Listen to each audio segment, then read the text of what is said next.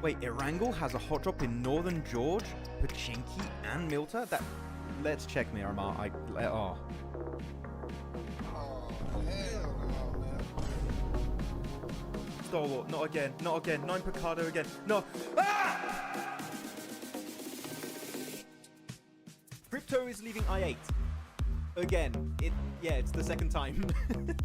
After securing a 14th position during PMSL CSA Spring, I8 Esports official page shared that Crypto will be leaving the squad. Though from the comments that I read, it doesn't seem like this is a massive surprise in the community. Let's keep in mind also that Crypto has joined many orgs before, such as Stalwart, Unicorns of Love, and Twisted Minds. So because of this, he could technically move to regions even outside of CSA, though this does seem unlikely, because this new post here was just shared by Regicide Esports official Instagram page, which... Wait a minute. Whoa. That's Crypto! That's Crypto right there! He is a detective.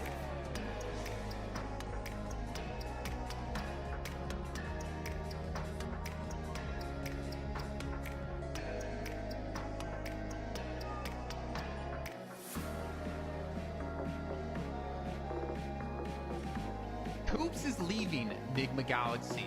Well, some of you detectives out there might have noticed that Coops was playing under a different name, Carry, with the Team 3D match in the Titan series.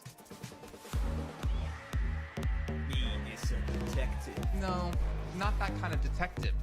Well, not too long ago, the NA superstar turned Mr. Worldwide Coops made a cryptic post before PMSL EMEA saying that this is his final tournament.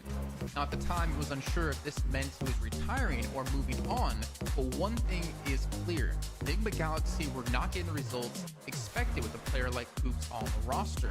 And after failing to qualify for the main event in PMGO and only securing an 11th place finish in PMSL EMEA, it was quite obvious some changes needed to be made, and it seems moves are being made by Coops as he revealed this information to us.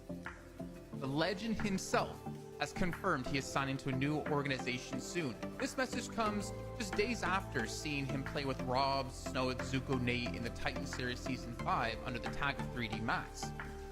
Now the question is there potential for Coops to stay with this roster in PMSL MEA? Or will we potentially see him go to another region like maybe CSA, because IHC just recently lost Demo and Alex over to PEL. Let us know in the comments who you think Coops is going to be signing to. Real quick, what's your favorite weapon? M4, of course. PP Bison. The PP Mini. Scar L, of course.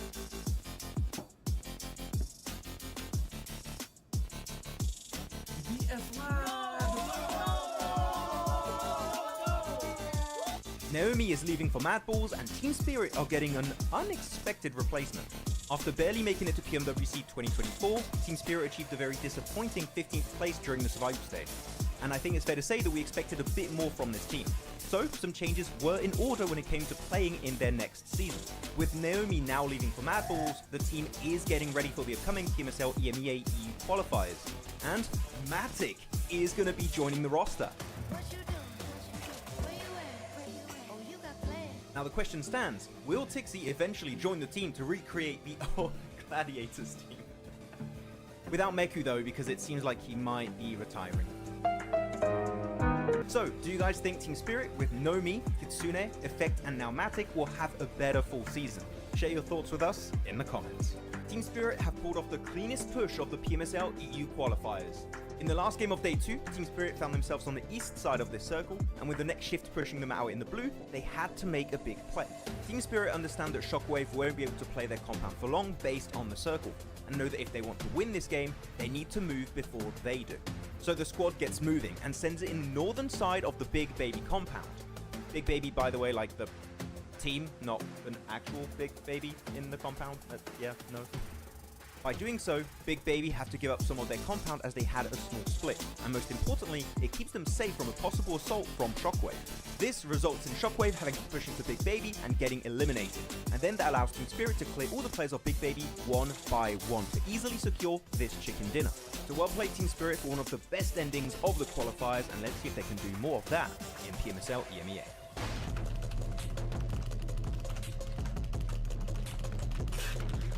I'm at a place where I'm trying to go home. All of my chains Seems like the drops of PMSL CSA have been revealed. Let's check it out.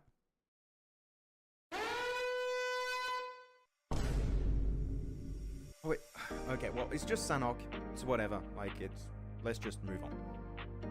Oh no! Wait, Erangel has a hot drop in Northern George, Pachinki, and Muerte? That... Let's check Miramar. Oh. Oh hell no, man. Stalwart, not again, not again. 9 Picado again. No. Ah! Crypto is leaving I8. Again. It's the second time.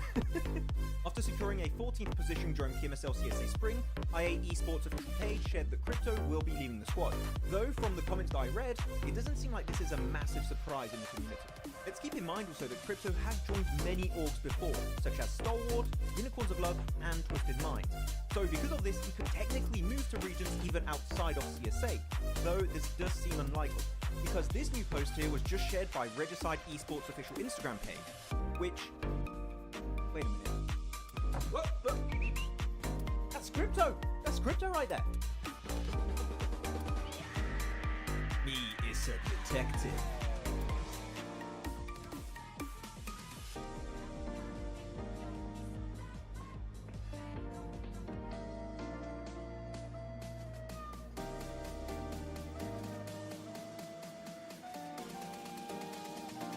Coops is leaving Enigma Galaxy.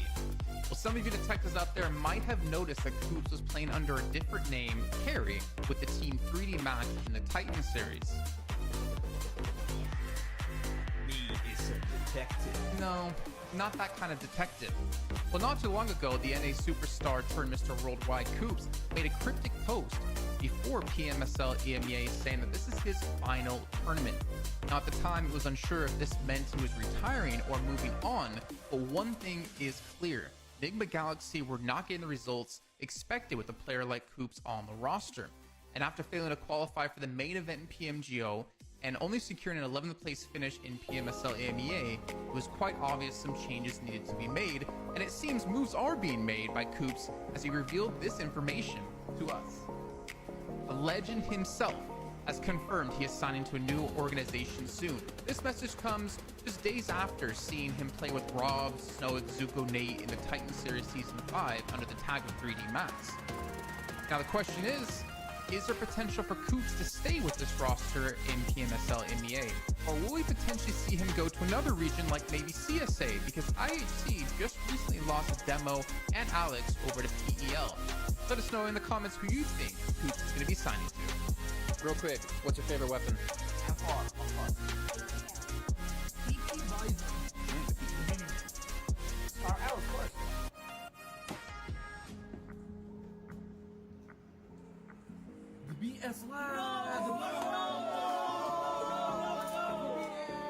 Naomi is leaving for Mad Balls, and Team Spirit are getting an unexpected replacement. After barely making it to PMWC 2024, Team Spirit achieved a very disappointing 15th place during the survival stage. And I think it's fair to say that we expected a bit more from this team. So, some changes were in order when it came to playing in their next season. With Naomi now leaving for Mad Balls, the team is getting ready for the upcoming PMSL EMEA EU qualifiers. And Matic is going to be joining the roster.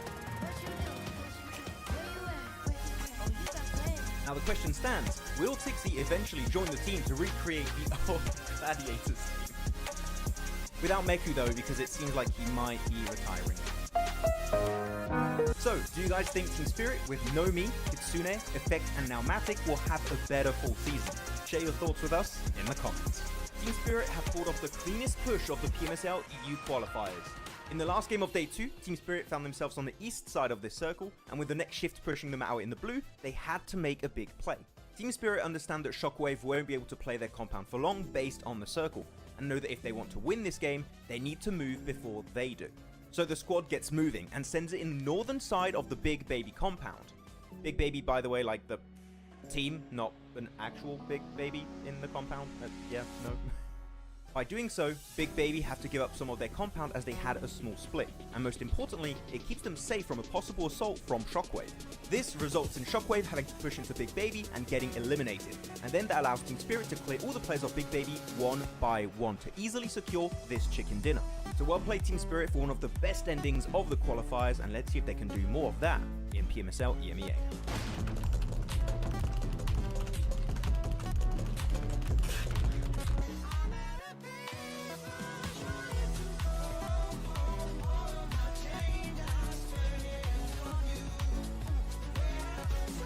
Seems like the drops off PMSL CSA have been revealed. Let's check it out.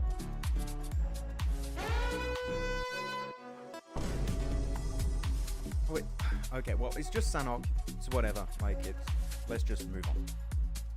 Oh no! Wait, Erangel has a hot drop in Northern George, Pachinki, and Muerte? Let's check Miramar. Oh hell no, man. Stalwart, not again, not again. 9 Picado again. No. Ah! Crypto is leaving I8.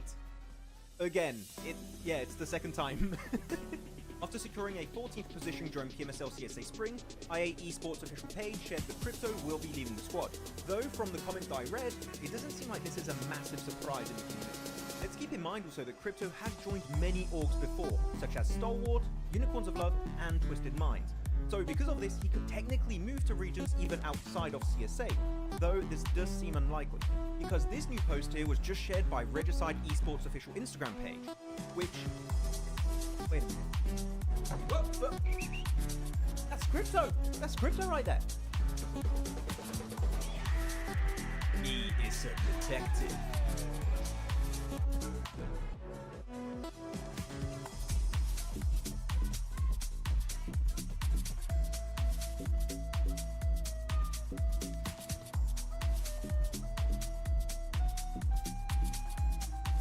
Coops is leaving Enigma Galaxy.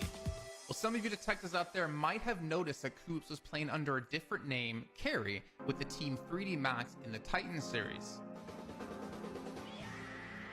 He is a detective. No, not that kind of detective. Well, not too long ago, the NA superstar turned Mr. Worldwide Coops made a cryptic post before PMSL EMEA saying that this is his final tournament. Now, at the time, it was unsure if this meant he was retiring or moving on, but one thing is clear. Enigma Galaxy were not getting the results expected with a player like Coops on the roster. And after failing to qualify for the main event in PMGO and only securing an 11th place finish in PMSL EMEA, it was quite obvious some changes needed to be made, and it seems moves are being made by Coops as he revealed this information to us.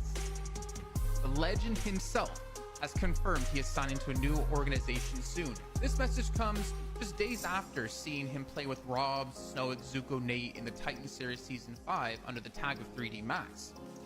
Now the question is there potential for Coops to stay with this roster in PMSL EMEA?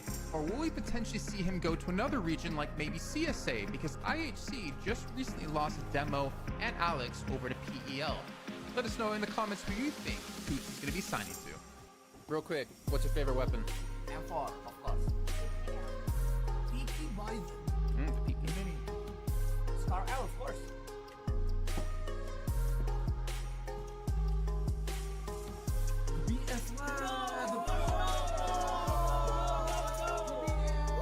Naomi is leaving for Mad Balls, and Team Spirit are getting an unexpected replacement. After barely making it to PMWC 2024, Team Spirit achieved a very disappointing 15th place during the survival stage. And I think it's fair to say that we expected a bit more from this team. So, some changes were in order when it came to playing in their next season. With Naomi now leaving for Mad Balls, the team is getting ready for the upcoming PMSL EMEA EU qualifiers. And Matic is going to be joining the roster. Now the question stands, will Tixie eventually join the team to recreate the old Gladiators team? Without Meku though, because it seems like he might be retiring. So, do you guys think Team Spirit with Nomi, Kitsune, Effect and now Matic will have a better full season? Share your thoughts with us in the comments. Team Spirit have pulled off the cleanest push of the PMSL EU qualifiers. In the last game of day 2, Team Spirit found themselves on the east side of this circle, and with the next shift pushing them out in the blue, they had to make a big play. Team Spirit understand that Shockwave won't be able to play their compound for long based on the... Wee-oo, it's time for some more PMSL CSA. No timer increase for you guys. No, we're getting into the match, and I realized I haven't got the actual feed visible on the stuff. But welcome back, guys. It's PMSL CSA time, or PMSL CSA o'clock. Day 4, week 1, and gonna have a cool little rotation of teams here. Group D are back. Yes, they're back. It's DRS, IHG, Major Pride, A1, and now it's Group C not playing. I'm confused by the order, how they do things. But Group C, not noobs, Leo, Regicide, KSAX, not going to be playing, which means, Jason, no Picardo fight. Ooh. How's that going to go? Let's give it some time. Who knows? Who knows? Another team might drop there just to keep Stalwart on their toes. We don't know. I would actually laugh if that happened, to be honest. Yeah, maybe not happening today, unfortunately. But, you know, I say unfortunately, but yeah, it is unfortunate. I always like the hot drops a little bit. Imagine they have like a record-breaking day today because there's no hot drop happening for them. That would be fantastic. I mean, they're still going to fight over in Paradise, so we'll see how that goes. But hey, everyone, welcome to the broadcast. Going to go through a few of the names. Akbar, Ghost Gaming, Flower, TGC. How's it going? I8 Doctor. Sorry, we had to increase the time a little bit. The game was a bit delayed, but we get into it. It's fine. Psycho also. Hello, everyone. Jana. Hope you're all having a fantastic start to your weekend. And we're getting right into game number 1 here. So let's dive into the match. Sanhok. He's going to take the dub. Wee. This is an interesting start to the stream. I'm back like 5 minutes on the map stream. Mm-hmm. Right. But it doesn't actually show us as dropping yet. Oh. I think the map stream started late.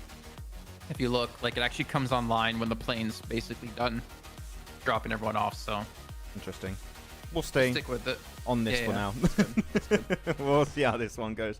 But yeah, Paradise Fight is going to be happening normally because IHC are here. I think you mentioned it yesterday, right? Are we going to see 52 and IHC fight on Northwest Island next to Camp Alpha? I don't think so. I think one of the teams is going to go to Camp Alpha on the mountain if they even drop in the same vicinity. There's IHC. And 52. No. I going Houghton. Yeah. Yeah. They're chilling in Houghton. It's fine. And 52's there. All right. Little hottie droppy. Come on. Yeah, they're going for Camp Alpha. Like we chilling. You see? No hot drop over there. At least. No. There's only Barraud. Wait, are they fighting in Paradise, or is there no team behind Stalwart? I don't think I see anyone. I think we're chilling. Are we actually hot dropless?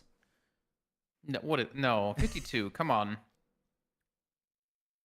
You're supposed to go fight IHC. You go with them to Camp Alpha. Nah. This is the good way. This is the good timeline. The hot dropless timeline. My favorite. I love it. WBG just got back to back chicken. Oh, really? I wish I had more time to watch PEL, man. And I wish the time difference was like not that bad. Okay. You just want to come live when the match starts. Yes, exactly, Doctor. We just want to get into the action. We want to get into the games. That's how we want to do it. I'll just hide the feed a little bit. Our cam so you guys can see where everyone's dropping. But outside of that, Jason, we know it's going to be Southern Western Island unless we have really bad circle shifts. So 4MV win. No, R8 wins. Or DRS win. One of those. So there's one of those coming up. I did unmute. Yeah, I did unmute. Nice. Okay. Let's see. This is going to be a very relaxed early game for Sanhok, which I'm just not used to. I don't know how to feel about that. Yeah, I'm a bit confused. But you know what? If this is any indication of the day, maybe it's going to be a slow day. You know, you got to have a little bit of hot drops to warm you up, right? It's like your morning coffees to get you ready to go for the day's games. But there's like only 2 or 4 teams involved in hot drops. So like the other teams are just always sleepy the entire day. It's like, no, we don't hot drop. We just never intend to do it. Well, if you guys missed out on yesterday, we did have a little bit of switch up in our leaderboards. 4MV got themselves up to 4th place. R8 got themselves up to 8th place. They had a pretty good second half of the day with a first place with 15 eliminations and a third place with 16 eliminations. That's a really good way to end off the day. Falcons got off bottom place. They got into top 16. So good for them.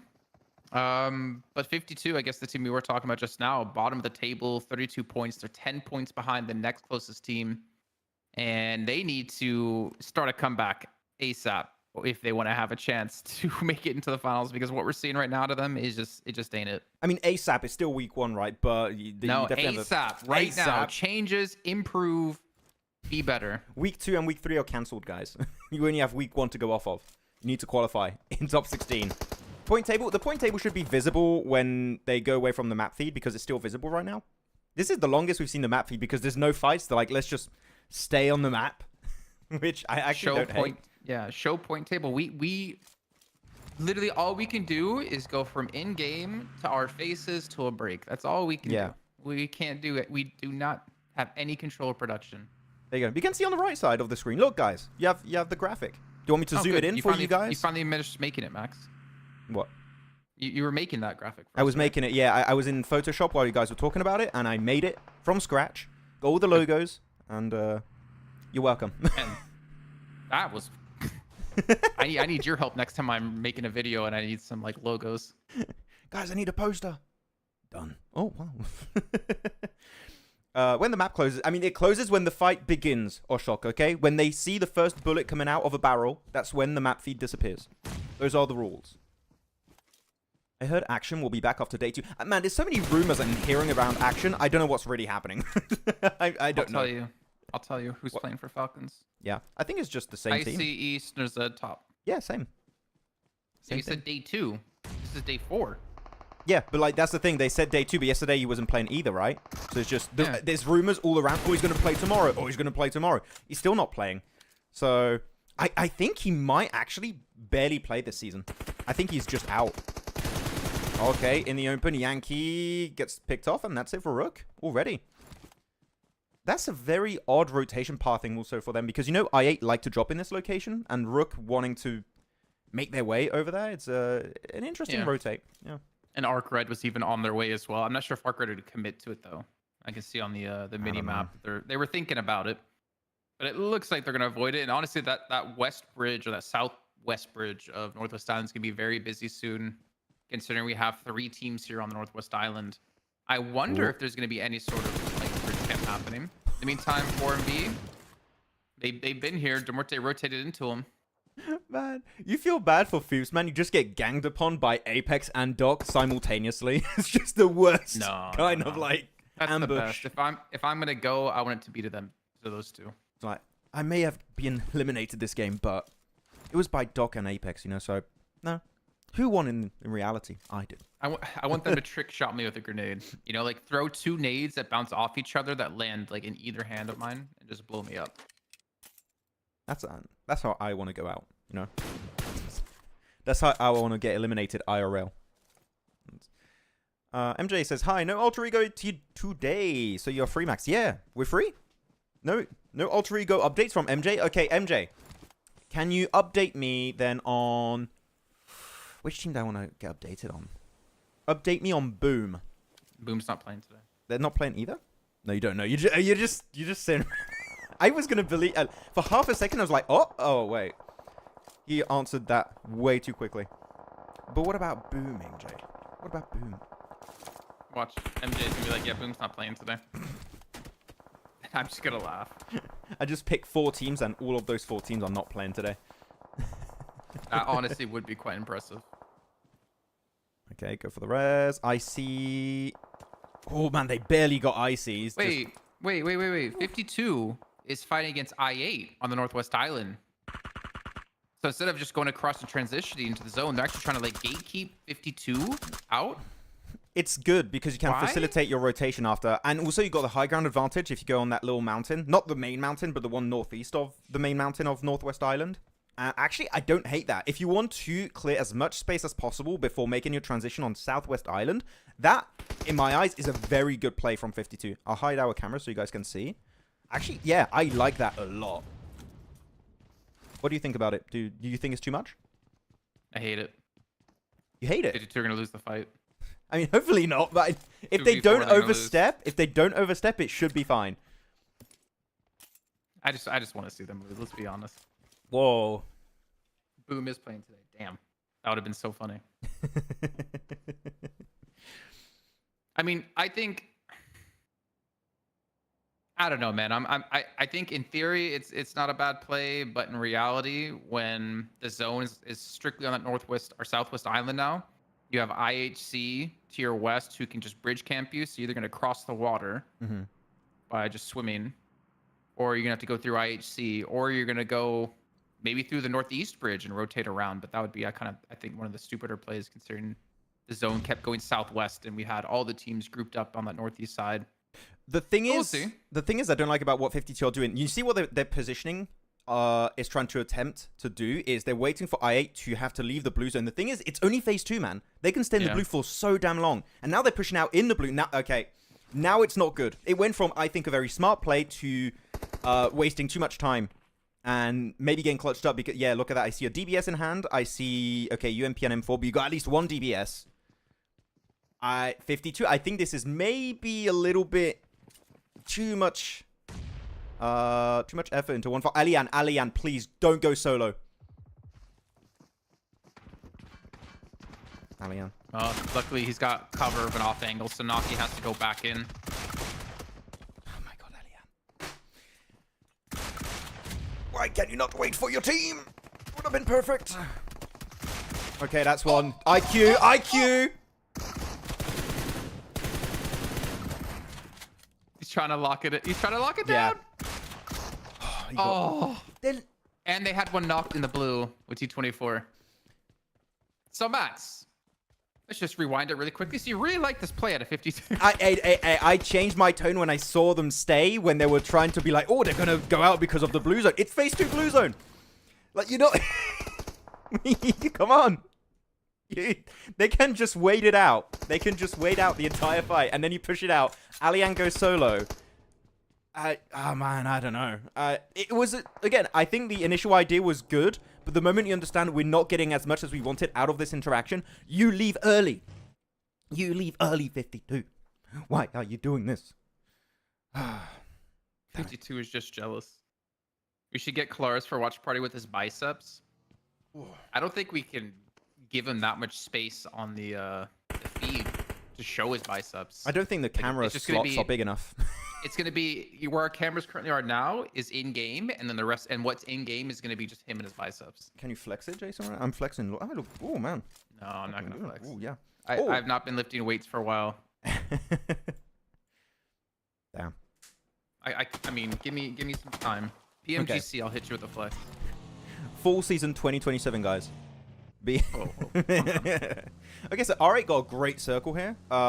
Realistically, though, we've seen a team win this exact terrain right in PMWC. I think it was Vampire that won a really, really solid win there, but it was kind of gifted to them. So IHC are in that location.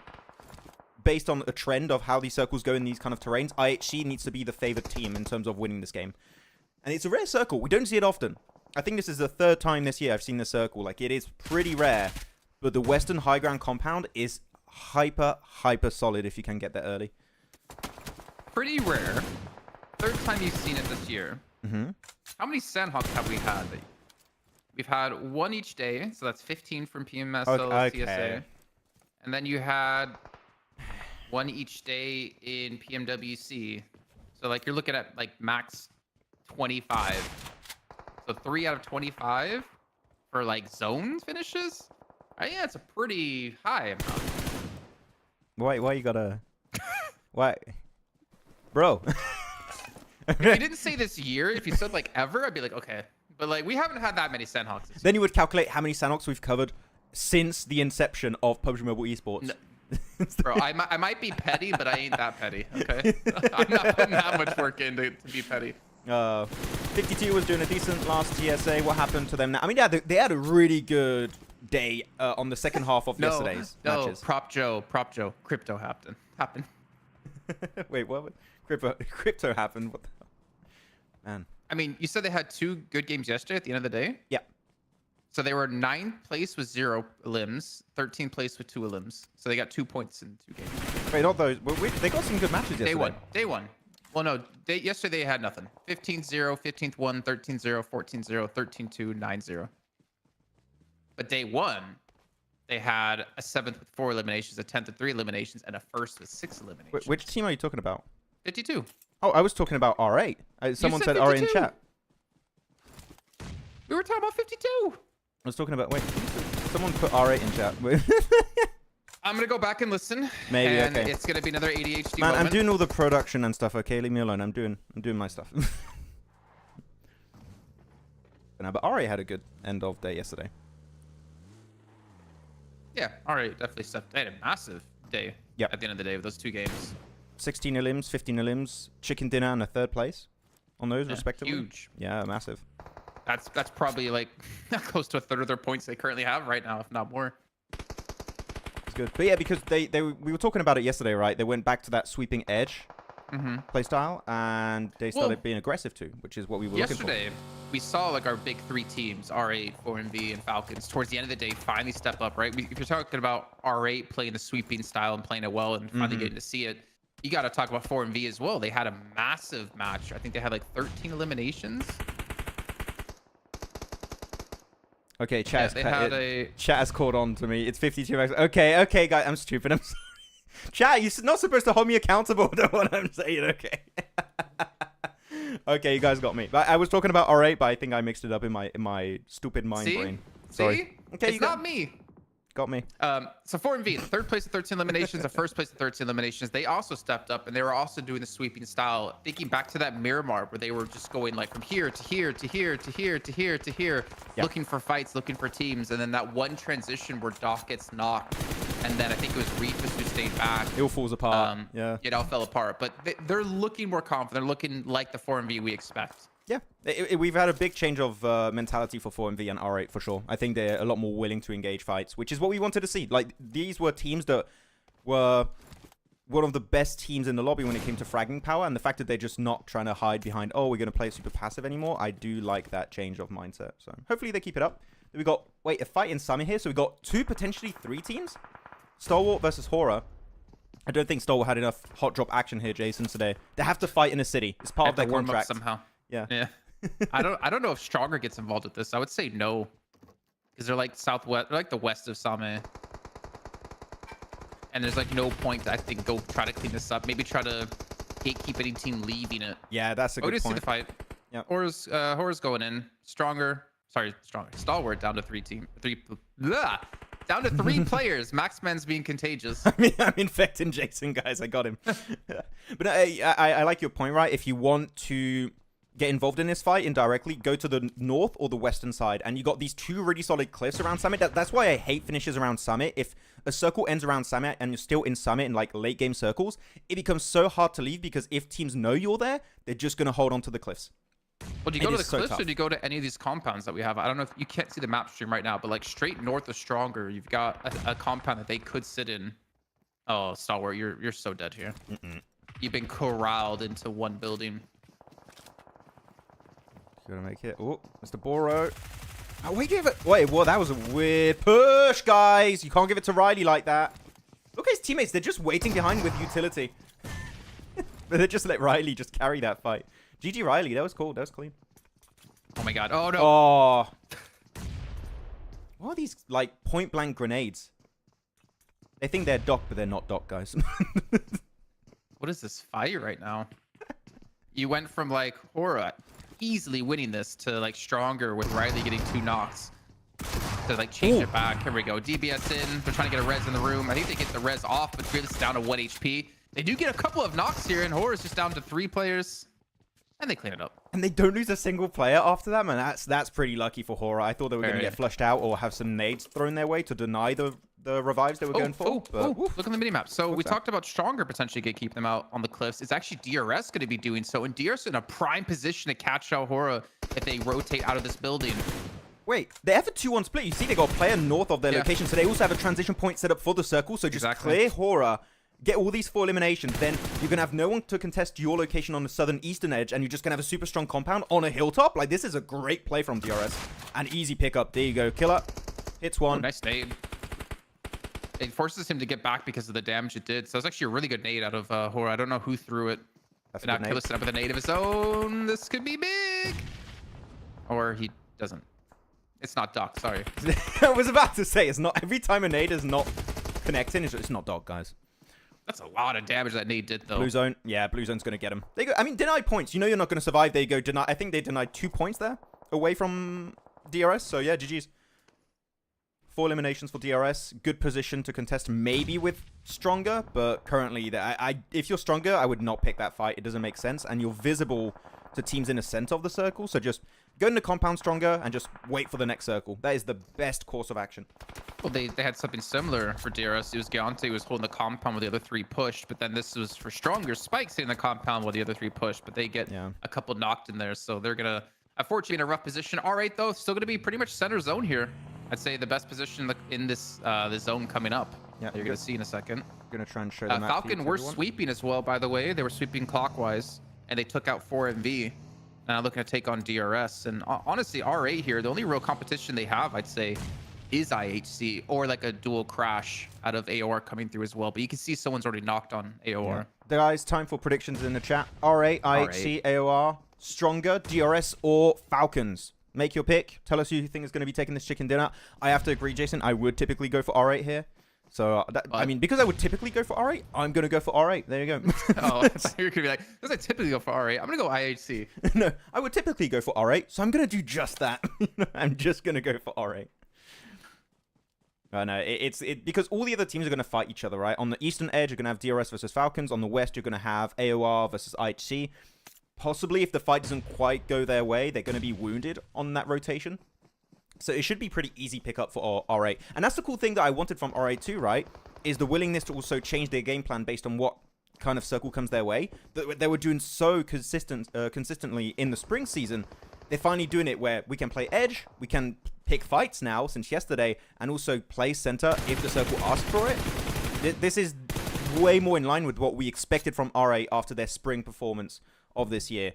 There you go, Falcons, get the opening knocks, and it seems like they will win this because they're closer to the circle. So I just want to say I did predict R8 like on first zone. Yeah. Just saying. You did. I mean, on these kind of circles, right, the high ground position is good. It was, for me, it's between R8 and IHC. Depending on how the circle does actually shift, but that compound is just golden. And it's still in the circle. Speaking of R8, English is in, Tilika's in, Zerich is in, and Naomi's in. So they took out Flika. They're doing So a rotation they're really still. rotating. Yeah, they're really checking to see like what works well with Naomi. And well, Naomi's worked well yesterday, and he's working well today so far with R8. Yeah, I mean, the fact that Flika did so well and they still benched him does, at least to me, mean that we're still trying the rotation, see what is going to be the best I think 4-man main team that we're going to play for the rest of the event, right? the fact that they've rotated every player out for Naomi except Tilika so far, I think, It's tomorrow. yeah, but that's a testament to like how we should not expect a lot out of R8 until week 2 or 3. Like this is them trying so many different things. So I think thinking back now onto like the first 2 days of play, I think it's excusable now with how they played. It's excusable. You have To been some excused extent. by Jason. To some extent. To some extent. No, I do agree. I do find it interesting to do on the first week, but you know, if that's how they feel comfortable doing it, then fine. Yeah, IHG, we're going to get pushed over the ridge. Not an easy rotation whatsoever. Easy pickup for R8. Currently, no teams in circle. I don't know if there's any strong position on the side of R8 outside of the compound. Like, do they have something? A It rock? doesn't matter. Icy's stuck behind a tree. It's only left on Icy. There's no way he's getting out of this. The blue zone's closed in. If they wanted to win it, would they go for it? he rushed it, man. He wanted that point. Wee-oo. R8, take the win. He's approaching me menacingly. You know what sucks for Naomi, though? What? He's having to change seats every time he plays. Do you have to change? Can't you just like? He was in the all the way on the right. And He he's on was the where left Zerich now? was, I think, before, like the day before, and now he's in Fleeke's spot. So he's taking different people's positions. Damn. And he's looking over at Tilika like, "I'm coming for your seat tomorrow." No, taking it. GG. Nice game. Nice game. Everyone. A lot of people said Falcons as their prediction, which I find very interesting. It was not the prediction between who's going to win, DRS or Falcons. It's like who's going to win the game, and I think it was pretty visible that unless IHC got some really early knocks onto R8. It was going to be an R8 win on that final push. Yeah, GG. Falcons cooking. I mean, they got second place. GBH, they're the kings of second places yesterday. They got 2 second places, one with 7 elims and one with 6 elims. And now they got this second place with how many elims? I didn't even see. I think they were like 4 or 5 when I last looked. Yeah, pretty low. Nice. Cool stuff. Action should be playing. I don't know what's going on with their rotation. I might have to send a message over to Senator and ask like what's the deal with Falcons and Action. So, R8 finish yesterday really strong. I mean, this means the last 3 matches in a row have been really good. You can see your 6 eliminations, but still 16 points. 3 good games back to back to back. It's continuing over from yesterday. Yeah, I mean, they were before this in 8th position. They were tied with Hora before this match. So they kind of caught up to the pack that was kind of creating a bit of a lead for themselves at the top, which was initially at the bottom. It was Regicide, 106 points. So yeah, R8 catching up to that. They're in the top pack now of CSA in week 1. So yeah, this is a lot more on par with our initial expectations. Looking for those bonus points, man. Oh yeah. Just popping in hello. Aren't you streaming, Nap? Well, hello. How are you? I hope someone came to your channel, Neptura, in the middle of your stream and said something for me. Used to staying close to the rest of the team. Yeah. Nah, she's not live anymore. Not live anymore? But what a clickbait, though. What? Rate grinding with the new Lambo. Yeah. Because she Yesterday's gets free stream. UC. Rank time. Lamborghini spin. If you guys want free UC, by the way, you should ask her Nep in her Insta DMs, Twitter DM, like all social media DMs. Because she has an infinite amount and she can give it to you. So go hit her up. That's true. She's given me, what, like 5,000 so far? I got 50,000. Oh, you need to catch up. Nice. Yeah, nice, yeah. Who's the coach for I8? Is that updated on Wikipedia? I don't trust Wikipedia when it comes to coaches at all. Yeah, it's not always up to date. Well, it says right now the coach is Trinder, and I've heard people say it was Trinder yesterday, actually, in chat. So, yeah, Trinder, apparently. But again, Wikipedia, so don't take it at face value. Wait, were moneymakers, they became boars? Yes. And they're coming back in 2020, in 2025. Some of the players are on loan to other teams. Well, only one player I'm seeing, Koa. Icy and Biscay left the team. He's confirmed. I think other players are trying to get on loan for other teams right now. I don't know how successful they're going to be. Maybe at the start of PMSL EMEA for players like Icy, etc. But I know that some players are on loan until 2025. And here you go. MVP is going to be Tulika. 2 eliminations. Pretty low, but I think it was an even spread between a lot of players. So despite the stats not being the highest, it is Tulika that takes the cake there. And also, of course, it has to be an MVP from the winning team, as we know.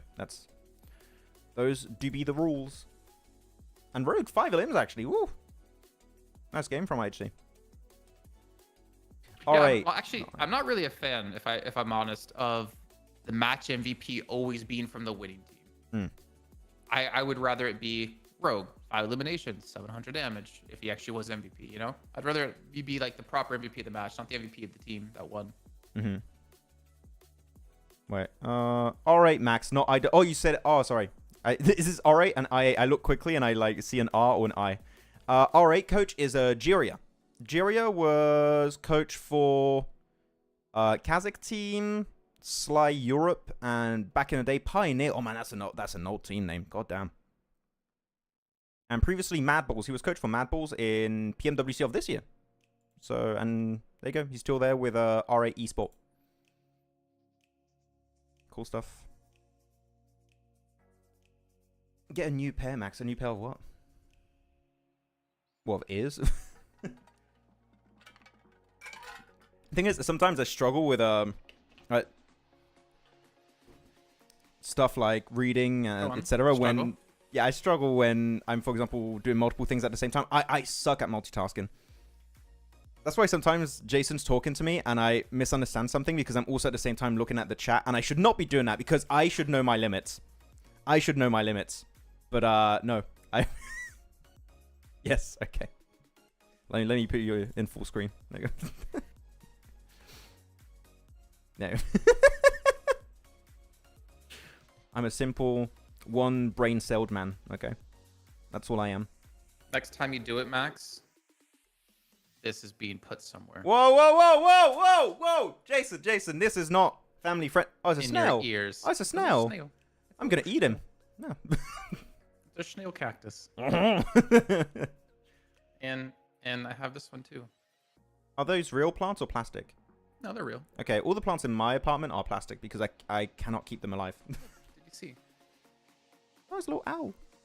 Oh. But what about leaderboards? It's not a little owl. It's a little leaderboard. Look at him. How cute. Muerte still on top. 163. GG's. RMV moving up to third place though. R8 moving up only one place to 104. Then again, they were at 88 points, right? I think coming into this one. So big stuff, yeah. big movements. I mean, there's a lot of points. Like for them to get into top, I mean, for now, top 3 is like 20 points, so it's not that bad. Yeah, we're seeing a lot less movement too, right? Because we're approaching the end of week 1. So if you are still at the bottom, it is going to be tougher to get some extra bonus points at the end of this week, unless you have an amazing weekend here for CSA. Yeah, that's cool. First page is, we're not going to see too much extra movement, I think, by the end of this week. Maybe R8, seeing how much they've improved recently, are going to be able to jump up. Because as I said, they closed the gap. They're in the top pack now. They're just behind teams like Regicide, Not Noobs, 4MV, etc. So they're catching up. And Falcons jumped up 3 places. So, man, these second places, Jason, are helping them out significantly. They're almost on the first page. They're making it happen. Yeah, I mean, we gave them a lot of crap. Being bottom of the table. Deserved. Day 1, 2, 3. I think that, 3 they got off the bottom of the table. But, I mean, yeah, I think we expected eventually to have some normality within the region, right? IHC, 4MV, R8, and soon to be Falcons on the first page. Mm-hmm. But it's definitely been an odd first week, and it's definitely made me question CSA at some points.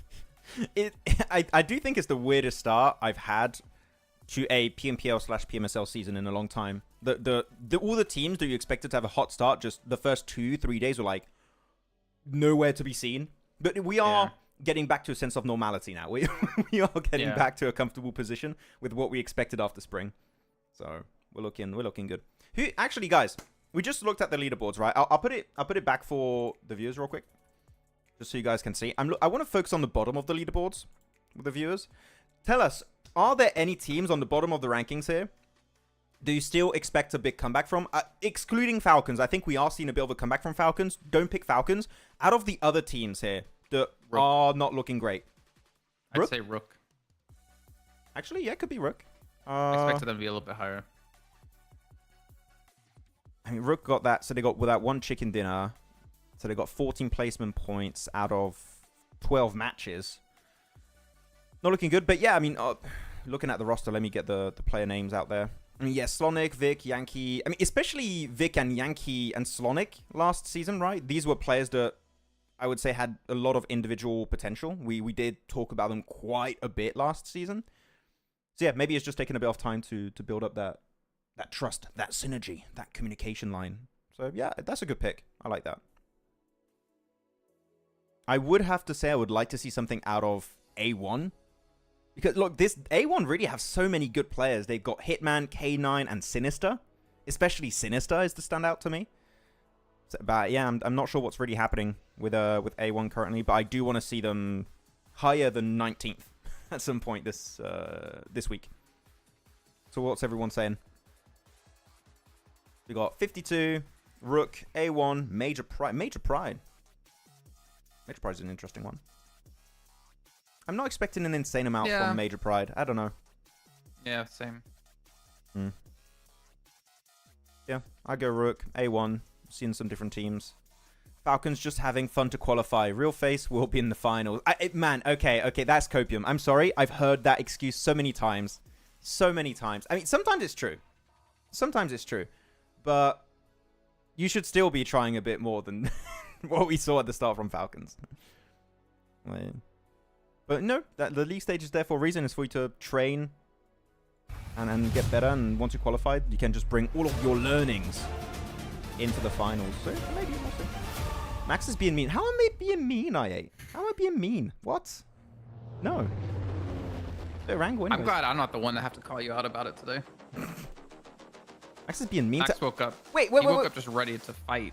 Wait. Pause. Hi, Doctor. Max is being mean to Sinister. I was speaking positively about Sinister. I said Sinister is good. How am I being Not mean? what I heard. No, you were saying someone else was good. No, I said multiple player names when I'm looking at A1. I was looking at Sinister, Hitman K9, especially Sinister. I know is a really good player. Okay? I Doctor. No. Bad Doctor.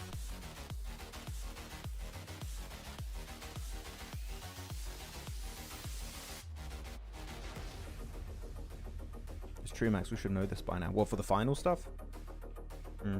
Yeah. Okay, good game. Man, we've had so many Southern Circles, Jason. It's not circles, plane Southern paths. planes, Yeah, so many of them. Or Muerte. Actually, where are Muerte gonna go? Where I don't are see they? orange. I mean, they like to rotate through car rotations around hospital. Yeah, but No. the problem is that like look at where they're like the plane path is angled down like southeast, I guess more. If you were to drop, I'd say you drop early, look for cars, not late. Yeah. Are they going Primorsk again? They're going Primorsk. Oh, It's like, I mean, and not Noobs isn't here, so no KSX it was aren't here, so KSX. they don't have to worry about KSX. yeah, that's fine. That's good. Smart. Yeah. This is weird. Now they're playing in the zone. I don't know how I feel about that. AOR. They found a solo play of DRS. No example, man. I haven't seen example do a lot this season so far. It seems like he's dying out early quite a bit. Okay, I take it back. I'm sorry, example. I take it back. You're the GOAT. Speaking of Sinister, by the way, he's been knocked already. No! And eliminated. No! Why is the opposite of what I'm saying happening in this game? I hate it.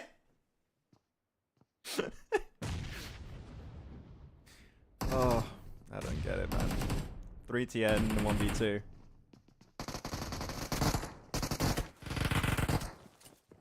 Yeah, confirm it. Wow. If Killer was just like a second faster, he would have saved his teammate. Yeah. I need that flush ASAP. Okay, DRS win it then. Man, Sleepy, no.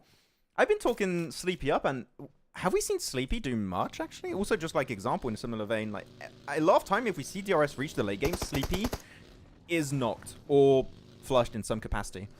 I'd say actually DRS has been a team that's been quiet that we haven't really mentioned. True.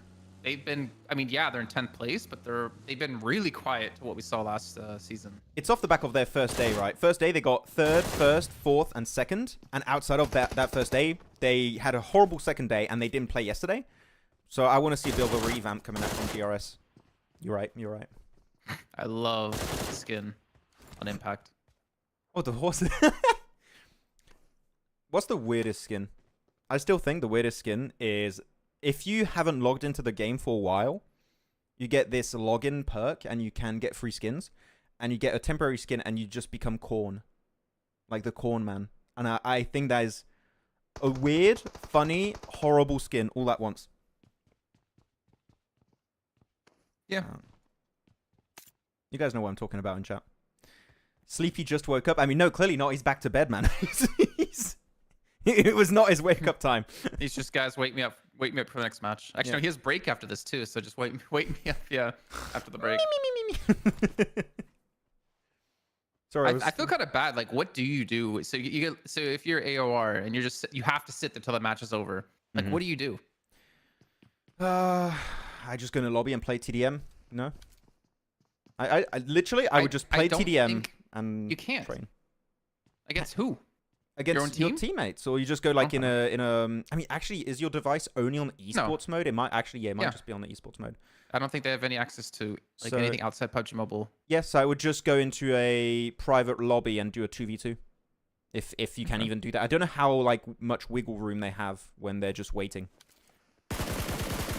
Oh man. Nice. That was Nice. just rude. You got No, him. that was perfect. Who's Whoa, winning whoa, this? whoa.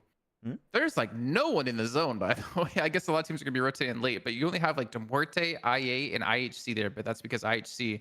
Whoa, we're back on Sanhok. Wait. Whoop.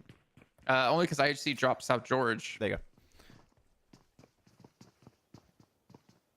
Yeah, that's I mean, Wonder if I might catch out DMR. I mean, they are split right now. Trustly is nowhere near, so we could see a little bit of an engage over there. So Stronger and Major Pride is still happening, so we'll keep an eye out for that. But who's winning this fight? Stronger or Major Pride? Tell us in chat. Major. Stronger. Stronger. I got to root on the horse. Horse. Oh yeah. If they had a goat head, that'd be perfect. Is that a skin? Is there a goat head, guys? For all you skin connoisseurs in the chat, is there a goat head skin? I don't know.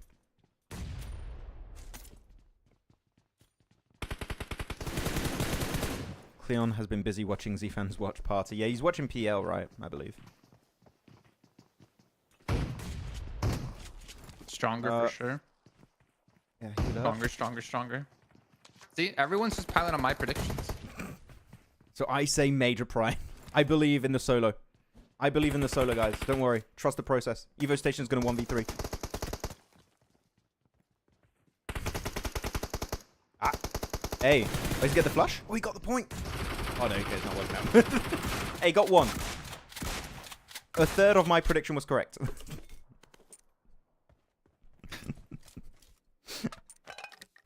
Okay, Tresley regrouped with Muerte. And they're holding like the very west coast. Let's check. 52 are rotating in. 4MV's finally leaving. Falcons again going east bridge. We talked about this yesterday as well. Like 4MV, will they go east or west bridge? Normally they go west because they have Falcons dropping with them in Novo. Yeah. So especially with KSX not standard. being here, like it's pretty easy rotate for them. R8 coming out of Razok now. Naomi scouting ahead. I mean, yeah, Gatka feels. I mean, yeah, everyone's going to be able to make it in circle normally, except for AOR, of course. Everyone else is going to make it in. You could go for Pachinki Fields if you want. If you're, I don't know, Stalwart. If you're Stronger, you can go there. If you're Falcons, if you're Rook, if you're DRS, one team could take Pachinki Hill. Would be a good option. So, yeah, I mean, Well, can Major Pride make it in? no, definitely not, actually. They were. I mean, technically, they were in circle.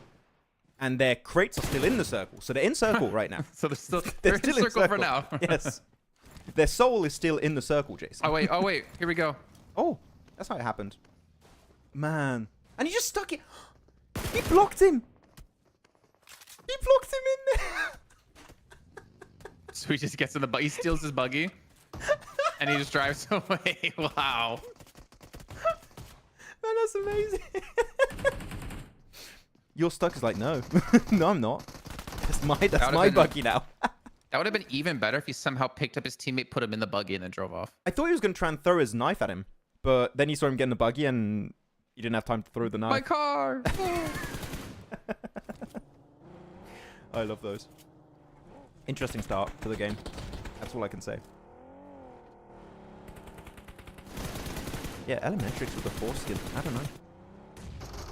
Popping off.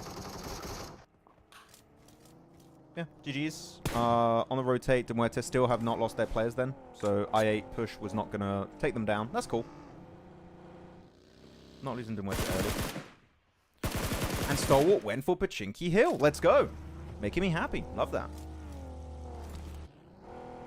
Do you have an early prediction for this game? Oh, actually, there you go. We got map feed. Perfect. Not really. Guys, Really, there's rotate. too many factors right now. Yeah. Guys in chat, we got an early rotate from all the teams, but you have to make a prediction now. Okay. Wait, is someone going Everest? Is anyone going to go Everest here? It doesn't seem like IHC are interested. They're going to play A1? Hospital? Which is weird, because IHC have always played like Everest, and I mean, that's what got him into PMWC. It is. We love this mountain. It's the best. This is my favorite mountain. My favorite thing, Everest. 4MV prediction. They're in a good spot. I can't argue with that. They're in a very good spot. I like how Muerte like went pre-morse, right? All the time in the world to go like center up if they wanted to. But they literally held on to the west coast so they could still play edge. So they could still play Erangel the way they normally play Erangel. We're going to rotate in late because we're in Severny. We can't be too much in the circle, guys. It's not, it's not how we do things out here. I actually kind of like it because we saw how the teams are rotating from the east. I guess that means they know how, like, where the team drops and how they tend to rotate, and seeing this circle on phase 1. If they keep playing the western side, they're going to avoid a lot of early skirmishes. So if the game plan is just play as passive as possible for the early to mid-game stage, it is a good strat, but the thing is, it falls apart if you get an eastern hard shift circle. Like, the entire plan just gets completely wrecked. So, it's a bit of a gamble, what Muerte are doing, but for a team that likes to do their wide, late rotates, then, I mean, I guess this is pretty much, home territory. They know what they're doing. Mm-hmm. Oh, no one's Everest. Maybe Hora's going to go Everest right now. I think it's a bit too early. Man, I hate that this map feed does this. YouTube, why are you doing this to me? This is a horrible update. Yeah, maybe Hora, maybe Rook would want to go there. If it goes north one more time, it's definitely going to be seeing a bit of action. Like 1 or 2 teams is going to rotate there for sure. As of right now, all the strong compounds are taken. I don't think we're going to see any big clash. Oh, okay, maybe we're going to have a clash. Wait. Nah, Nice Rook. Okay, there you go. Just could be some like warning shots. I don't think we're really gonna see any action until like the next zone, which is coming in about 10 seconds. So, yeah. How nice. How quaint. Yes. Oh yeah. Killer is using my sensitivity. Really, Jenna? You gave your sensitivity to Killer. So nice. Impressive. Wait, actually, who's gonna go? Wait, what's that little hilltop that you guys gave a weird name in the fields? The tornado siren or something? Oh. I wasn't there on week 1, so is that what you guys are calling? We don't need to talk about it. Well, tornado siren is, We don't need to talk about available. Who's going to go there? I think IHG could maybe go for the rotate. Maybe Muerte also. But that position in this kind of circle, if it goes there once more, it literally becomes a game-winning position. Stop. Don't touch live. We had to touch live. We had to. I wonder. I thought you can embed videos in your OBS. Maybe I'm wrong. I don't know if you can with the YouTube video. I never touched that, really. I don't know. Did you look into the teleshooter thing I sent you? I looked into it. Yeah, I just haven't set it up. It looks pretty cool, actually. I might try and use it for next analysis videos. Yeah, we make analysis videos like super easy. Yeah. Okay, impact. So just a little bit more of a regrouping, or I guess more centering about the team to make sure they're in the zone. DRS is coming up the backside of Everest, which Hora has taken. So I'm curious to see if this is going to evolve into a fight since DRS are out of zone right now. Are they going to push into Aura, or are they just going to run around, like move away from Everest and not deal with it? I don't know, but Rook, that was a bit risky from Rook. I mean, it wasn't risky. I get the idea behind the rotation. They want to pull a similar playstyle from Muerte. Without info, you're going to crash into teams eventually. So yeah, sad for Rook losing a play there. Good for Muerte. Killer uses Vaseline on the screen. Yeah, I saw, was it Killer? But I saw a player, I think, yesterday or the day before with a little Why not use pot of call Vaseline. socks then? I don't know. Like, Vaseline on your screen is... I don't know. That must feel so weird on your screen. I don't know. Oh, there we go. I'm surprised it still works. Like, it still, like, recognizes your inputs. Yeah. I mean, there's still contact between your finger and the screen, right? Yeah, but you put water on... Like, if a water drop lands on your screen, right, it's going to hit buttons for you on accident. So I'm curious, like, why Vaseline doesn't... Is Vaseline, like, conductor? Does it conduct electricity the same way water does? Because that's why it does stuff on your screen. I don't think Vaseline What? does Is electricity? Yeah. What? Yes. What? I didn't know that. Yeah. Does Vaseline conduct electricity? If it doesn't, that's why it works. No, it's petroleum. It's a petroleum jelly, so it doesn't. Oh, that's why then. Yeah. Interesting. I never knew that. Yeah, that's why you need claw socks to have a certain fabric. It allows... I think it has filaments of metal in it because it allows electric signals from your finger to go and touch the screen. If it doesn't work with any fabric. Yeah. Today I learned. There you go. It's a learning experience. Max, you're teaching me things. Who would have thought, man? It took... How long have I known you? 2020? 78 years. 78 years? Took 78 years for me to teach you something. Damn. That's a good ratio. I'll take it. Like your 1/3 of predictions coming true. Hey, Evo Station. You got that point. That's all that matters. Okay, so now Horror are kind of deciding what to do with this fight. They're just going to wait for DRS to push out. Don't put yourself... You just need to wait behind the rocks and wait for DRS to push. Don't put yourself in danger. Example gets knocked. Killer's going to go for the first aid. Giante is also suffering severe damage. Now, this is looking like a Horror win. They just have full control of this fight. If Horror don't win this, then something's wrong. And then you get Malik up. Whoop. Okay, we get Malik up. You healed up. Yeah, I don't know. DRS should not win this. There's just too many angles they have to deal with. And like I like No Fear's position. It kind of gives like Overwatch to see anyone coming through. If anything, DRS has to use some smokes and force some like close quarter combats or force No Fear out of the fight. Like Yante's gonna lose. Killer's Resident Example, I believe. I don't think Example can heal in the blue. Good nade. Nice. Oh, man, he gets the first aid just in time. GG's. Yeah, you might want to try and push that a little bit. You want to wrap up this fight. Ace. Was that a teammate grenade? I think it was. I think it was. Who knocked him? There's no fear. No Fear. No fear knocked Mr. Barraud. Your fingers don't conduct electricity. Yeah, no. I remember I've seen like it was a not documentary, it was a little video on YouTube explaining how screens work. And you got some it wasn't called electricity, but I just said it for like the sense of simplicity, but it has some signals that get picked up. We have an electrical charge as people, as humans, yes. Right? So that's probably why. That's it. And then he said about the cloth, he said there was like metal in the cloth to help conduct electricity. Yeah. I don't know if that's how all of them work, but there are some that have some in it to conduct some signals. Because otherwise, just simple cloth doesn't work.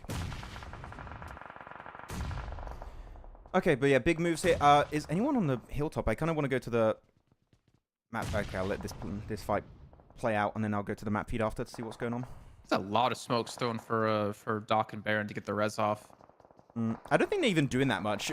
Because if you want to throw nades, those smokes aren't going to give you too much protection. You have a dip that's pretty decent. I think it's more to block out vision of teams over to the northeast of them, or potentially to the west. I think that might be the game plan. Do they have Molotovs, actually, for 4MV? A Molotov in that building would be amazing if they get it. And frag is out. There you go. Their Molotovs are grenades. Oh, that nade thrown a little bit early, but it actually could work out. No, it doesn't catch you on. Hard boy. It's gonna be a hard job for you. GG. Doc gets knocked again. This one's by east, actually, by Falcons. So it was towards their southwest they were being shot from. And then Baron gets the return fire on him. Oh, that's the fight I was looking at. So the circle doesn't go here, but you have to take the fight now for IHG and I8. You have to wrap it up. Good nade from Godless. GG's. Maybe a good one onto Noggy too. Puts him extremely low. Tried to dodge the damage, get in a car. I think they actually saved him. He got in the car, and they actually denied a bit of the damage. Because he got out of range. But yeah, IHG are in full control here again. I like what you called that player. Who? Naki. You called him Noggy. Noggy. Did I call him Noggy? I like it. I like it though. Noggy. Hey, Noggy. Go for it. Good nade again. Yep. Falak. I mean, goodbye. oh, he ran into it too for Uzum. He's not allowed to play, man. Follow up nade. There you go. Another one. Whoa. Triple follow-up nade. Jeez. What? The car. Oh, okay. the car. Actually gave cover to actually, Uzum. Yeah, it helped him. No, IHC gonna clean this one up. Smart time, smart play. Especially considering they need to move, and that's I gonna be eliminated here. So IHC. Just two rolled loafers. 5 eliminations. Alex, wait, what? Alex is in. Was he? I didn't even realize it when I was. Yeah. Really? That's I wish we had these roster substitution things. Alex is in, Rogue's in, Godless is in, and Demo's in. So Jiol's out. Jiol's out. That's an interesting one to put out. I like they keep in Demo at least. But yeah, Alex is in. Imagine they win when Alex plays his first game, because that's his first game, right? He wasn't playing the first game, yeah. 3 days, yeah. Imagine chicken dinner right away on the first day. Big rotate from Stalwart though. 5 elims. And actually, I mean, you're gonna have to push whoever's over to their west. eventually on that dip. 4MV Opta's lost stronger. someone. I think 4MV lost Doc when he got knocked. Did they? Okay. And Falcons still have 4 left alive. So yeah, we got R8, 4MV, IHC, Falcons still up, which is kind of what we were expecting. Kind of like the quote-unquote powerhouse teams. Actually, I think Can in chat said, do we want to give you a new name? What's the new name for Jason today, Can? Tell me. Also, time for a prediction. While we're waiting, guys, time for prediction. We got the circle here. You got IHC, you got Falcons, 52 Esport, 4MV, R8, Stalwart, and I believe 2 players are stronger, still alive right now in that dip. I'm looking at R8 again. Yeah, R8, I like the 2-2 split. If the circle goes south, they're just going to regroup onto English and Zerich. 4MV have a lot of potential there too. Falcons can still play the dip, so they're not really out. The teams that are really going to struggle, I think, are going to be Stalwart, 52, and IHC. Stronger, of course, too. Like, they're going to have a tough time without cars if they don't have any. Oh, Baron got finished. Okay. Yeah. The Doc did survive. But, you said R8, Jason. I'm going to go 4MV because I don't want to pick your team and just make you look bad in the process. I'm not take going the L alone. 4MV because they have 3 players. They have Falcons to their west. They have IHC towards the northwest. Nah. I would go R8 because it's a way better people. split. I mean, the main issue with the compound they have right now is that you are visible to almost everyone in the lobby, so you can't really peek out too much. But if I don't pick R8, it's literally them or Falcons. So I'll go 4MV on that one. I don't want to curse your pick, Jason. I'm being kind. Well, speaking of Falcons, Top just got knocked. Rip. And eliminated. And Icy's knocked. Okay, that's a... yeah, it's going to be a bit short on the nades. They're a bit out of range. You're just ignoring the fact that you just mentioned Falcons. Yeah, I'm just... Sorry, or I'm, Falcons, and then Falcons don't, is too. don't speak to me. It was kind of expected, though, for Falcons in reality, because they're being pushed in the field, in the dip, which is very nadeable. I don't know, was it a nade knock that they got on the flush or so? But No, it was just a shot. Just a spray? Okay. Godless! 1 by 1. Actually, what they're doing here, these smokes are so good from Stronger. It forces IHG to get in close quarter if they want to pick the fight. And if you have shotguns, which they have, easy pickup. Though demo's in nade range here, you got to be careful. And they're visible to east. Yeah, all the big pushes are happening here, Jason. Stronger. Oh, wait. Stalwart pushing into... Wait. Oh, English! What? What a shot! They get 2 limbs, or like a knock and then a limb before Stalwart even get close to R8. That was such a good shot from English. I'm genuinely impressed. That was insane. The gyro. He was on his chair, he was spinning Jason. He was like... Alex with the MK14. That's it for Stronger. Actually unlocks a really good temporary location for IHC.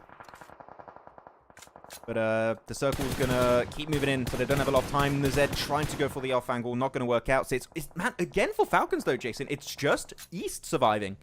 Well, okay, last match, East was the only one dead when they were in the final. Yeah, I mean, in like on moments, average but... out of the other days, yeah, right? no, for sure. Yeah. Oh, and he gets Doc. Doc, why did you push? And he gets to confirm. Doc? All right, extra point. Goes back in the dip. Nani Should Doc? be healing up here. I'm a little bit confused. Well, the worst part, I mean, I kind of don't hate it because at the same time, 4MV are being pushed by 52. So if he clears out East, he gives him an angle to play from that dip to support his team over here. Because if 52 are going to enter, they have to enter through a window. Otherwise, Doc's going to have vision of them, or unless they use smokes. But I don't hate it. I get the idea, but I think if that's the initial setup, if that's the plan they had in mind, I think you do that before 52 initiates a push, not when they are pushing.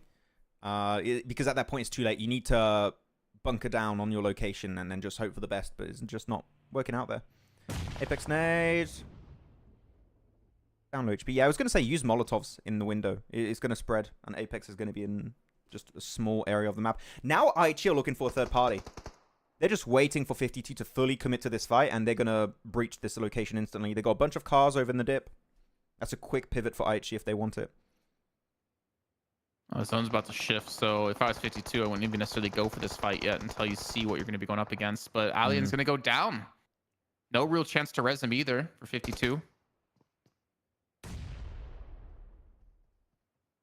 Yeah, I'm not a big fan of Alien peeking right there and getting caught. You should just chill a little bit until the zone pops. They can get the res. I mean, now that the zone has popped, they're really not far off, right? They're going to be technically in the zone if they regroup back on T24. And look at R8, man, on the east. They're just waiting for big fight to break out. They're even third-partying from a distance, but they have cars. And they're already sending a scout forward. There's actually a decent ridge on the northern side if they want to play it. Yeah, they're using Naomi to do that. I feel like you've seen Naomi kind of be the scouter for the team quite a few times now. I see him like ahead of the pack quite often. The off-angle scout. I can appreciate it. I mean, my question is now, do I actually have info that a player of another team than 52 is actually in that building, like Apex? I think they do, because otherwise 52 would be in the building, right? Yeah. That would be the speculation you would make off that info you have. The push is going to happen here. You got the smokes. Demo's going to be the one to initiate. Going into the Apex building. Big nade. Actually doesn't get Demo. That was so close, man. Has to clear the solo. Another nade to the face, and that's it for 4MV. Taken out by IHC. 3 teams now remain, and RA are taking up space in the circle now. They are inching closer and closer. And IHC are just getting picked up. Yeah, this is not looking good for that push. Wait. Crypto's been south this entire time. I, for some reason, thought 52 only had 3 players left alive. Crypto's been here on the very south side. I don't think it's that good an off-angle. To be honest, I think the off-angle is really bad, because if you are R8 and you know he's there, you just play northern side of these buildings, and you're safe. So I want to see Crypto move up and join the team.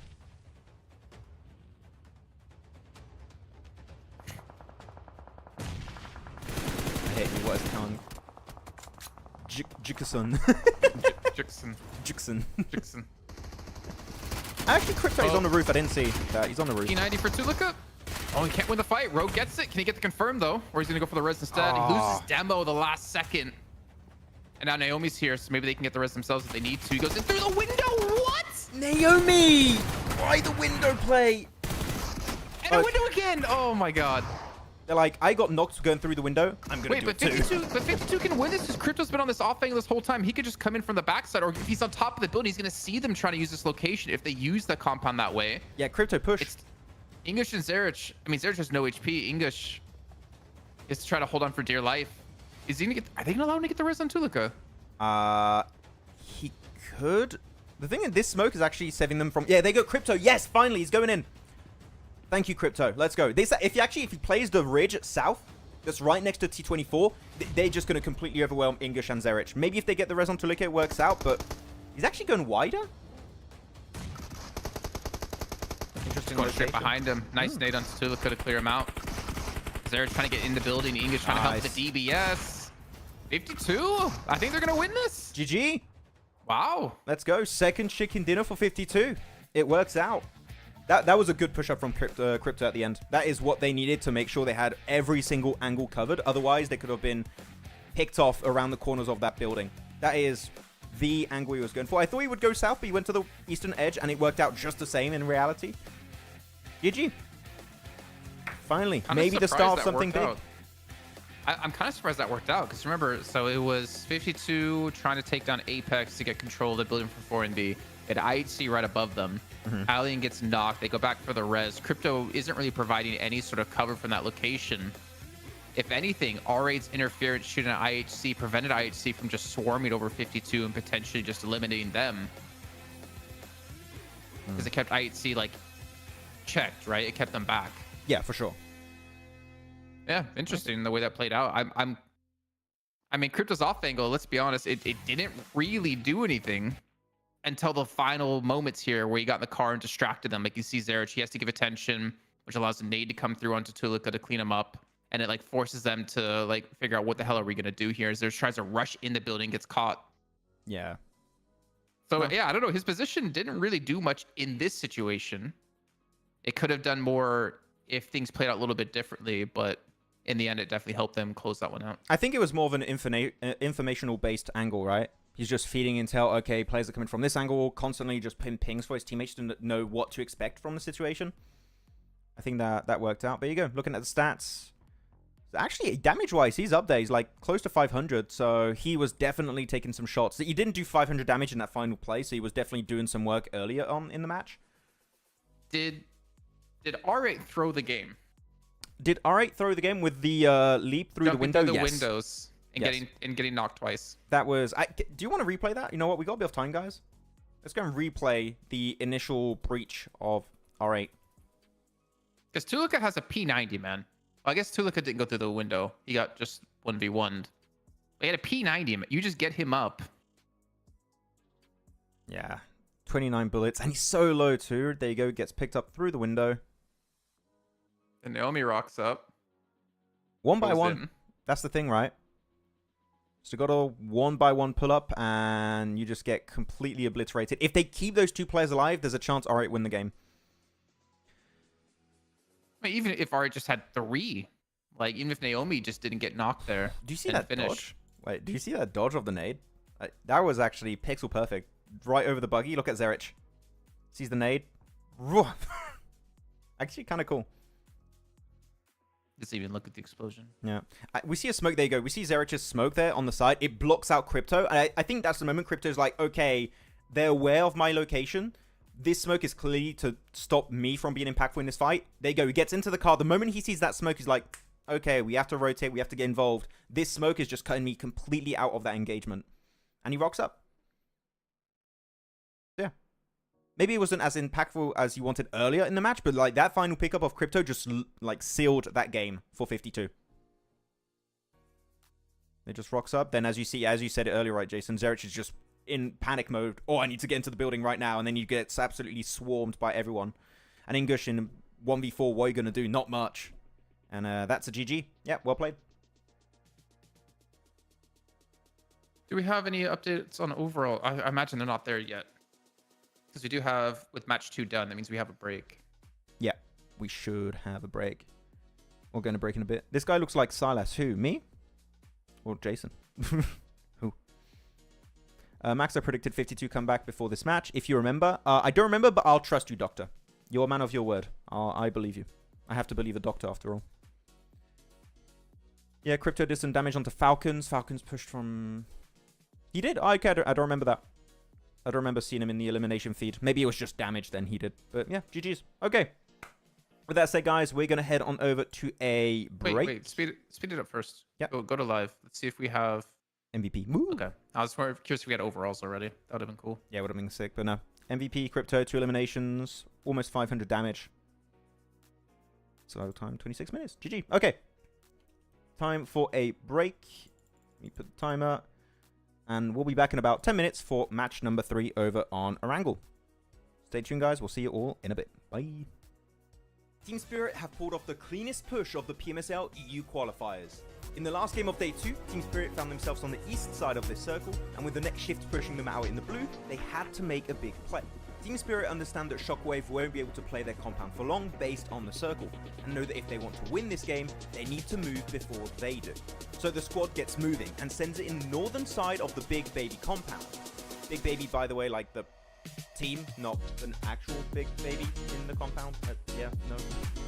By doing so, Big Baby have to give up some of their compound as they had a small split, and most importantly, it keeps them safe from a possible assault from Shockwave. This results in Shockwave having to push into Big Baby and getting eliminated, and then that allows Team Spirit to clear all the players of Big Baby one by one to easily secure this chicken dinner. So well played Team Spirit for one of the best endings of the qualifiers, and let's see if they can do more of that in PMSL EMEA.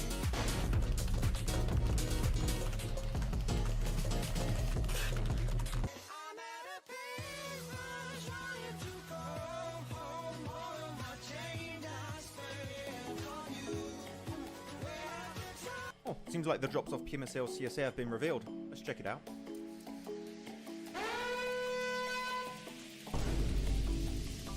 Wait, okay, well, it's just Sanhok. It's whatever. Like, it's... Let's just move on.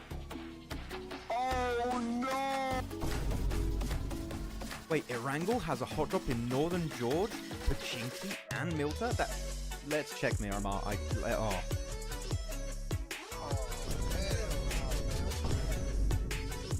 Stalwart, not again, not again. 9 Picado again. No. Ah! Crypto is leaving I8. Again. It's the second time. After securing a 14th position during PMSL CSA Spring, I8 Esports official page shared that Crypto will be leaving the squad. Though, from the comments that I read, it doesn't seem like this is a massive surprise in the community. Let's keep in mind also that Crypto has joined many orgs before, such as Stalwart, Unicorns of Love, and Twisted Mind. So because of this, he could technically move to regions even outside of CSA, though this does seem unlikely, because this new post here was just shared by Regicide Esports official Instagram page, which... Wait a minute.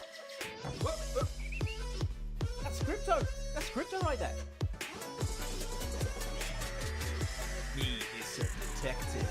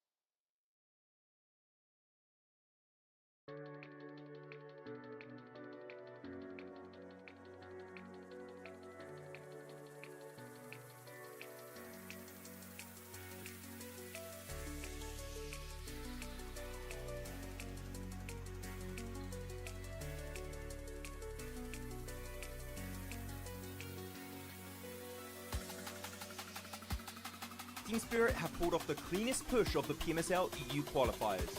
In the last game of Day 2, Team Spirit found themselves on the east side of this circle, and with the next shift pushing them out in the blue, they had to make a big play.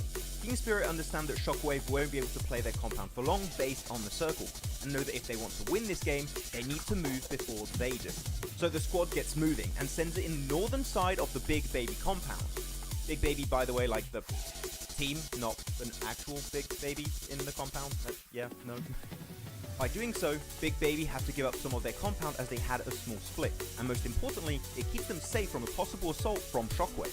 This results in Shockwave having to push into Big Baby and getting eliminated, and then that allows Team Spirit to clear all the players of Big Baby one by one to easily secure this chicken dinner. So well played Team Spirit for one of the best endings of the qualifiers, and let's see if they can do more of that in PMSL EMEA.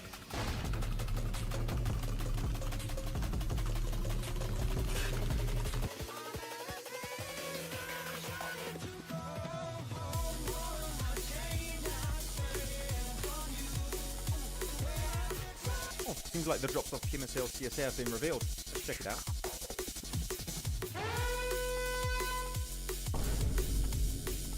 Oh, wait. Okay, well, it's just Sanhok. It's whatever. Like, let's just move on. Oh no! Wait, Erangel has a hot drop in Northern George, Pachinki, and Muerte? Let's check Miramar. Oh. Hell no, man. Stalwart, not again, not again. 9 Picardo again. No. Ah! Crypto is leaving I8. Again. It's the second time. After securing a 14th position during PMSL CSA Spring, I8 Esports official page shared that Crypto will be leaving the squad.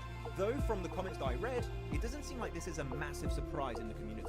Let's keep in mind also that Crypto has joined many orgs before, such as Stalwart, Unicorns of Love, and Twisted Mind.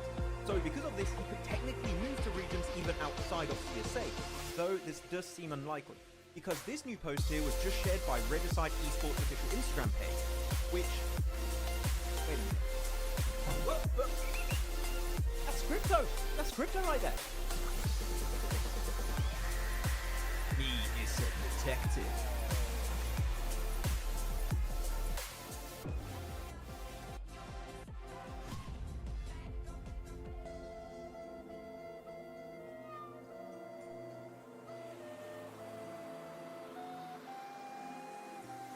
Coops is leaving Enigma Galaxy. Well, some of you detectives out there might have noticed that Coops was playing under a different name, Carry, with the Team 3D Max in the Titan series. He is a detective. No, not that kind of detective. Well, not too long ago, the NA superstar turned Mr. Worldwide Coops made a cryptic post before PMSL EMEA saying that this is his final tournament. Now, at the time, it was unsure if this meant he was retiring or moving on But one thing is clear, Enigma Galaxy were not getting the results expected with a player like Hoops on the roster. And after failing to qualify for the main event in PMGO and only securing an 11th place finish in PMSL EMEA, it was quite obvious some changes needed to be made, and it seems moves are being made by Coops as he revealed this information to us. The legend himself has confirmed he is signing to a new organization soon. This message comes just days after seeing him play with Rob, Snow, Zuko, Nate in the Titan Series Season 5 under the tag of 3D Max. Now the question is there potential for Coops to stay with this roster in PMSL MEA? Or will we potentially see him go to another region like maybe CSA? Because IHC just recently lost Demo and Alex over to PEL. Let us know in the comments who you think Coops is going to be signing to. Real quick, what's your favorite weapon? M4, of course. AKL. PP Bison. The PP. Mini. Scar L, of course.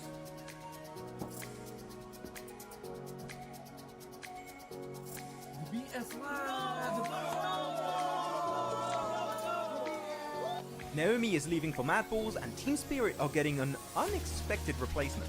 After barely making it to PMWC 2024, Team Spirit achieved a very disappointing 15th place during the survival stage. And I think it's fair to say that we expected a bit more from this team. So, some changes were in order when it came to playing in their next season. With Naomi now leaving for Mad Balls, the team is getting ready for the upcoming PMSL EMEA EU qualifiers. And Matic is going to be joining the roster. Now the question stands, will Tixie eventually join the team to recreate the Gladiators? Without Meku though, because it seems like he might be retiring.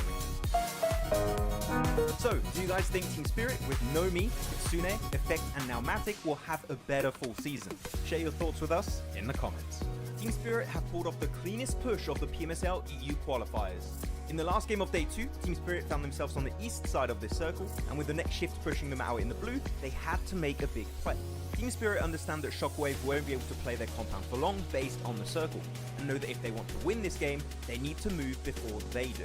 So the squad gets moving and sends it in the northern side of the Big Baby compound. Big Baby, by the way, like the team, not an actual Big Baby in the compound. Yeah, no. By doing so, Big Baby had to give up some of their compound as they had a small split, and most importantly, it keeps them safe from a possible assault from Shockwave. This results in Shockwave having to push into Big Baby and getting eliminated, and then that allows Team Spirit to clear all the players of Big Baby one by one to easily secure this chicken dinner. So well played Team Spirit for one of the best endings of the qualifiers, and let's see if they can do more of that in PMSL EMEA.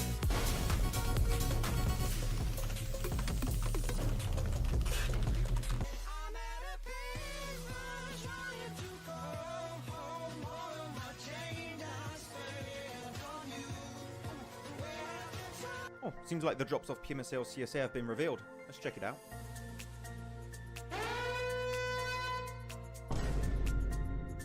Oh wait, okay, well, it's just Sanhok.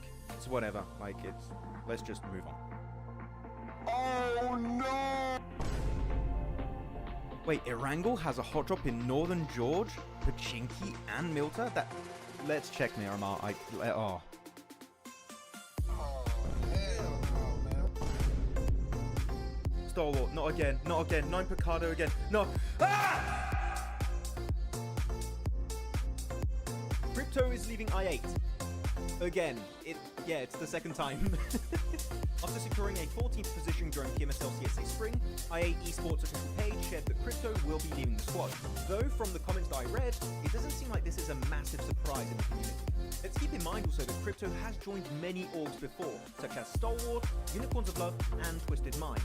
So because of this, he could technically move to regions even outside of CSA, though this does seem unlikely, because this new post here was just shared by Regicide Esports official Instagram page, which... Wait a minute. That's Crypto! That's Crypto right there! Hey guys, thank you for waiting. We are getting ready to jump into our third match. Sorry, I had to increase the time a little bit. Wasn't sure when the players were starting, but they are starting to get into the game right now, I believe. So we'll wait how it goes. So sorry, Ghost Gaming, but we did a 1 minute increase.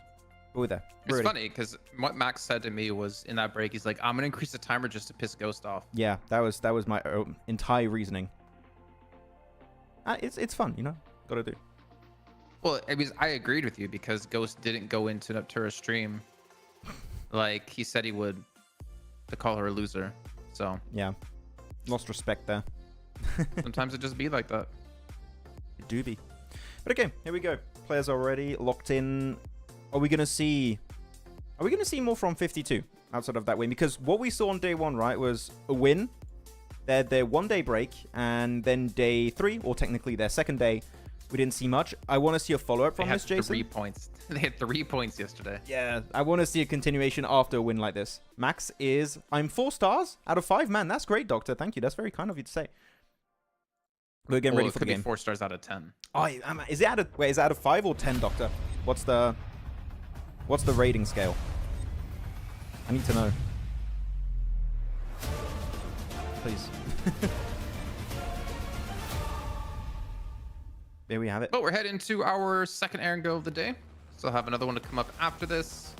And it's going to be a northwest to south plane path here. Going from Zarki over to military base. So to Muerte, I'm expecting them to drop out early. Head back to Severny. Though I will give this to Muerte, even though they obviously didn't win the game. Credit to them to having like another plan. Like another, like if the plane path is just so bad for Severny, they have a backup. Not now. And they're willing to fight. Well, yeah, I mean, now it's perfect, but... But no, I do have to agree. I think that they're one of the better teams when it comes to adapting to whatever scenario is thrown their way. They have a game plan. It doesn't matter if it's like an early game plan when it happens to them to have to change their drop location, for example, when it depends on how to react to early to mid-game circles. They always find a decent entry point. They have a good understanding of how the lobby reacts to situations, and they make a game plan based around that. So no, I do like it. It's just avoid Tresley from being solo too often, and big thumbs up. There's a lot of potential there. Why is the feed lagging for me? What's going on? Yeah, I don't know, that's weird. What is happening? But okay, here we go. Which teams are playing their last day today? So that's going to be 4MV, De Muerte, I8, and R8. This is going to be their last day for week 1. They're not playing tomorrow. And tomorrow, that means Group C is playing again. And that would include Not Noobs, Leo Esports, Regicide, and KS Axe. And the feed is frozen now. What's going on? This is... Max. I don't know. Stop it. But my connection is amazing. We want to watch the game. I know. What is happening? Well, let me just... Sorry, guys. We'll try and... Whoop. There we go. Click the live. And we're in the hot drop. Oh, we missed it. No. Stronger and Major Pride. Also, the zone, it's very kind of standard. Not a big deal. No one's going to be going far for this one except Muerte. Major probably going to lose this one twice. Surely not. I mean, currently they've got 1 flush, and they're going to get that extra flush onto Spike. Actually, angle covered by Dessert. He does go out of his way, goes for the flush, and that's it. 2 players going to be out now for Stronger. Spike is not going to get rezzed. That's not happening, so he's going to bleed out slowly. Even picked up by AZ. And now it turns into a 3v2 in favor of Major Pride. He's only got M16. Oh, man, that's unfortunate. It's low ammo on the PPB zone. Oh, on the PPB zone, no. Actually, it's a decent angle for he can peek through the windows of the building Impact is in. If they go upstairs, he can actually assist his teammate because you have that big window on the balcony. Where did he close the door? You want to keep that door open. That actually helps your teammate assist you from a distance. Keep the door open, please. Oh. Nice one. With the ace. Hey, you talked about the ace a few days ago, right, Jason? He's got his ace 32. Oh, no. Or on the roof. Actually, not bad. I like that. If they go up the stairs, they're like, where is he? He's above you. He's in the attic. I can't hear you. The voice is cutting out. I have a dog. Oh, okay. It's dog or clock. 4MV, RA, I8, De Muerte. Yeah, that's Group A. Group A is so... I mean, right now, Group A, looking at De Muerte, I8, and 4MV on the top 4. You have R8, which is in 8th position. Actually, I didn't refresh Wikipedia. Let me refresh. See if the games have been updated. Still not? Okay, not updated. So yeah, those positions are accurate still.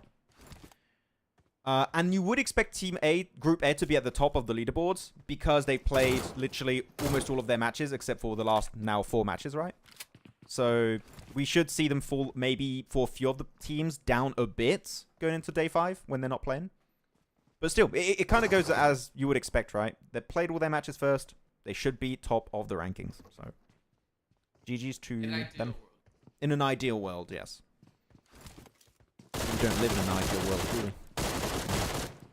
You're going to see bottom 4 teams popping off and just sucking up all the points. We can't hear you that well when you're that far from the mic. It cuts. I can't really move. Yeah. Wait, let me put full screen for a sec. Look at Doggo. Look at that. That's a good boy. Breathing right in my face.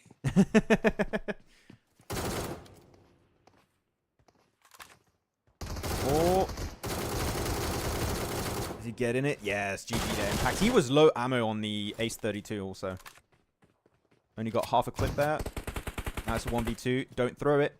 You heard the shotgun. You know he has a shotgun.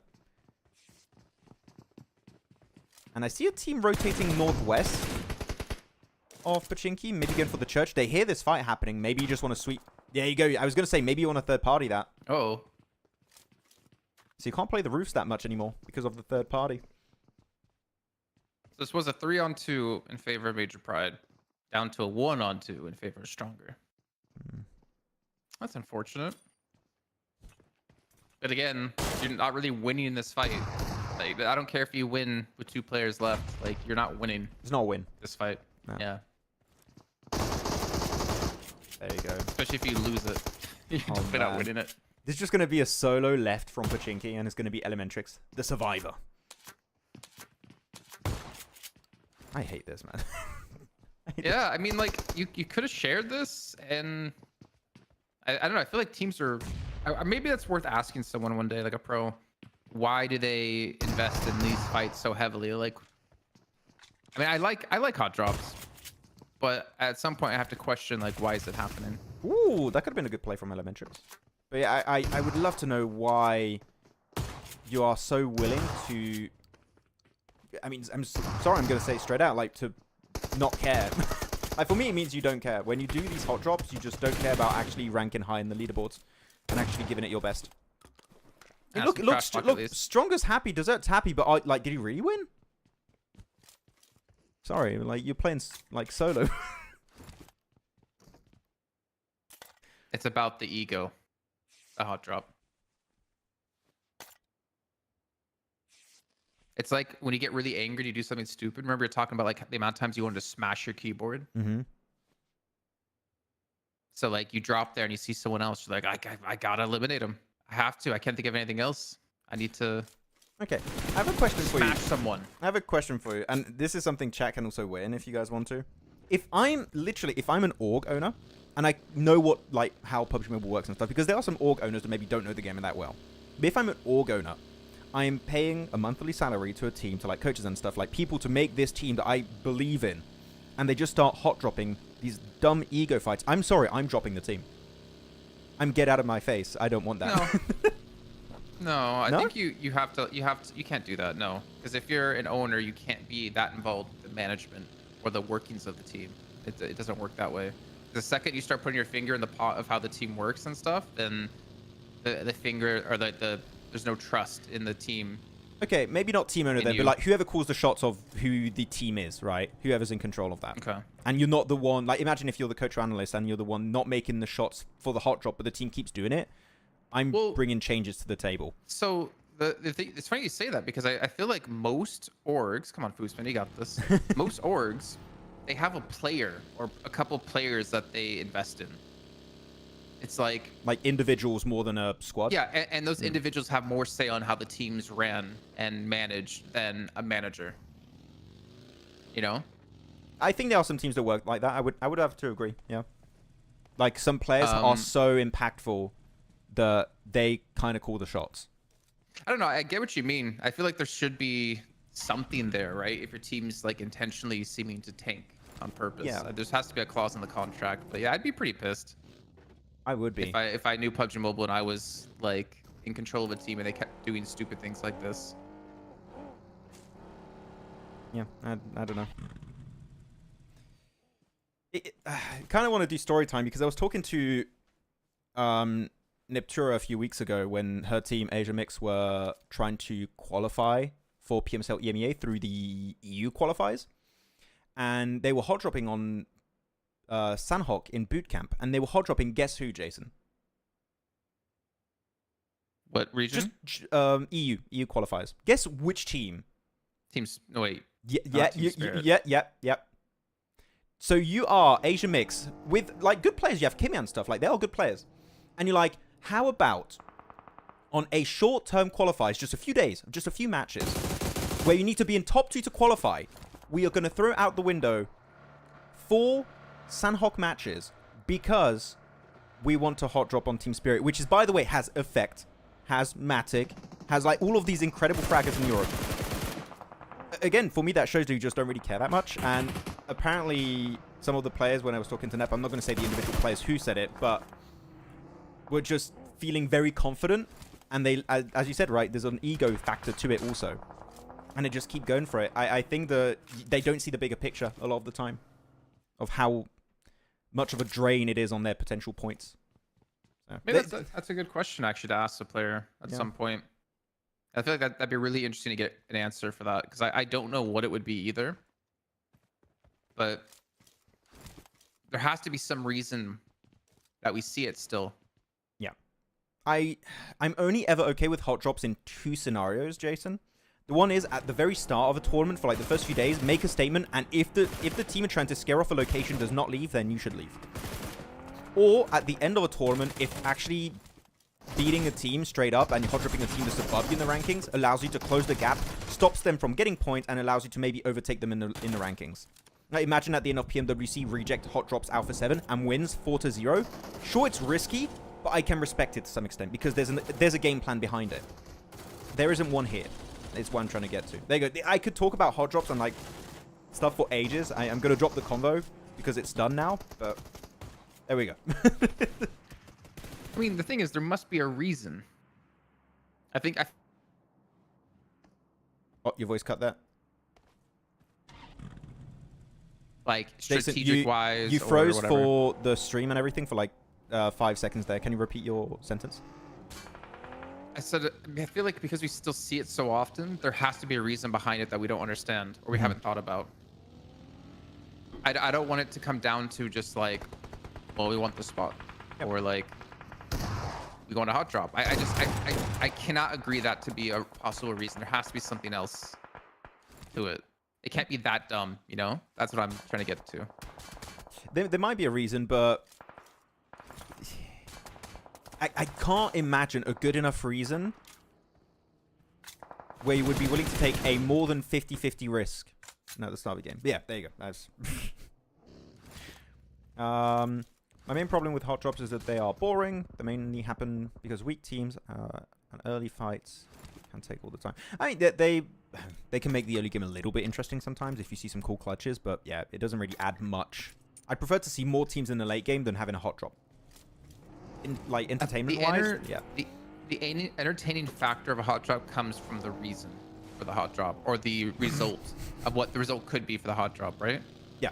So, like you said, if it could change you getting, like, you qualifying, or you winning an event, or you like trying to target like the top team to make it easier for you to catch up or something, then it's entertaining. Well, Jason, actually, but if it's mindless, then it's interesting you said that. I want to bring up one hot drop, and I'm sure you remember that hot drop. Do you remember the hot drop? I think it was in 2020. Was it Na'Vi or Kanina Power dropping on the other team to stop them from qualifying? Na'Vi dropping on Kanina Power. Yeah. Yes. You remember that because there was a reason. That was a hot drop. So like, it has weight to it. Right? I only remember it by name because I wasn't there. I wasn't working that. Yeah. But I was on NA and you guys were on EU. But I know what happened. Like, I know that happened. You heard about it. Right? Yeah. You're the worst hot drop ever I've ever heard of, but you've heard about me. Oh, I mean, well, Pittsburgh Knights dropping on Cloud9. Also, yes, that's another one. And that was pretty big because Cloud9 didn't qualify, if I remember correctly. Well, or something like that, or they lost a lot of money. Well, lost a lot of players in DRS. I think they lost $50,000. That's what it was, actually. Oh yeah, now it comes back. Yeah, I remember.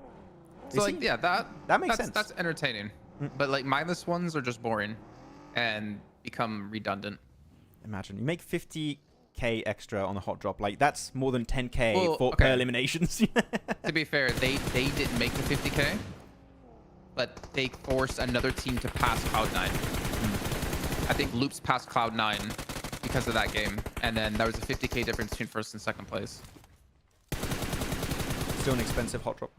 Yeah, very. I wonder if they got a percentage of the winnings for that. Actually, are there any hot drops in history that you guys remember and enjoyed in the chat?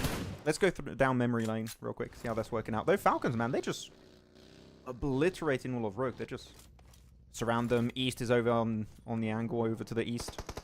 But see, what also makes those hot drops so entertaining, Max, is the result, is the fact that we don't see it happen often as well. Like, it rarely occurs that we see it, which is also makes it so entertaining. Yeah, it's a double-edged sword. But it can be fun. If it works out how our team plans it to work out, it's such an insane moment.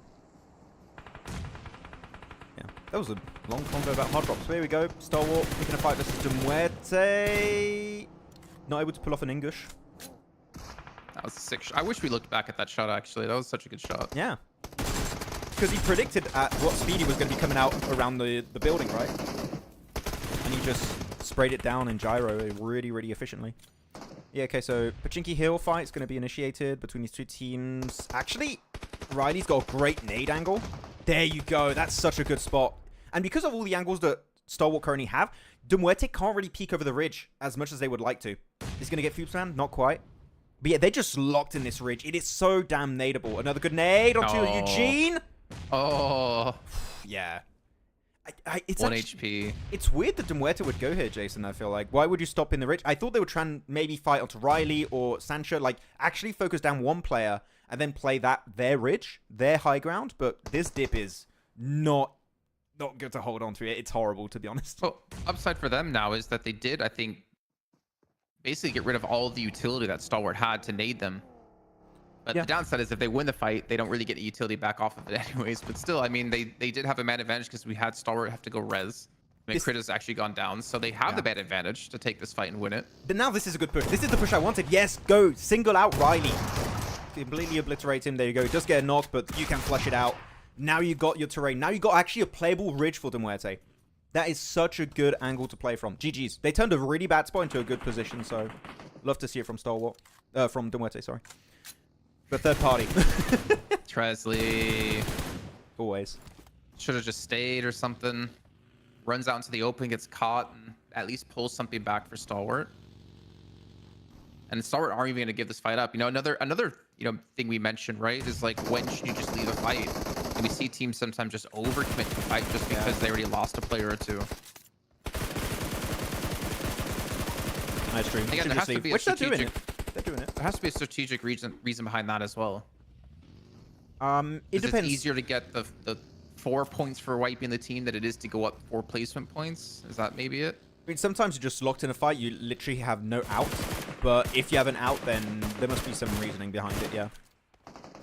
Or maybe sometimes they're just so locked into the fight, they just don't think of other options. They're just hyper-focused. But I don't know. Could be that. Could be that. Let's check out the circle. Let's try and look into making some... Let's get some predictions. Come on, map feed. I want to wait for the next circle to pop. There you go. Next circle to pop. Oh, I'm making a circle. Okay, on this circle, I'm making a prediction. I'm looking at I8. Playing Longwood. They have cars in working condition. A lot of teams are going to have to leave yellows, like 4MV, 52. Falcons are going to have to leave their position over to the east. If I8 have, and I mean it, if I8 have 4 cars, I would like to see them do well this game. I think they have a really good potential of eliminating Arcred, playing their ridge afterwards if they want to. But they need to focus on eliminating mainly Aichi. You don't want Aichi to push up on them, but clearing the southeast. If I8 get involved on that and know the east is clear, they have a great amount of potential this match. I kind of like 4MV. Because I feel like they can go into that little crevice on like the southwest corner and place some dips there. Southwest corner? I mean, just southwest of where they are. Oh, where they are. I thought you meant up the circle. Okay. Actually, team chat, whatever, both. Prediction time. Tell us who you're picking. Yeah, actually, 4MV could play it. The thing is, I do think I8 are going to heavily want to eliminate that team. So we'll check. Here we go. Oh, over back to another map lead. For MV or Falcon games to win. Ooh, okay. Falcons is an interesting one. I think Falcons are gonna have to rock up on a team very quickly because playing the East is not viable currently. I mean, maybe now it is. It might be barely in circle, but the next shift is gonna have to force them downhill across the road into the fields. So they're gonna have to breach someone. They're gonna have to play very aggressively if they want to control some terrain on this circle. Falcons win. A lot of people saying Falcons. Falcons for MV. I'm gonna go I think Falcons. that's the same people from last year who were saying I8 are gonna win every match, or last season. There were people every time saying it. Yeah, you're right. Falcons. Damn, a lot of Falcons pick. Way more Falcons pick than I initially expected. I don't think Falcons has that easy of a match than people think, but hey, I'd love to be proven wrong. Crypto joins up. East is going to be taken out. Maybe Flush? No, not yet. You had some answers, by the way, about like hot drops people remember. Yeah. What did people say about that? Zeus hot dropping everyone in PMPL South Asia. I don't remember that one. Hype's hot drop Falcons for the qualifier Ooh, PMGO. That was a sick one. Did you watch that one or not? That was a sick hot drop. Hi-Fi's and Falcons list. Ooh. But wait, why is R8 here? R8? They just want to clear the west. The east, sorry. There you go. Flush down to top. No, he doesn't want to flush it. Just want to... Like, there you go. That works. That's a flush. 6 elims, and that's it for Falcons. That's what I thought, Jason. It's not going to be an easy transition for Falcons on the east. Oh, those people who said Falcons are like crap. No. Hey, you chat. guys curse. Yeah, you The guys chat curse. The chat curse is real. I mean, do you like what R8 are doing, though? Like, you see they're split on the east and then clearing the eastern side. Do you like that? I guess I mean, I guess it's kind of smart considering the amount of teams that were on the east side. Mm-hmm. A lot of scraps. You could pick up a lot of things you could third party, and then they know they have nothing to play with on their back. So the trade, I'm not super familiar on to know where they're coming from in this position, though. Yeah, the thing is, as I kind of expected, going downhill from this area, you're just seen by... Even if you have solos in the fields, they see you from a mile away. And this circle is great for I8 again, man. It's great for 4MV and I8. I don't know, this is not the space you were talking about for 4MV, right? That dip? Or is this the one you were talking about? Okay. No. But they actually have some decent, I think, hay bales they're working on. And I do like the split. So 4MV understands from their location, from Yellows. Yellows, by the way, are the compounds southeast of this circle that they were in earlier. I think they hear all the fights happening. They heard the fight between 52, R8, Falcons on the east. They're hearing the fight start happening high north. Maybe don't hear them, but they see them. They know something's happening up north. What if we move into the circle and just start holding off every team that's late on their rotate? I think that's what the 4MV plan is currently. It's a very aggressive plan. It's very risky when you're playing in a field finish because an off angle can ruin your entire setup. But if it works out as 4MV plans, they could get double-digit elimination chicken dinner. It's super risky, but it can work out. I think considering this isn't a finals as well, it's like, why not try something like that then? Get some practice in. Get some high reps risk, in. high reward. And get some reps in. Stalwart, though, in a bit of an awkward position, though, with Hora to the east side, the northeast side, and IHC down to the southwest. And IHC also still being quite split, by the way. Demo on the north, Alex and Rogue on the south. But I8, they've been slowly just creeping along. You haven't really talked about them too much since your initial pick of them. But they're sitting on 3 eliminations. Yeah, they still got the high ground. The thing is, I8 now are winning the information game. They have the most intel. Wait, they soared? Damn, I don't know if I could even see that guy. But yeah, IHC was going to be the main threat. They couldn't make over to the ridge of Longwood. Yeah, as I said then, I8 are winning the information game. It's down to how are they going to make their approach in the circle, which as of right now, they lost 1. I don't know if they can go for the res, but down to 3 currently. Yeah, Stalwart, they're going to come out. Arc Red, we haven't really talked much about them, to be fair. Yeah. So they're in 12th place, still alive here, but not for much longer because it's just Hardboy left alone. Yeah, it's not gonna look good for them. Let's wait for the map feed to update. There we go. If you guys have your prediction that's got eliminated, so almost everyone because Falcons is not here, you can make a new prediction if you want.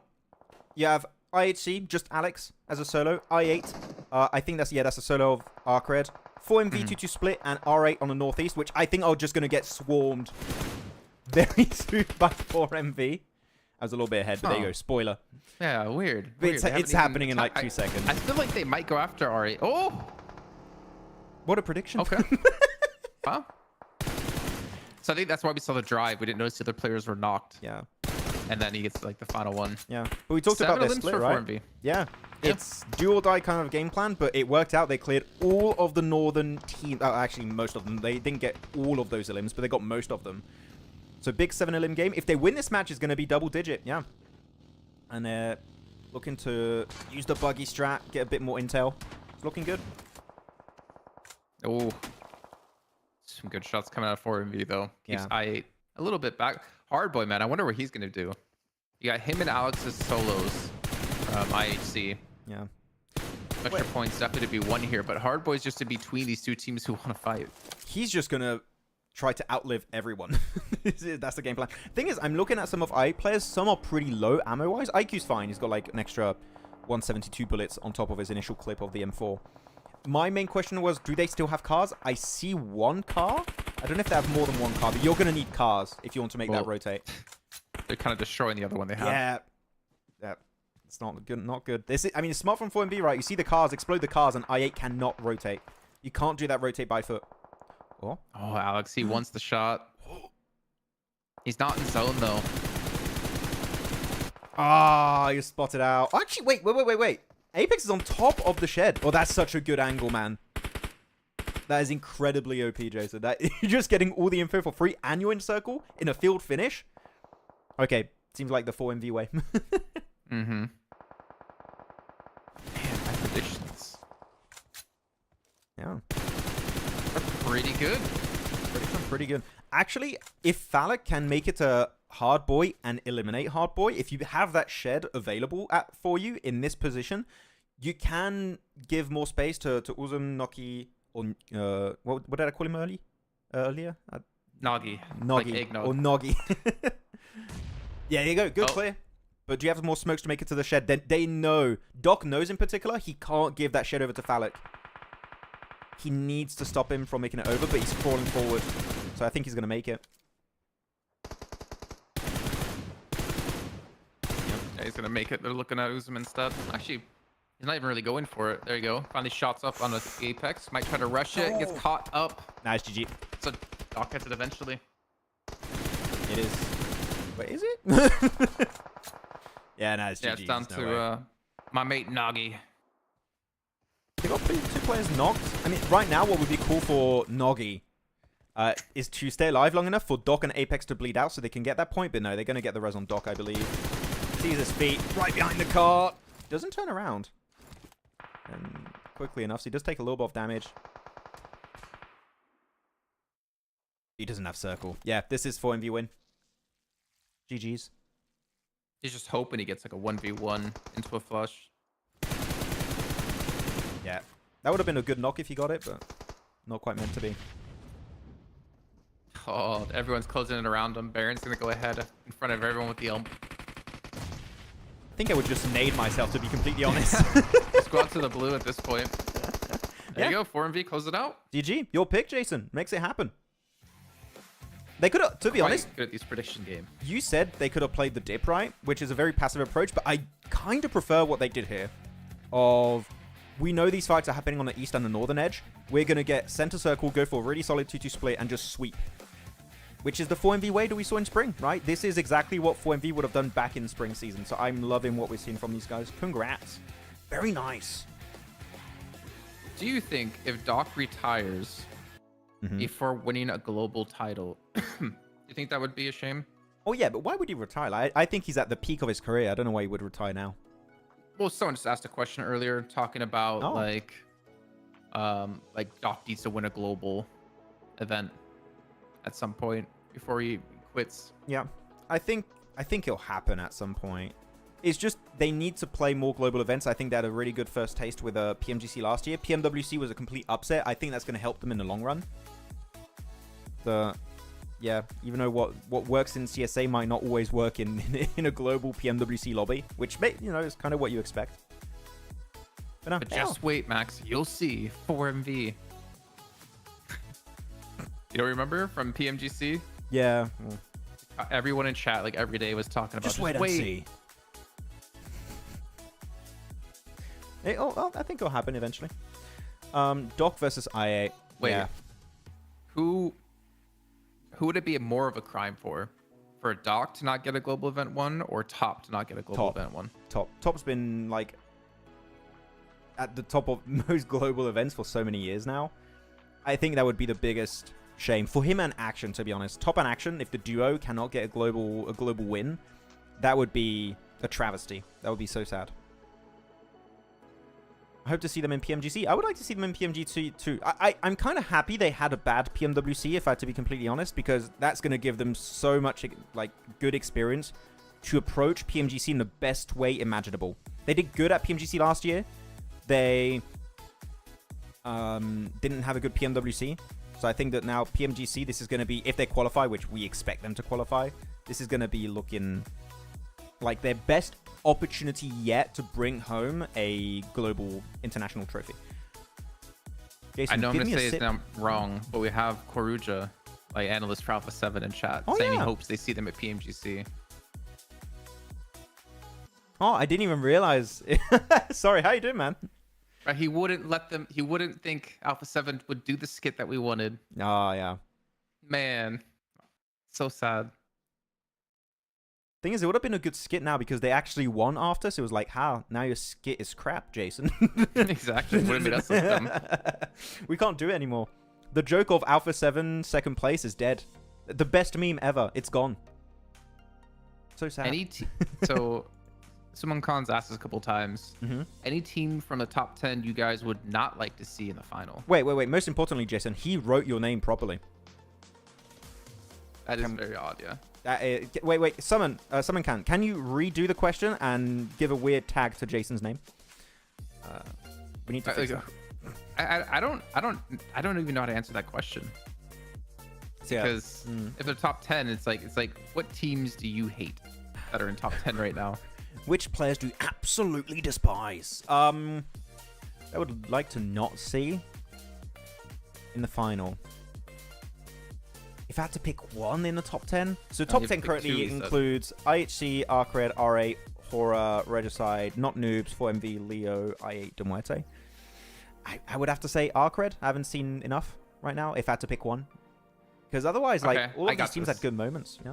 Max, I got this. You ready? Yeah, go for it. I know, so the standings haven't been updated on Wikipedia, so I'm doing this off of yesterday. Mm-hmm.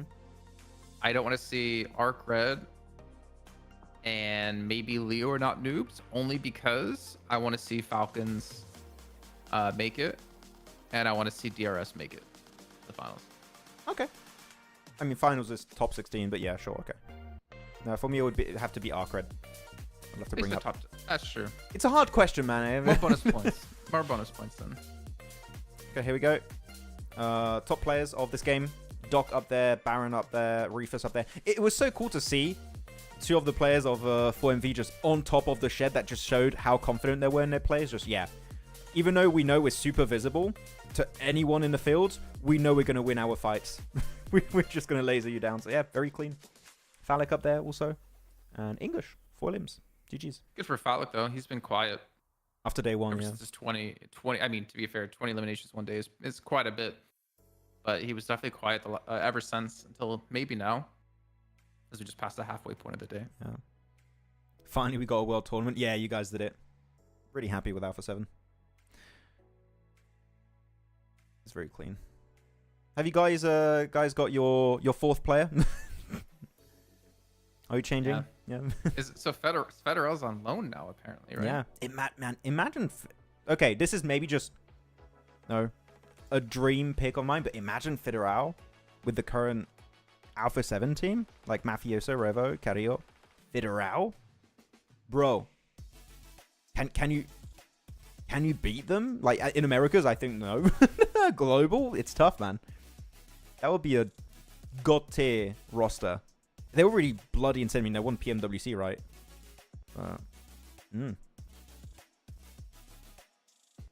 Federer. Falcons will make it to PMGC 100%. It seems likely after their spring performance. We'll see. It's just the first week, right? We said second week, me and Jason, that we're looking at second week. That's going to be a real teller of what we can expect to see. I think they mean because of the PMGC points. Yeah. That they're going to be through. I mean, they're 5th place right now in PMGC points. They're behind 4MV are pretty much 100% through. 4MV is at 820. Falcons are in 5th at 626. Yeah. Not including fall. No, he should join Team Liquid. Man, I want... But then... Sorry? Actually, it is a little bit dangerous now that I think about it. Sorry to jump back in. Because of all the teams ahead of them, you have 4MV, R8, Rook, DRS. Mm-hmm. You can expect R8, 4MV, maybe DRS to get top 4 to get into PMGC. Like a good chance. But they also have like Rook there, Rook's ahead of them in points and for PMGC, but they're like really low in the rankings at the moment. Yeah. So there's a chance where Rook could like hold out and win the PMGC slot off points if other teams like R8, 4MV qualify. Yeah, if this is what we get from Falcons, for example, throughout the entire season, if we don't see a step up in week 2, then it might be tough. Which is why I was saying, like, we need to see week 2. Are we going to see an improvement or not? We've seen it from 4MV. We've seen an improvement from R8, which is what we wanted at the start of this season. We're still waiting for the big move from Falcons, which has yet to happen. But here we go. We've got overall rankings to look at. I8 going to be, for the first time actually here, Jason, in first place. Muerte have fallen off their pedestal for the very first time here in CSA. Which they haven't got those big wins yet, like on the second half of their plays. But at the start, they started off so strong, but they've been a little bit more silent recently. It goes back to what you're saying about do we think they can maintain this level of play when they had a fourth, a second, a third, a first, like a ridiculous day. We're seeing that maybe that pressure's getting to them, maybe they don't know how to replicate it. I still think they really haven't gotten much. Yeah. I mean, they're doing well because they're top 2. Of course. Top 2, not good enough. But I mean, I don't know. Their placings have been decent. Like yesterday, they had an 8th, a 6th, a 6th, a 6th. Like not a lot of eliminations behind it. But with how consistent they were before, I can give it to them. There's like, consistently placing high, just not really getting the limbs. Yeah. Or getting further. But I8 being able to catch up, is very good. Extra bonus points maybe for I8. And here we go. Second page. Going to be having bottom 4 teams currently. A1, 52, Rook, and Stronger. So yeah, not able to see 52 follow up after that win, apparently, that we had on Erangel. Still need to see a bit more. Man, it would be so unfortunate to be just like KSX in reality. Like, they're both in a very similar situation where they both got 2 wins. Can maybe add Rook to the mix if you really want to.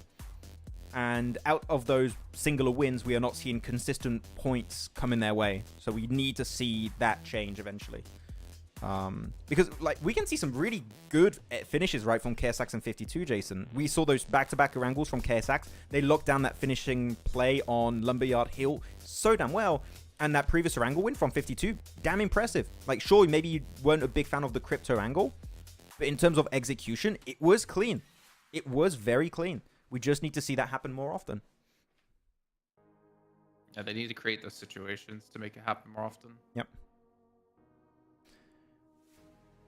4MV creeping up on I8 and Muerte. Hey, they're getting there. The boys are getting there. I just like seeing 4MV and R8 being aggressive again. That is the one thing that was really lacking at the start. So we're getting back to that position. What would be your dream team players from Mongolia? For Mongolia only. That lineup I said yesterday sounds still pretty nasty. Top, Doc. There's that East. There's that East. That's a really nutty. Yeah, you can't put team. Action now because he seems just to be benched for what might be the entire season. It's weird to say, but what might be the entire season. So I have to echo your point. I do think that would be currently one of the more solid ones. If I had to do a 5-man rotate, you could add an extra player. But... Doc, Apex, top, and East. And Nuzet as a sub. Sure. That would be insane. That would be cool. Top, Doc, Alex, Godless. I would like to put Alex, but we haven't seen Alex play enough for me to be like, yeah, Alex, definitely. You know? Like, this year, he has not played enough. Yeah. And if I had to... this is maybe controversial. If I had to take a player from IHC, I would take Demo. I have to be blunt about it. I would take Demo. Over who though? It's just if I had to take a player of that team, it would be Demo. Okay. Otherwise, I would stick with the team that, like you mentioned, I think that's currently the best god tier team or dream team from Mongolia. Here we go. Playing path, very eastern, Stolber over to Millie Island. Winsup, I can't say I actually know the relegation process enough to to even comment on it. At least 12 teams. Oh, wow. I mean, it depends on how many partner team slots they have, right? I don't know how many they have for CSA region. How many are like actually partnered? Let me count. 'Mean, you can see it. 1, 2, 3, 4, 5, 6, 7. Are there really only 7 partner teams in PMSL? Oh, so yeah, apparently. DRS, I8, IHC, Stalwart, Formerico, R8, Major Pride. Did Mad Bulls used to have a qualifier slot, or did they have a partner spot? Oh, I couldn't tell. I mean, right now it shows they're direct invite team, so Okay, they're partnered, but I don't know if that was Mad the case in Bulls were spring. direct invite. They were? Okay. Yeah.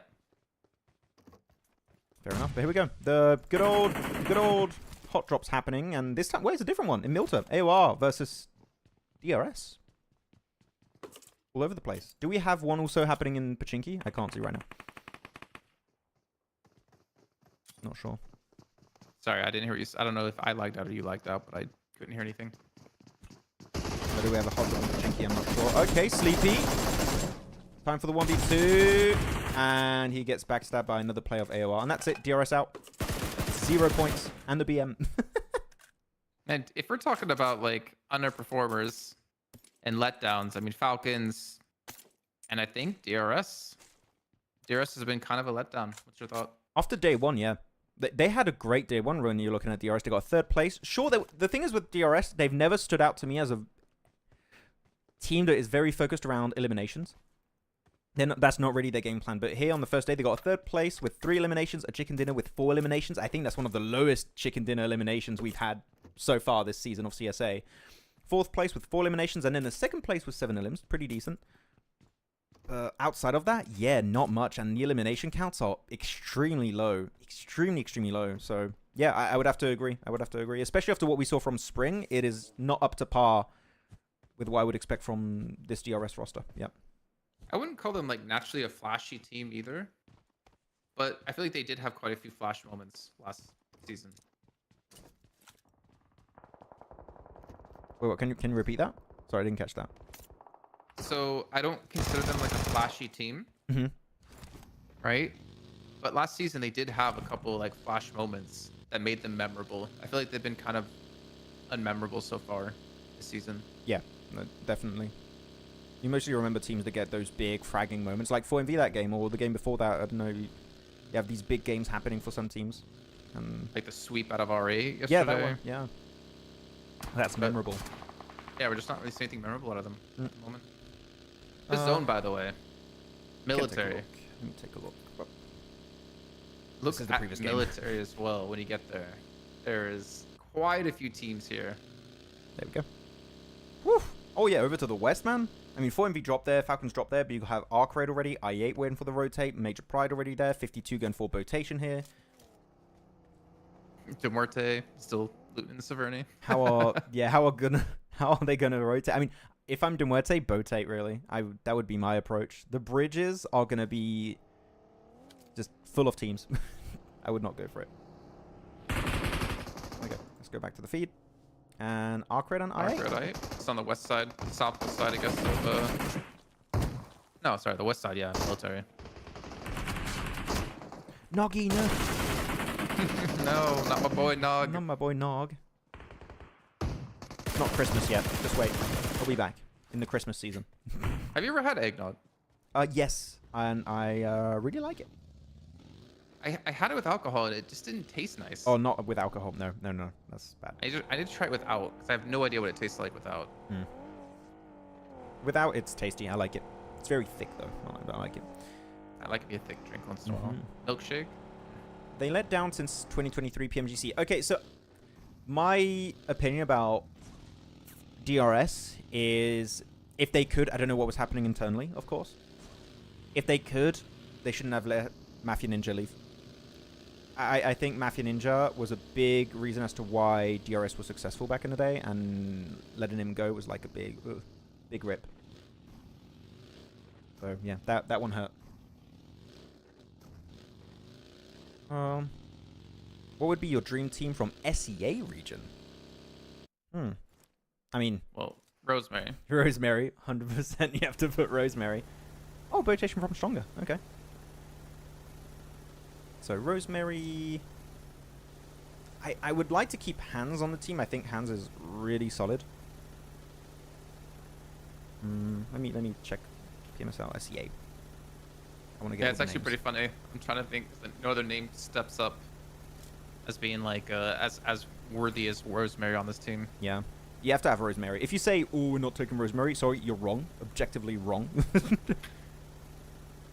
I would have Rosemary and Hans. Yummy. Rosemary, Hans, Yummy. And fourth,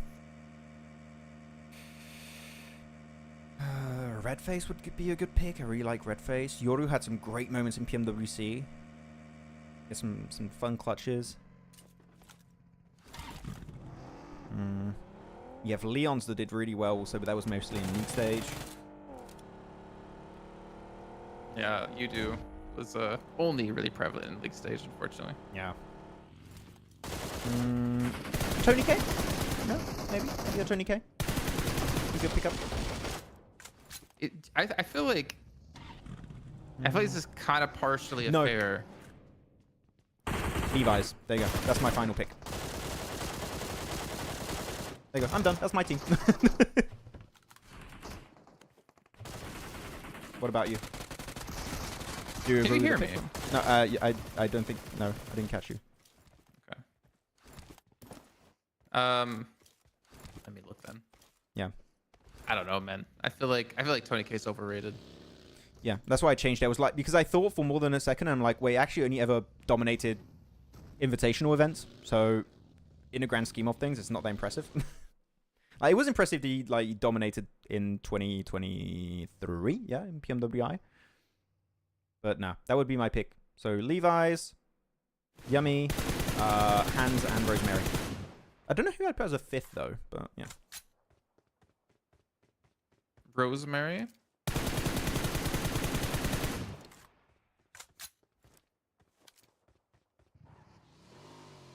I feel like if Genfuss was playing like peak Genfuss.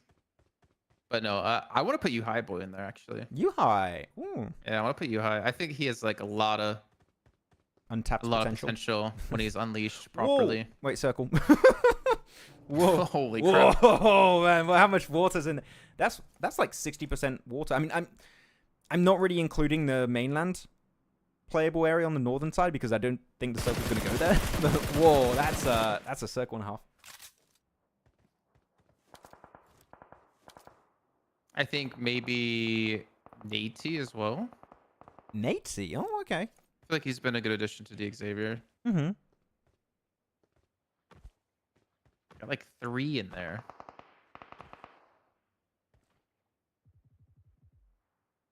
I don't know for 4th, honestly. It's a tough one. There's a lot of really strong players in SEA. It's kind of tough. Okay, there we go. Big rotate. Stronger getting picked off one by one. Wait. Oh, glider. Yes. Oh, okay. Yes. One thing I hate about the glider, I want them to update it, is that because now you can open your parachute when you're falling, I want them to allow you to drop from the glider and open your parachute. I would love that. I remember I ran into that problem when we were on the glider, remember? Yeah, it was like, let me out. I kept telling you to land. Yeah, you won't let me out. I wish. Wasn't this a PMGC circle? Maybe. Green, maybe. I don't. This zone, it's not 50-50, but it's pretty close to either side it could go to. I guess it's still favoring quite heavily military. It's going to be Millie. There's no way it goes to mainland. Impossible. If only. Impossible. Yeah. What do you guys think of my team then? Hmm? Do we rate my team out of 10 of the SEA Dream Team? Hans, Rosemary, Yummy, and Levi's. What do you guys think? PMWC? Did we have a Nova finish in PMWC? I don't remember. I don't think so. Hi Max, Boom are struggling. Week 1, Boom only got 22 points. Week 2 is about to be a nightmare week for them, Max. Oh no. I shouldn't have said their name. Damn it. Sorry. Who's winning? Guess let's do prediction time here, yeah? Now? On phase 2? No. I was calling the shots early there, Jason. Now. Okay, here we go. Well, okay, I don't know. You know what? No. I do know. I'm gonna go observatory team, which would be R8 currently. If they have 4 players, they do have 4 players. So yeah, there you go. R8. It's very early. I'll go R8. Okay. Yep. Chat. North is gonna be a bloodbath. Yeah, there you go. Actually, it could shift on the singular rock in the middle of the water. It's not gonna happen, but it could. Yeah, I'm sticking to R8. I believe. Okay. Oh, zone still has a little bit of mainland left, just a tiny bit. AOR, are they just gonna swim? Stronger, they boat-tated, I remember, to military. But obviously not really an option unless you want to get blasted out of the water. It's too late now And to boat. yeah, and I see you're coming in from the west side of military. Still in cars. They're avoiding a lot of this. I think they used a lot of Malik. Nice position for Krita here on the rock. They're trying to win this fight so they can swim across. Yeah, but DBS to the face, and that's it for Krita. Sanchez going to be next. He has 5 nades. I was about to say, use the nades. He's behind a ridge. That's super nadeable. Oh, wait, whoa, Fearless! Just live up to his name, man. He just pushes the car out of the way. That was, I mean, living up to his name. Yeah, Fearless. We just sent it forward. And now Sanchez going to get in the 1v2. Can he pull off it? That's unfortunate. If they lose, it's unfortunate considering how things started off here. Where's the final player? He's coming in by car now. O'Reilly. Auto parts. Not a great setup here for weaponry, though. Whoa, man, what? Oh. Bro, that is not even 1 HP. Damn. I the would blue be, zone almost got him too. I would be fuming, man, if I watch a replay of that. Like, he was literally 1 HP. Oh, that feels bad. But GG. Phyllis is going to bleed out, maybe? No, he's getting picked up. No, he's fine. He makes it. And Krita makes it too. Oof. That's a close Very one. close. GG. Well, they win this fight, but they don't really win the war because they have another team waiting for them, AOR, who's in the zone. So they're already going to be hurting. They're going to loot up, obviously, up against Thor there. But they have to do this battle again. And then from there, it's like, where do you even go? Yeah, because if you want AOR to actually go for it. If you want to leave, you need to start swimming now. Otherwise, swimming in the blue, of course, you can't heal while swimming. So you won't be able to tank it. You know, one team that knows that all too well, Max, do you remember? Which team? Which one? Alter Ego. Wait, when? For PMGC? Oh, that game. Yeah, okay. Now you said two PMGC and it games came back. they Yeah. died swimming across I in the water. remember. Oh man, that was horrible. That was horrid. As you said, AOR went for the push. The thing is, none of these teams are going to make it far in this match now because you're going to have to swim in the blue potentially, depending on how long this fight takes. Oh. Not long. Not long. Riley wins it. He just saved his... Well, he didn't save Fearless and Krita, but at least he saved Sancha. I'd say just team twice. Yeah. Well, I guess he technically didn't. No, he did. Yeah, he did. Never mind. Say this team twice. So at least some good eliminations for Stalwart, though. 10. It's a pretty damn good game, considering the way the zone shifted away from them. Yeah. You know what? I think they understood we're not going to win this. We just got to obliterate. I mean, they weren't really looking for the fights, right? Fights just happened to come their way. AOR and Horo were just looking for the engages. Yeah, Foopsman on top of the steel beams. That smoke's... I don't know what the intent behind that smoke was, but if it was to try and give false info that, oh, I'm actually in the smoke, but I'm in reality on another beam. That's actually a good plan. Could be playing some mind games. I don't know. Could be, man. Oops, fell and just knocked himself though.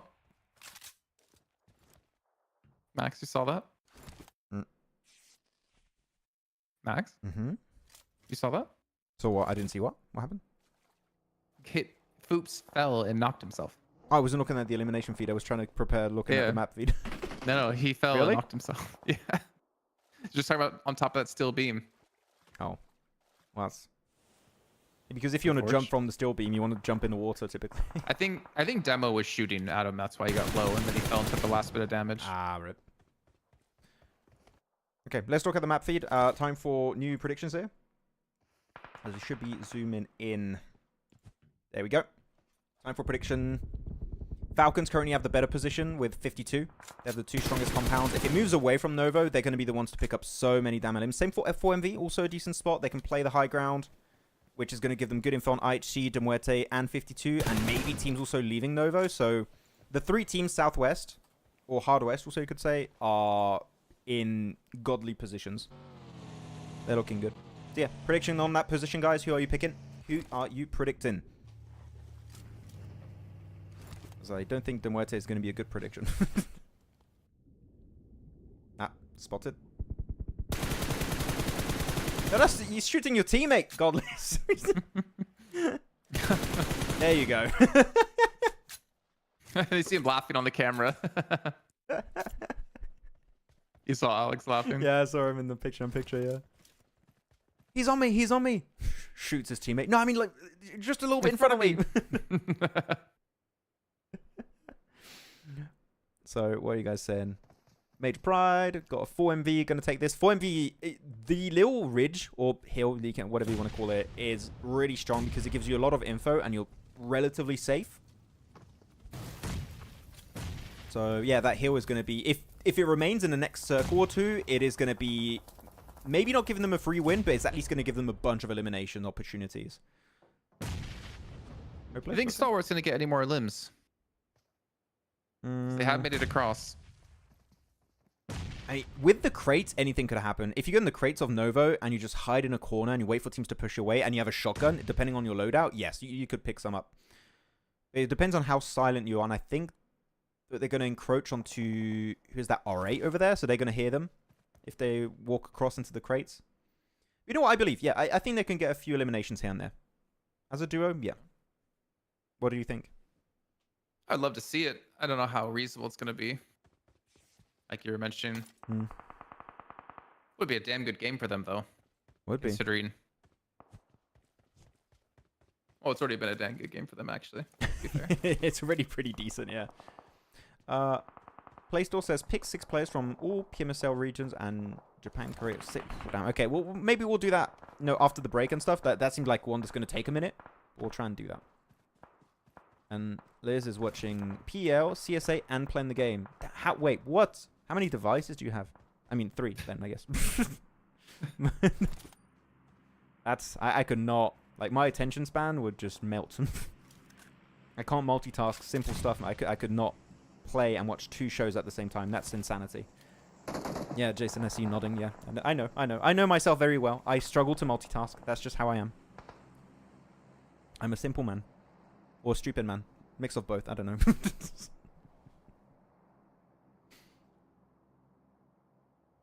You still like an R8, by the way. No, not anymore. Ever since they were pushed over the mountain, no. Yeah. Because you talked about them initially with the observatory. But yeah, 2-2 split like this, inside crates and out. I don't really like this. I don't like this at all, Max. I don't know why they sent themselves in the crates, as you said. Naomi's location is great because it gives you an out if you want to leave the city. But here, you're pretty much just locked in this, having to fight Arcred right now, maybe getting soloed by players of Stalwart at the same time. And if you want to leave, you have how many teams on the outskirts? 1, 2, 3. You have 3 teams on the outskirts to the west of Novo. So yeah, I'm not a fan of English until it could go in this deep. Well, 52 and Falcons going head-to-head a little bit here, as we just saw in the elimination feed. You can talk about those 2 teams as well as having some favorable compounds. Very favorable, yeah. I mean, especially Very. Falcons, if it moves away from Novo, they're going to have a lot of Illims.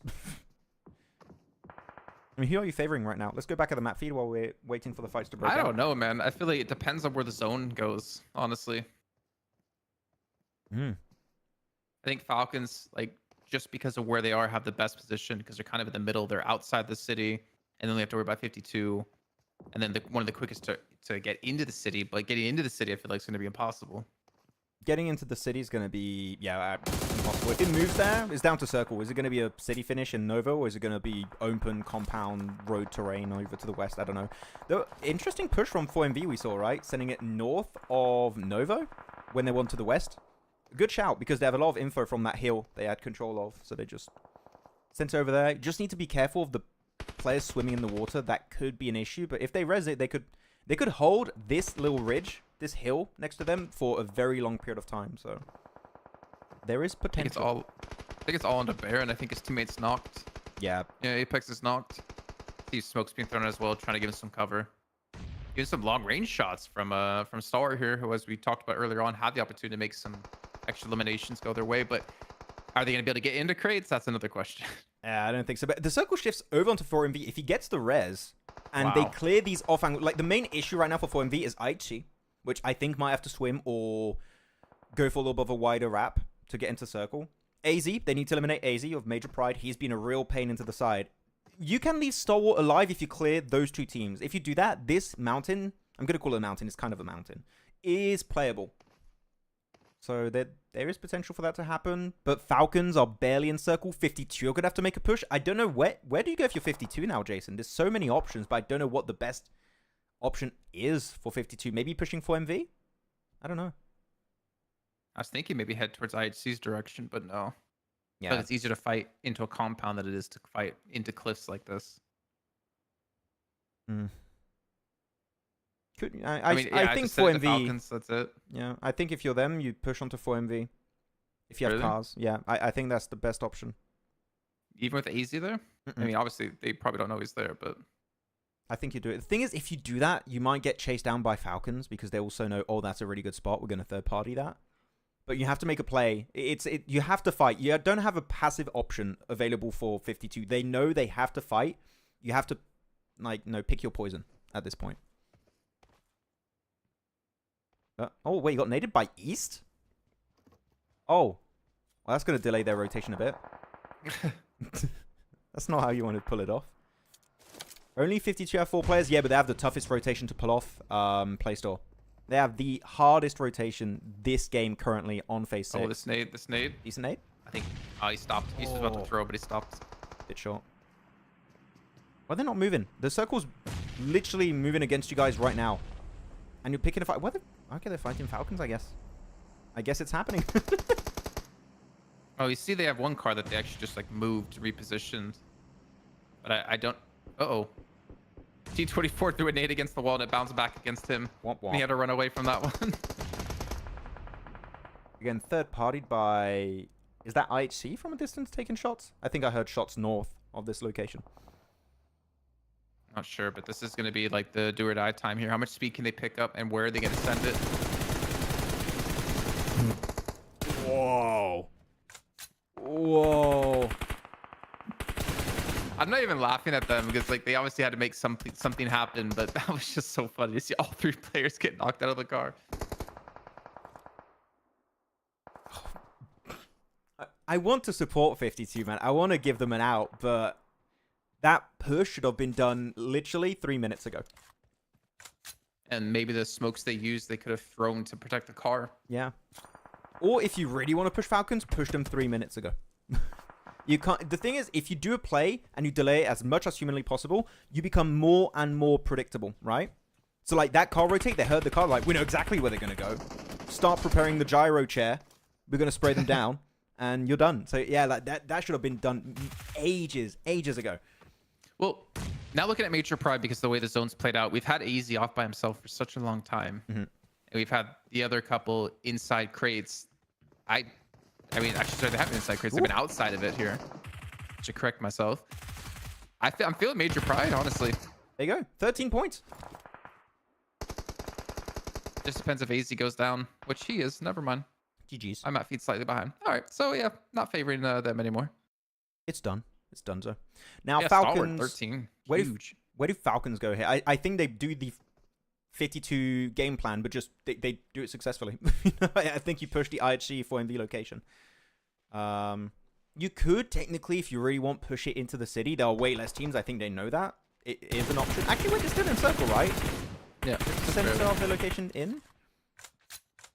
Then yeah, just blast. Yeah, they are. Okay, so that corner is playable. I wasn't sure if it was, but yeah, it is in fact in circle. Who are you favoring here then, now after looking at this situation as a whole? I still think, again, it depends on the zone shift here. Since we're at a city. I don't think the If it's circle's going to be that impactful anymore. I think it's going to be pretty standard, like just centering up towards the middle. Actually, yeah, never mind. 'Cause if I'm I think ahead of stage 9, then yeah, that makes sense. I mean, I guess 4MV. I didn't really want to believe it before, but I kind of have to now. As long as they just can stay alive and stay safe for the most part. They shouldn't really get any shots onto Stalwart. I don't think they're going to get any shots onto Major Pride either. Yeah, but Smoke Road. You know where they're going to go. They're going to go Nova. It's or they're going to Nova, or they're using these smokes as a way to push onto 4MV while being safe of Major Pride. Palucci? What? How? How are they spread? Man, I want to see his POV. Elementrix and Palucci, those are insane sprays. Because they did it through the smokes at the same time. What? I need a replay. I need a replay on that. No, but I want to see his POV replay. I mean. Oh, no, you won't see that. Yeah, I need to see Palucci and Elementrix replay on that entire spray down. That was mental. That's it. They're done. GG's. Did they even reach the edge of Nova? I don't think so. They didn't even make it to the edge. No. On the road, that's it. Okay, so if STE end up winning this... Wait. What does 4MV... Sorry, what does 4MV have? They have 2 crates. Oh, yeah, I don't know if they looted them. Yeah, you're They right. have 2 crates in the water next to them, but I'm seeing M4 for Baron, so I'm not sure if they got anything. Yeah. I think those were like pre-looted. Guys, I'm out of ammo. Oh, 2 loot crates for you. No, that's cool. That's some nice loot from a distance. From the skies. But I'm not seeing anything. I'm not seeing any weaponry for Baron. Ah, maybe they just I don't know what wanted Apex ammo. has. Maybe it's just not a good weapon. I mean, if it's 2 Orms, you're not going to play it now. If it's 2 Orms, like, maybe not. Bro, Akimbo. Akimbo Orm. Ooh. Just like the new That MP7. shoots as fast as the MG3. That's the most broken weapon in history. Okay, so prediction time again for chat. 2v2v2. We have Stalwart. We have 4MV. We have Major Pride. Who is taking the win? I mean, Major Pride have the best position, don't Yep, they? they Zone do. closing. They have most center. Thing is, you know Stalwart and 4MV are going to have to fight each other, right? So I want to see Major Pride push this, really. I want to see Palucci join up on maybe where... Actually, oh no, they're in the same building, right? Oh yeah, it's just because of the X-ray. Looks a bit weird. Palucci needs to stay on that roof. That roof is really strong. Decent nade onto Sanhok. Wait, that didn't do that. Oh, he's in the building. That's why, okay. I mean, 4MV have to hit a nade here if they want to have a chance. Decent. Well, that doesn't get Riley. Oh. The follow-up might, but the zone's closing now. Major Pride are just chilling there. They're not looking to get involved in this at all. Actually, maybe Elementrix is. You see him reposition with the Scar. He would be able to see Baron in a second. I think 4MV just have no smokes whatsoever. Oh, they're dead on this cross for sure. Dead rotate. Makes it over. Picked up. That's going to be 14 elims for Stalwart, man. 14. 7 of those for Riley alone. I don't think he's going to be able to pull off the res, though. Because of If the they blue win zone. somehow, just think. Like, Wait, is he? considering how things started. No Oh way. my God. Palucci, you see the blue zone pushing it. You don't have to take it. Okay. He makes it over. Maybe we'll be able to go for a little bit of a first aid, if he has any. But Palucci's feeding info. Yeah, there you go. I was going to say he's feeding info, and that is going to be the Major Pride win here to wrap it up. As you said, Jason, they had the better position, but almost a throw from Palucci there. That was not the clean sweep you want at the end. I'd be so angry if I were them, man. You can't be doing that. Yeah. You're lucky this isn't like the finals. You're lucky this isn't like a global event. That was such a dumb play. Yeah. Palucci, you're smiling too much for someone who almost threw a free chicken dinner. Stop smiling. I want you to start crying right now. Nah, GG. That was good.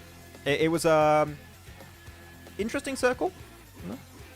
It was really rough to play, but Stalwart, man, they just survived for so damn long. And Yeah, made it honestly, second place. that was really well done considering the amount of teams they had to go through. Yeah. I want that replay of Palucci's POV with Elementrix. I want to see how the hell they connected that spray onto Falcons. Doc would hit those. Guys, if it was Doc, easy swipe. True.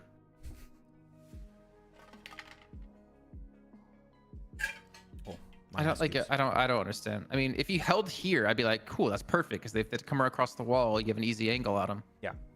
But then he pushes into them. The only out I can give, Jason, to Palucci is, oh, they might, because they know they're in a desperate situation, they might just go out to blue, and I want to confirm those points. That is like the only reasonable conclusion I can come to in terms of why he would do that. But they win. So I feel like I'm arguing a lot for a team that just won, you know, but... No, yeah. I don't think you could even do that, right? 2 elimination points. Or win. Versus losing 4 placement points. Yeah. Doesn't make sense, right? It doesn't make sense. You would lose if you push die and he ends up clutching it, then you lost 2 points. Yeah, that's why I said it's like the only like idea I can come up with maybe that was the game plan, but as you said, it doesn't even make sense mathematically speaking. It does not do anything. He exits it. STE jersey is something else. I didn't see it, but I think this is going to be the time for TDM, right? So yeah, we got TDM coming. It looks like it's with DRS.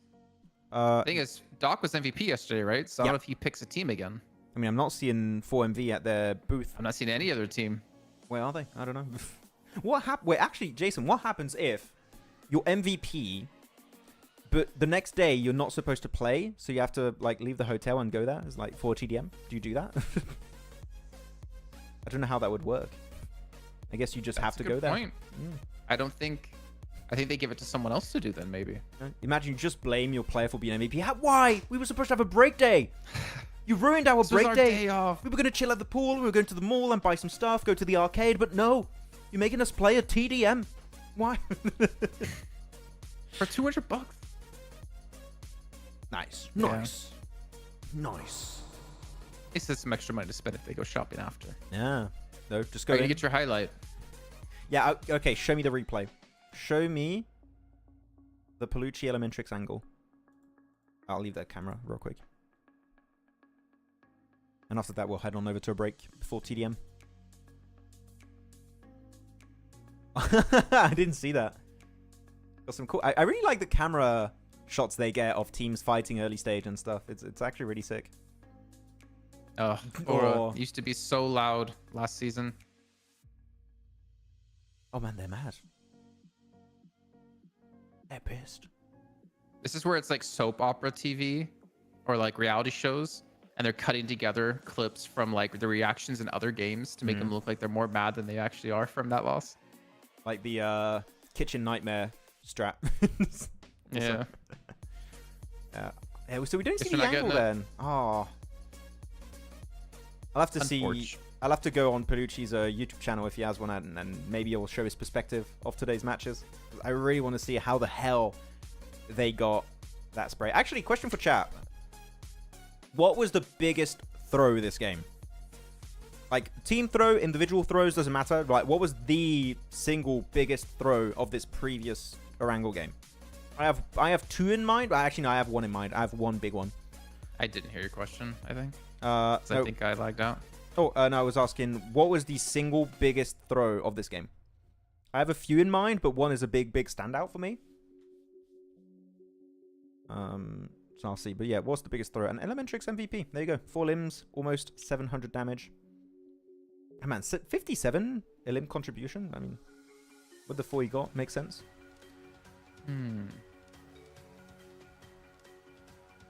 Biggest throw. I feel like 52. Yeah, I was hitting late. that's what I was gonna say. Yeah. Yeah. Riley though, 7 limbs, massive game for Stalwart. Yeah, almost. I'm not even sad they lose. I mean, second place with that many eliminations was a ridiculous game out of them. Is it really a second place or an unofficial chicken dinner? I'm going to call it unofficial chicken dinner. Well. 20 points here for Stalwart on this game. GG.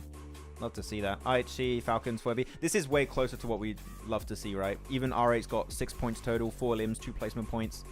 We're back to the kind of expectations set up from spring. That's nice. And then bottom of the rankings. Except DRS. Except for DRS, yeah. That's Yeah, the I ate outlier. back at the bottom. Okay, yes, this is like spring. I'm just kidding. I'm just kidding. Was it because of crypto or not? Who knows? Okay.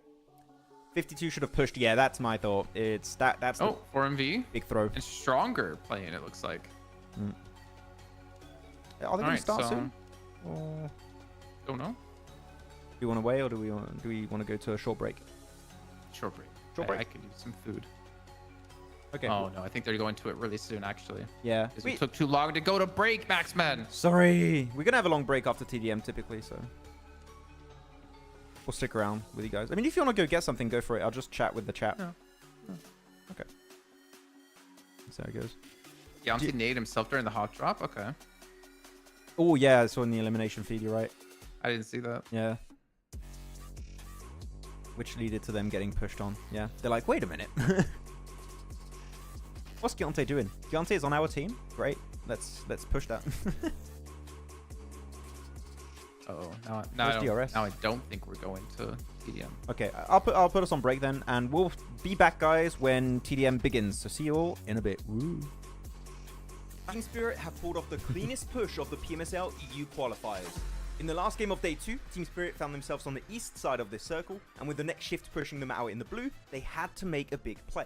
Team Spirit understand that Shockwave won't be able to play their compound for long based on the circle, and know that if they want to win this game, they need to move before they do.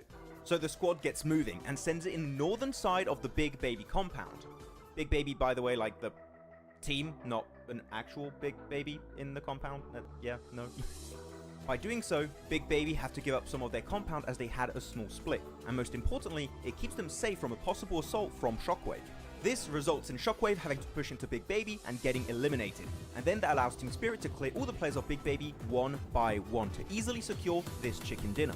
So well played Team Spirit for one of the best endings of the qualifiers, and let's see if they can do more of that in PMSL EMEA.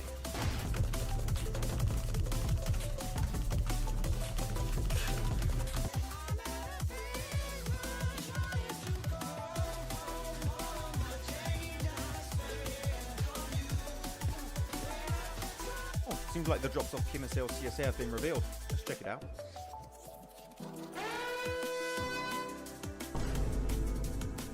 Wait, okay, well, it's just Sanhok. It's whatever. Like, let's just... Wow, that was a quick break, and I didn't even extend the timer. We're ready to go into the TDM normally. Stronger versus 4MV. And let's see how that's gonna go. Exciting. I want to see Falcons challenge Stronger. Or Stronger challenge Falcons. East against his old team. Oh, that would be cool. I want Stronger versus Major Pride and just redo the hot drop. Or Not Noob versus Stalwart. Or you bring out Blue Lakers. It's the blue. And they go hot drop against Aura. There you go. And it's the P90 madness once again.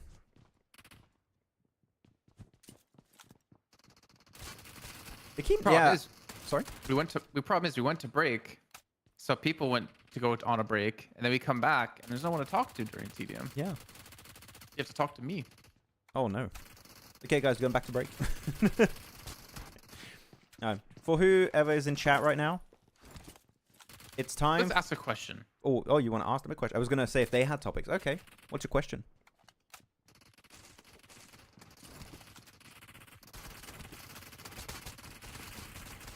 I wasn't prepared with an actual question. Guys, we have a question. And I Whenever wasn't able I to think think one of up one. quick enough.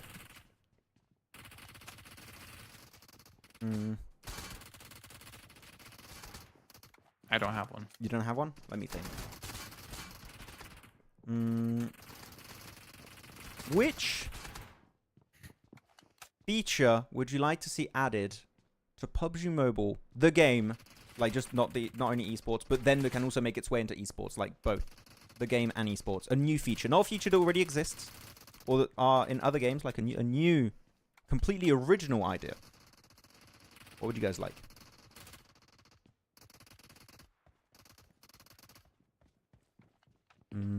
Is there any prize pool for winning this TDM? Yeah, you get extra cash for like winning TDMs, and you also have a show match happening in the finals. Don't know what it's going to be, but you have extra cash prize there too. 200 for one TDM. $50 per player, if that's how they split it. Sure. I don't know. New feature. No, what? I don't know. I know. Yeah? Voice packs. What? That's already Caster voice packs. that already exists. Who has caster voice packs? In India? They have some?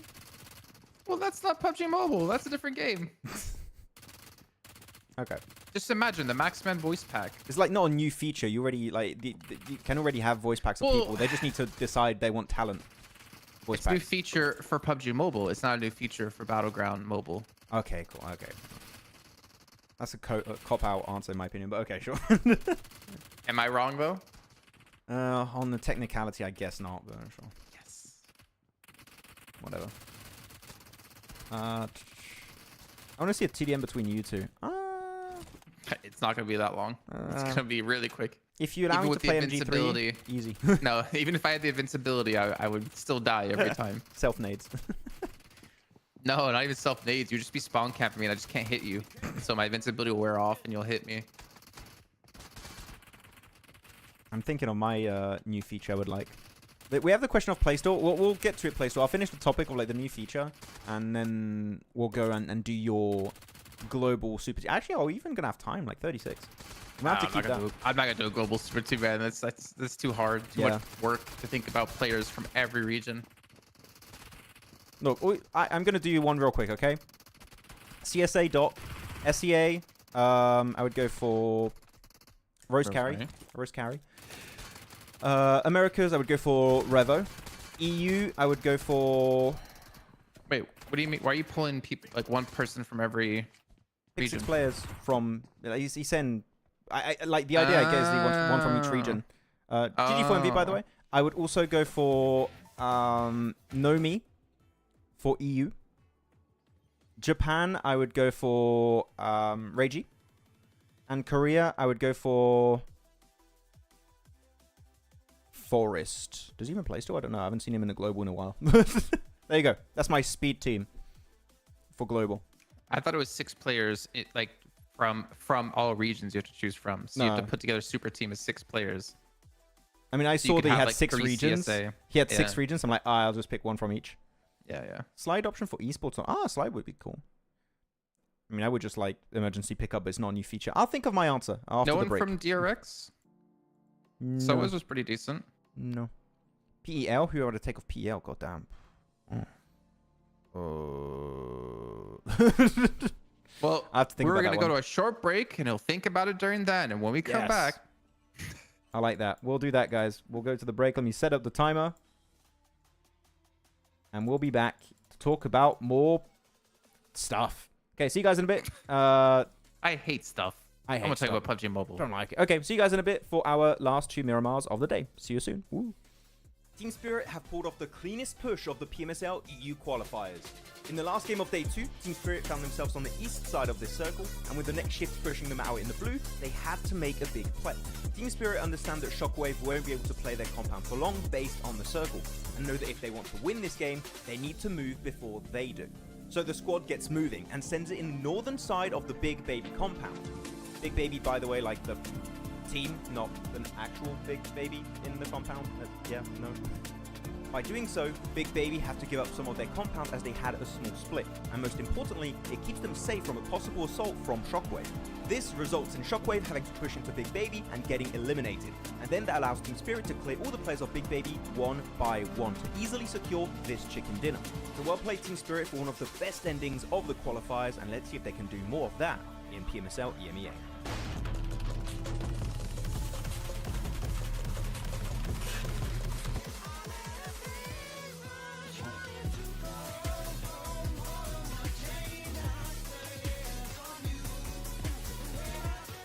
Oh, seems like the drops of PMSL CSA have been revealed. Check it out.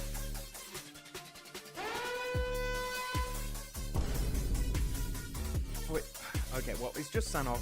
It's whatever. Like, let's just move on. Oh no! Wait, Erangel has a hot drop in Northern George, Pachinki, and Muerte? Let's check Miramar. Oh. Oh hell no, man. Stalwart, not again, not again. 9 Picardo again. No. Ah! Crypto is leaving I8. Again. It's the second time. After securing a 14th position during PMSL CSA Spring, I8 Esports official page shared that Crypto will be leaving the squad. Though from the comments that I read, it doesn't seem like this is a massive surprise in the community. Let's keep in mind also that Crypto has joined many orgs before, such as Stalwart, Unicorns of Love, and Twisted Mind. So because of this, he could technically move to regions even outside of CSA, though this does seem unlikely, because this new post here was just shared by Regicide Esports official Instagram page, which... Wait a minute. Whoa. That's Crypto! That's Crypto right there! He is so detective.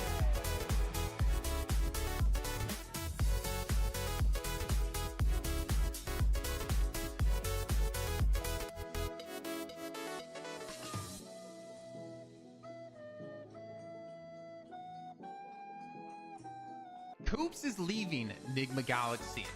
Well, some of you detectives out there might have noticed that Koops was playing under a different name, Carry, with the team 3D Max in the Titan series.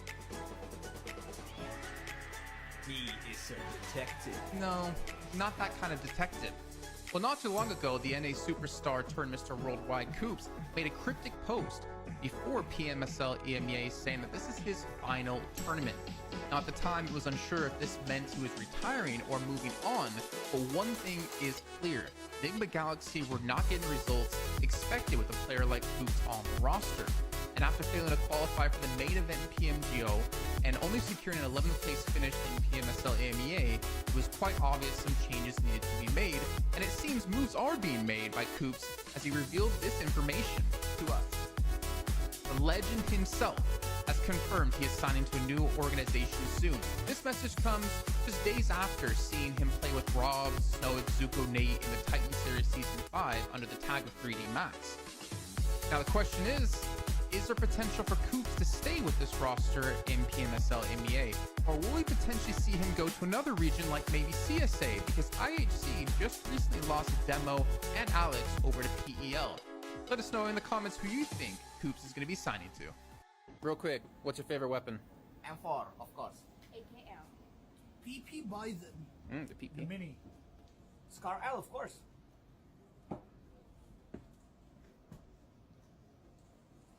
The BS1. Naomi is leaving for Mad Balls, and Team Spirit are getting an unexpected replacement. After barely making it to PMWC 2024, Team Spirit achieved a very disappointing 15th place during the survival stage. And I think it's fair to say that we expected a bit more from this team. So, some changes were in order when it came to playing in their next season. With Naomi now leaving for Mad Balls, the team is getting ready for the upcoming PMSL EMEA EU qualifiers. And Matic is going to be joining the roster. Now the question stands, will Tixie eventually join the team to recreate the old Gladiators team? Without Meku though, because it seems like he might be retiring. So, do you guys think Team Spirit with Nomi, Kitsune, Effect and now Matic will have a better full season? Share your thoughts with us in the comments. Team Spirit have pulled off the cleanest push of the PMSL EU qualifiers. In the last game of Day 2, Team Spirit found themselves on the east side of this circle, and with the next shift pushing them out in the blue, they had to make a big play. Team Spirit understand that Shockwave won't be able to play their compound for long based on the circle, and know that if they want to win this game, they need to move before they do. So the squad gets moving, and sends it in the northern side of the Big Baby compound. Big Baby, by the way, like the team, not an actual Big Baby in the compound. Yeah, no. By doing so, Big Baby have to give up some of their compound as they had a small split, and most importantly, it keeps them safe from a possible assault from Shockwave. This results in Shockwave having to push into Big Baby and getting eliminated, and then that allows Team Spirit to clear all the players of Big Baby one by one to easily secure this chicken dinner. So well played Team Spirit for one of the best endings of the qualifiers, and let's see if they can do more of that in PMSL EMEA.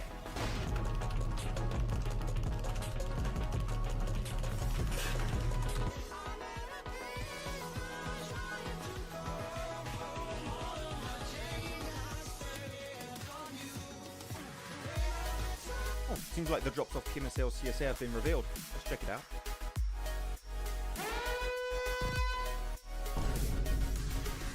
Oh, wait. Okay, well, it's just Sanhok. It's whatever. Like, let's just move on. Oh no! Wait, Erangel has a hot drop in Northern George, Pachinki, and Milta? That. Let's check Miramar. Oh.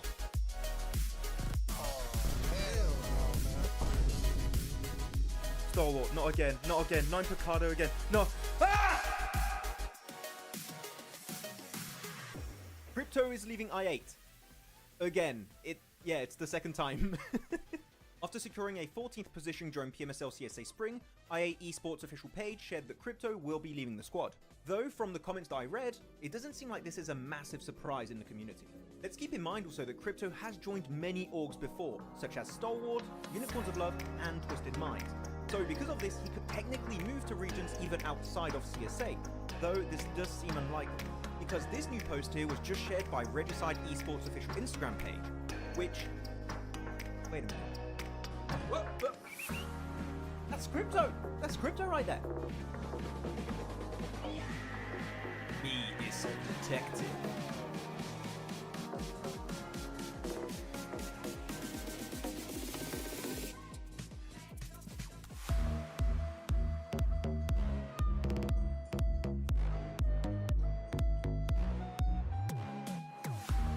Coops is leaving Enigma Galaxy.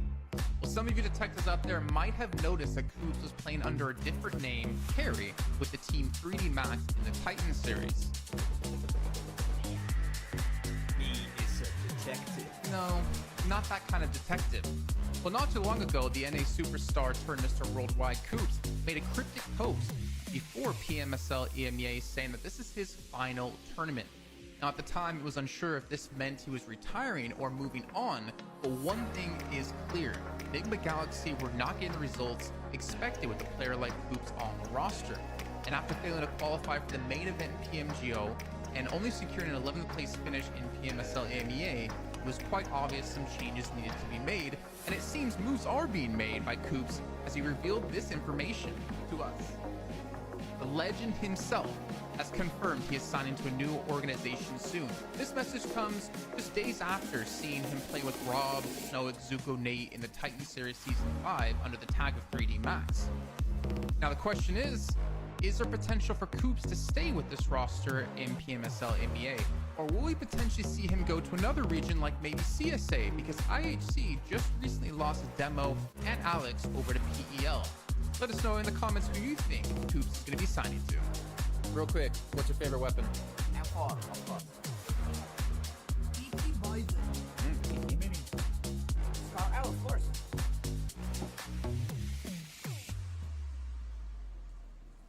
The BS lad. Naomi is leaving for Mad Balls, and Team Spirit are getting an unexpected replacement. After barely making it to PMWC 2024, Team Spirit achieved a very disappointing 15th place during the survival stage, and I think it's fair to say that we expected a bit more from this team. So, some changes were in order when it came to playing in their next season.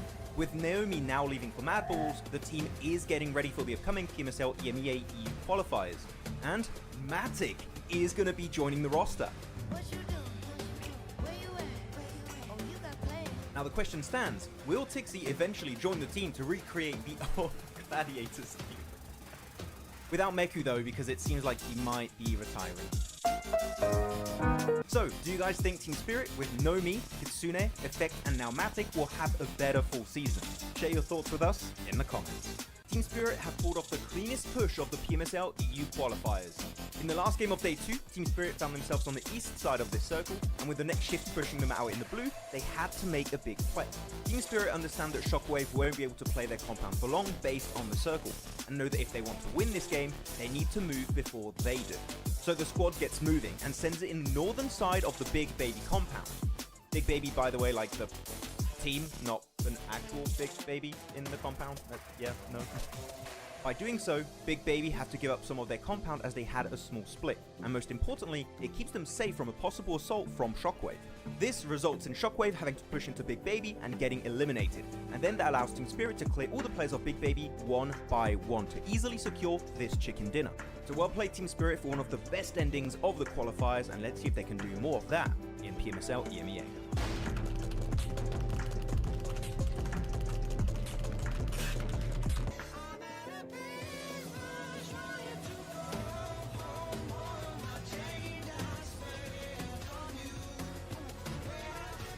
Oh, seems like the drops of PMSL CSA have been revealed. Let's check it out.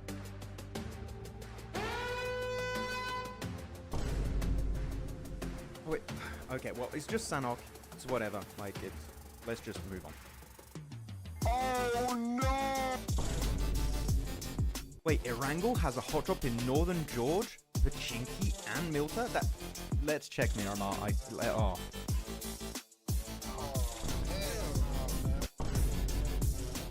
Stalwart, not again, not again. 9 Picado again. No. Ah! Crypto is leaving I8. Again. It's the second time. After securing a 14th position during PMSL CSA Spring, IA Esports official page shared that Crypto will be leaving the squad. Though, from the comments that I read, it doesn't seem like this is a massive surprise in the community. Let's keep in mind also that Crypto has joined many orgs before, such as Stalwart, Unicorns of Love, and Twisted Minds.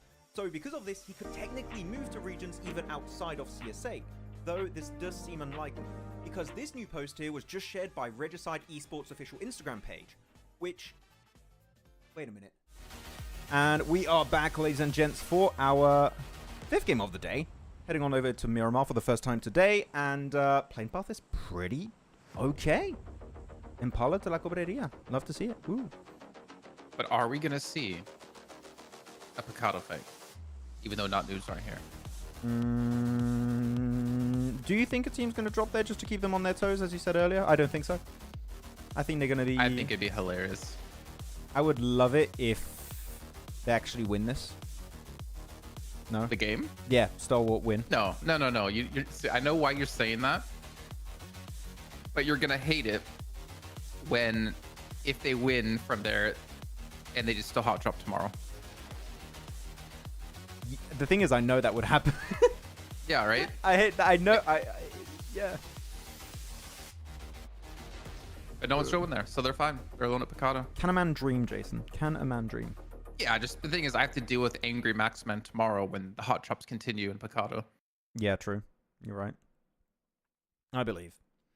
Actually, question for chat there. If Stalwart win the game, do you think they give up on the hot drop or they keep hot dropping?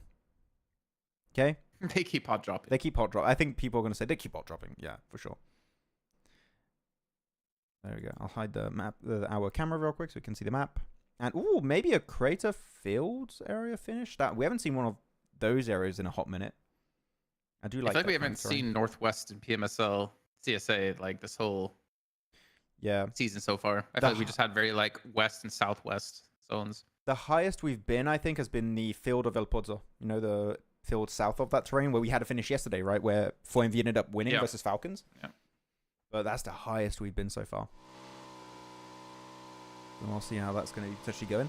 And I'm still thinking about the new feature, you know, I talked about earlier, and I don't have an idea yet. I'm going to keep thinking about it.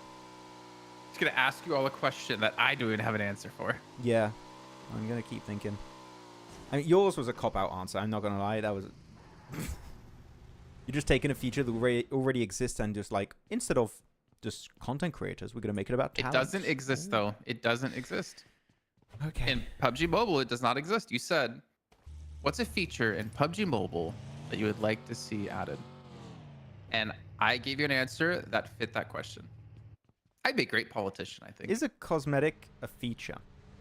Yeah. Okay. Depends on how. If you said no, then I was like, then no, it's not. They're not going to stop hot dropping. I don't think. Even if they won the game, they're not going to stop. Nah. Who's the who's the coach or analyst for STE? Let me take a peek. It doesn't show. It doesn't show on Wikipedia. 16 helicopters for 16 teams so they can land easily. Oh, so you would remove the plane path Play Store and have every team... I guess you would let every team pick the path of the helicopter? No, because then that's just going into like set drops, like instant drops, instead of having to like fly from the plane. I'm just imagining like 16 What about- helicopters just on the map. That'll be funny. This feature exists in like casual and competitive, but I would like to see it esports. The res, being able to res your team.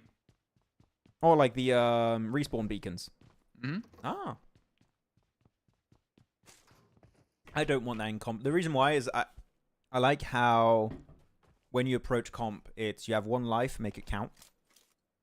And you don't have room to like scout. If you get eliminated, my team can bring me back. Like, no, I think that makes it way too easy. Well, no. I mean, obviously there's limits around it, right? Like it's only within the few like beginning of the time, so you'd see more hot drops like in the first X amount of minutes, like it is right now. But what about if they added the, I think it's called ADT. What was it called? The self AED, the self revive. Self revive. Oh no. I don't like that. No. For esports, I mean. Nah. Dude, that'd be sick because that would make you like have to question: do I confirm this knock or not? Nah. You'd have to like start to confirm more unless you were sure they didn't have one, and if they did have one, they could completely like ruin your day. I really don't want that added. I think it would add too many layers, and every team would just second guess themselves. So like, what do we do? Do we push? Do we leave? Like, if he's got self revive, like maybe he's got the angle again. It's just, nah. I don't think. If there's any feature that's already in the game that I would like to see added, I already talked about it, right? It would be the emergency pickup. I think that just gives more options. No, I think this is better. Imagine you would want not emergency, the self res. Oh. No, I can't agree. I'm no. Or they should add a tool for digging so that some player can give a happy birthday surprise. We know that doesn't work well. You're just creating a spot for your nade to hit you, or for a nade to hit you. Yeah, just go play Minecraft Play Store. I don't know. Friendly fire in competitive would be so funny seeing the teams fighting with each other. I think friendly fire would be kind of cool in comp. I kind of like the idea. What do you think, Jason? Friendly fire? I think it should be. I think it's also way too lenient with like vehicles and not running over teammates. I think you should have it. I think they should remove any kind of anti-grief protection that you have in casual. Like, if you're shooting at someone and one of your teammates walks in front of you in comp, you should get punished for that. And just, I would like that, to be honest. Friendly fire would be cool. But there's no way he doesn't get that. He's out of there.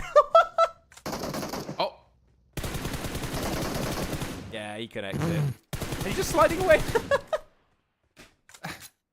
Huh? Poor Killer Joe. There was someone up there. He found out the hard way. Oh, that feels bad, man. I thought he was going to get away with it, too. Okay, let's keep going with What the about topic. another type of armor Where? in the game? Where would you have? So you know you have like level 1, 2, 3 vests. Mm-hmm. What if you had a different type of vest that was meant for dealing with shotguns, like with pellets instead of bullets? Oh. So you're weaker to like you don't get as much protection to rifles as you would with regular armor, but you get increased damage reduction against shotguns like DBS. Got it. I thought we were going to go a different direction, like having level 4 helmet and vest or level 5 helmet and vest, and it tanks more, it reduces more damage.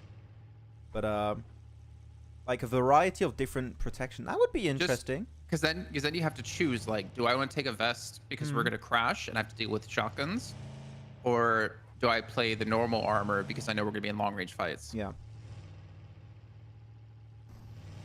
That's interesting. I think I'd have to really think about it, but I think there's potential there.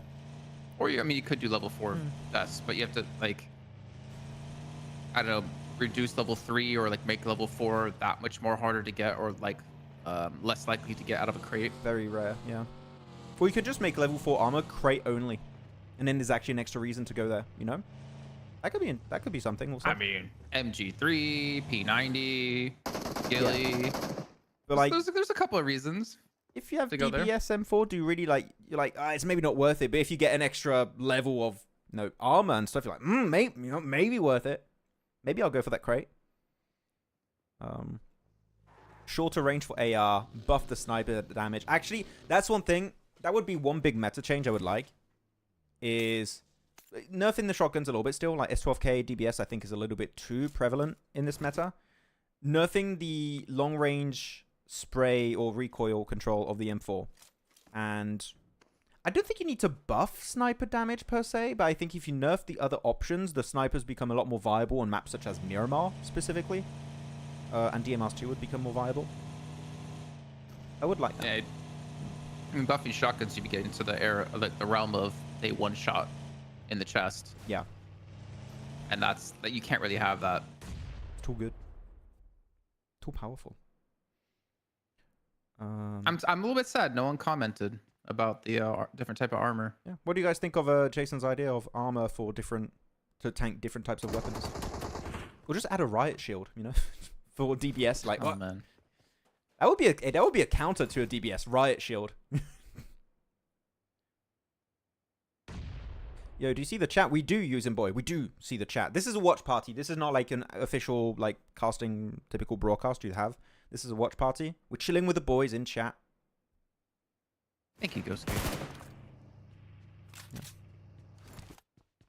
That's a cool idea, Jason. They should add a self-implode option. What? Like you're just wearing a bomb the entire game? Like, okay, I don't think I can 1v2 these guys. I'm just gonna detonate on top of them. That would be a weird thing. I don't know about that. It's worthless idea. No offense. No offense. Oh. I know. Sweet. Yeah. I mean, I already talked about emergency pickup. It's already a feature. Blue zone nades. There's one feature that I would like added to the game. And some other games have it. But I think it would fit really well in PUBG Mobile. And it would add a lot of depth to the game. And it's a utility piece. And it kind of acts like a flare gun, but on the floor. And what it does is once you use on the ground, it spawns in cover. So, like, it spawns in, I don't know, some, like, big concrete blocks. So if you're playing in the fields and you have that piece of utility, you chuck in the middle and it actually gives you cover. And you can make unplayable terrain playable.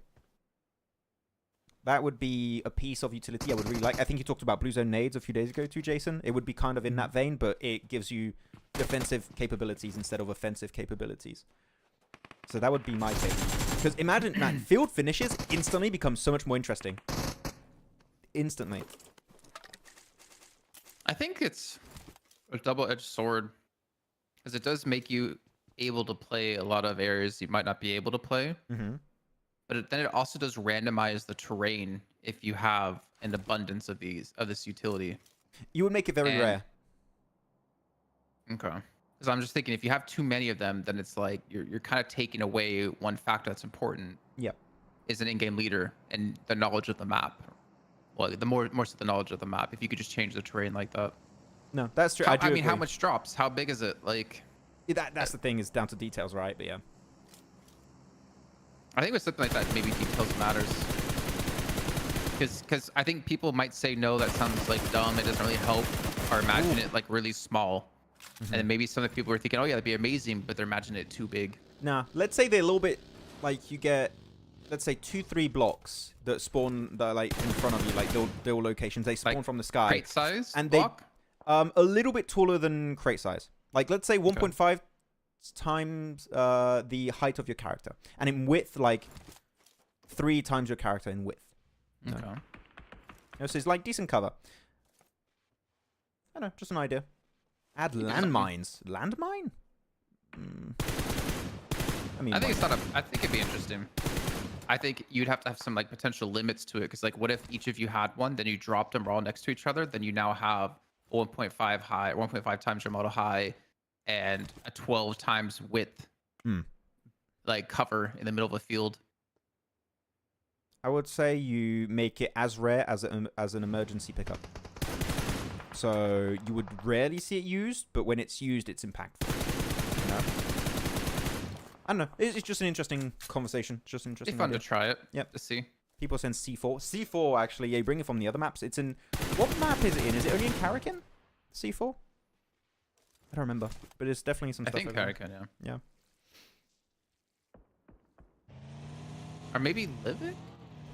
No, it's not in Livic. I'm pretty sure it's only Karakin. I think. I'm not sure if it's on Nusa or not. I don't know. But okay, alright. Gonna go for the push. We're starting to get to the late game. Maybe we have to focus on what's going on here. It's interesting conversation. I always love having these chats. But DRS, Arcred, Sleepy's still alive. Ooh. Thing is, Eragon's still feeding info to his teammate. Don't know exactly where they're all positioned. With the Groza, Sleepy connects it. GG's. Does he have a nade? A little bit of cute. Nade or molly? Easy molly. Got him. Nice. Well played. I was waiting for him to miss it and then be like, not that easy apparently, Max. He's gonna get his teammate though. He's gonna get Gyante up. I thought he was gonna nade Gyante for a second. I'm like, oh, don't do that, please. Oh. Right behind the building. He caught him. GG. Nice nade. Yeah, I mean, they got cars too. You can get the res on Gyante, get him to use the first aid and rotate because it's just phase 4, so you can still heal technically in that zone. Let's go at the map Just speed. taking lessons from Doc, man. Yeah. He's been scrimming against him, watching the VODs. He knows how to do a doc. Okay, so circle. You guys can make early predictions if you want to. We can start now, but power grid terrain. 52 know this terrain like the back of their hand. They like to drop here. They like to play here as long as they can. This is a tough one.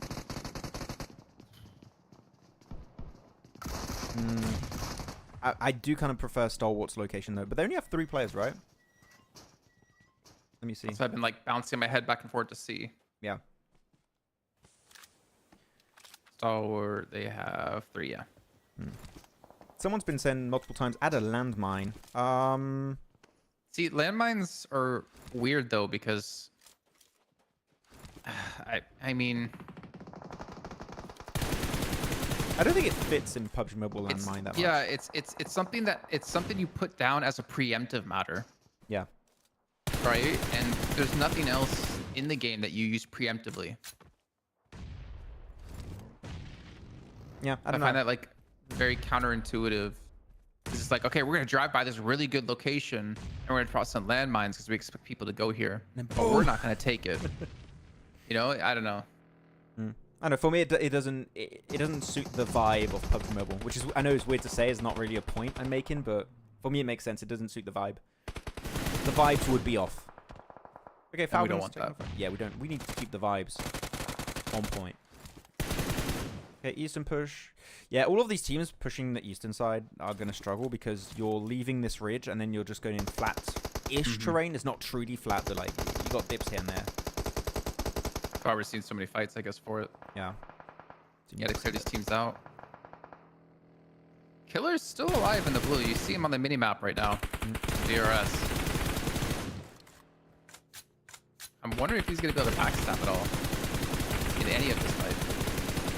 Not sure. Actually, wait. Top is playing with an SLR. I just realized he's got SLR in his loadout. Oh, yes. I want to see some SLR usage. Show me. Show me some sick shots. The thing is, it really shows how OP the M4 is, right? Because he has an SLR, which is a weapon specifically made for this kind of range. And he uses a lot of the time the M4. He did switch over to SLR now, but he was spraying with the M4 for like a majority of the time. Max, I'm back. Your boy's rival boom is out. No. This week too. Who is the rival?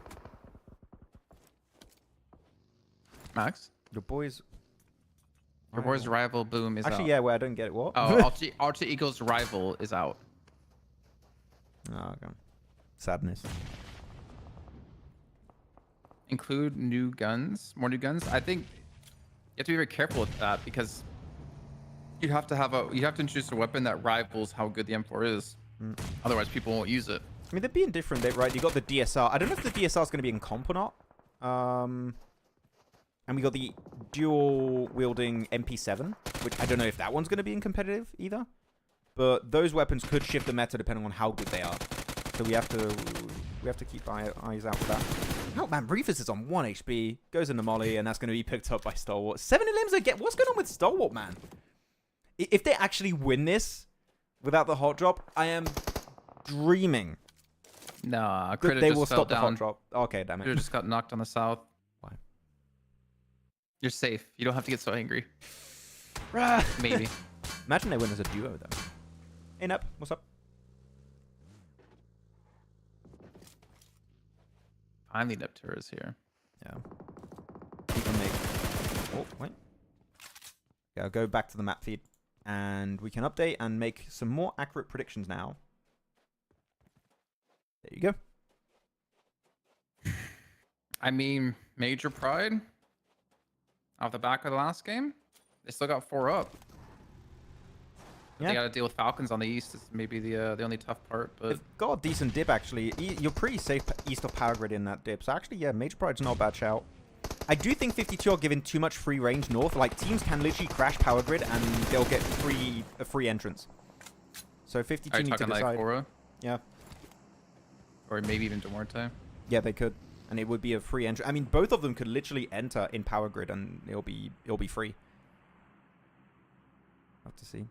Or I can see that Looks car like- next to the the cliff. It looks like Hora is just getting some information though.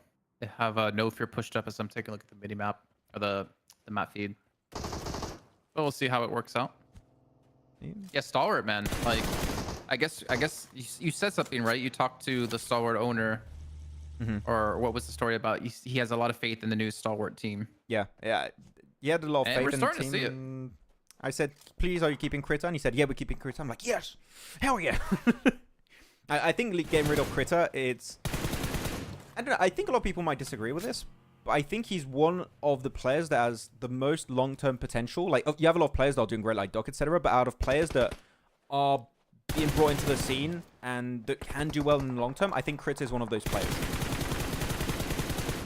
If you give him time to learn, train himself and stuff, I think he can be one of the top players in the region. It just takes time to get there.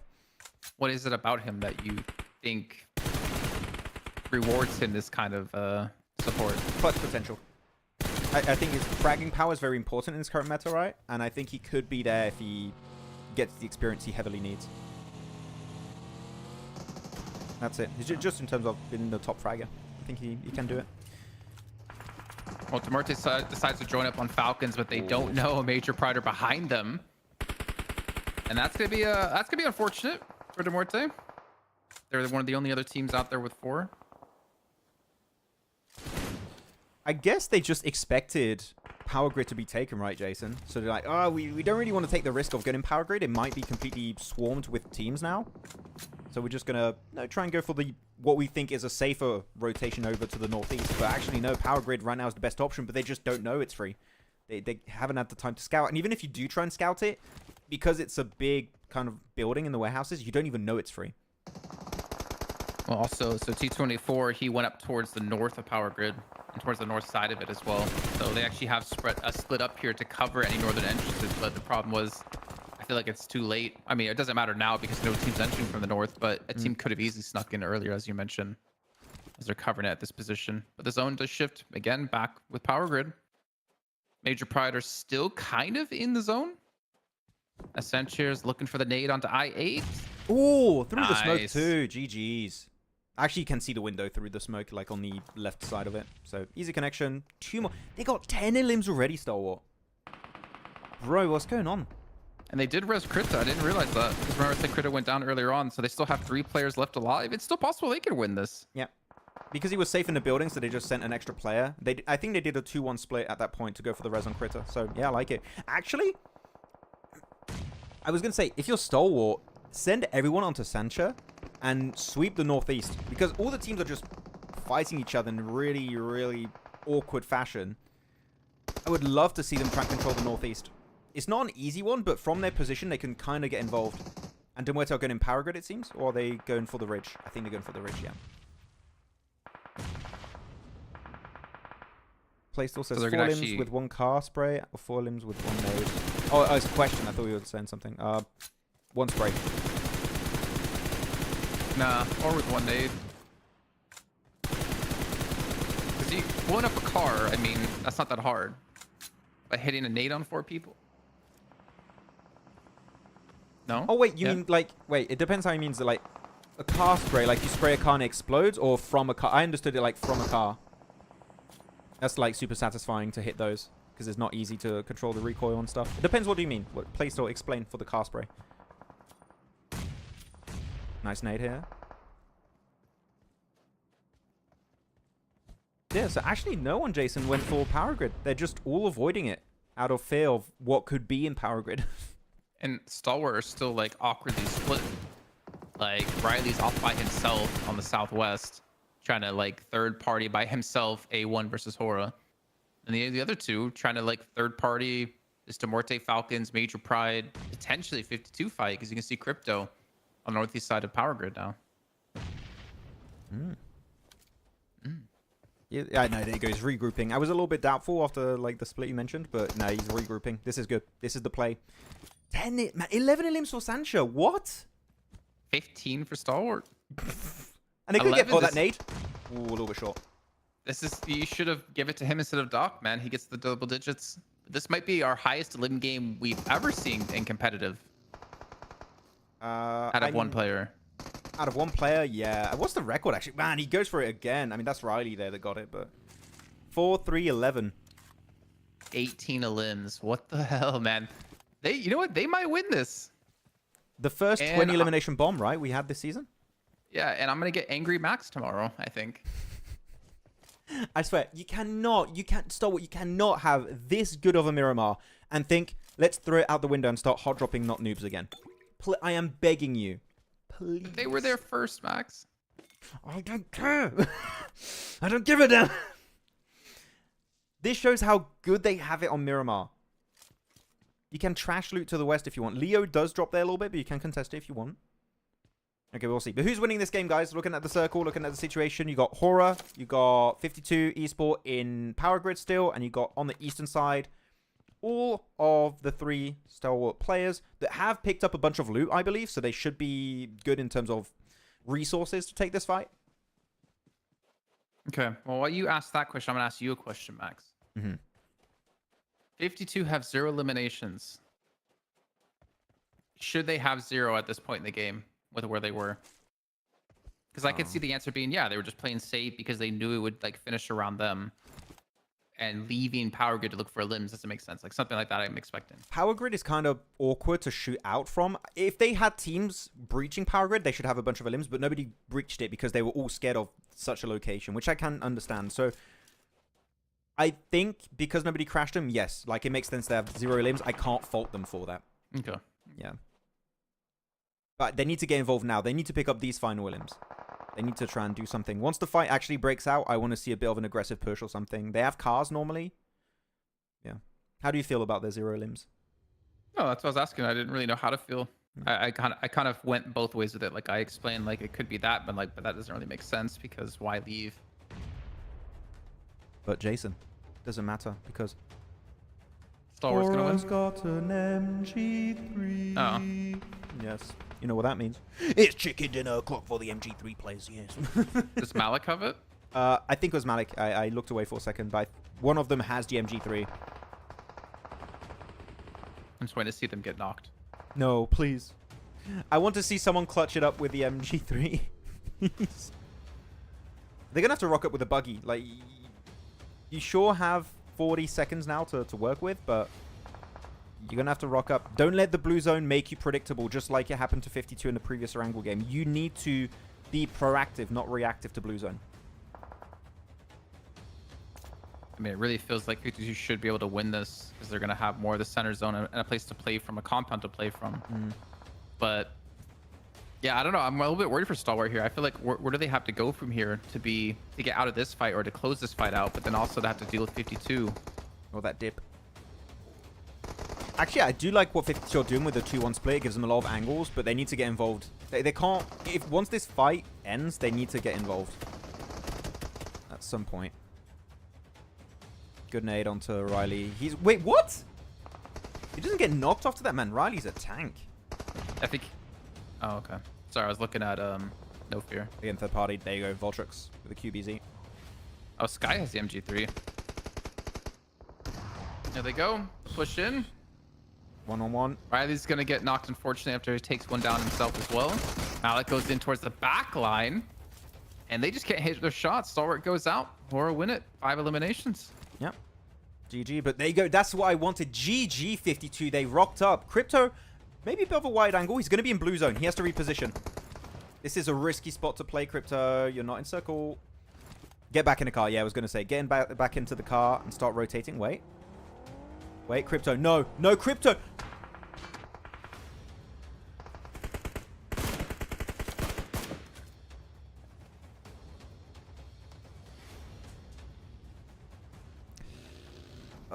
Okay, 2 players for 52.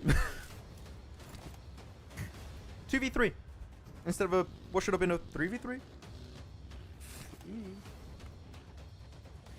We're not talking about this, Jason. Just ignore it.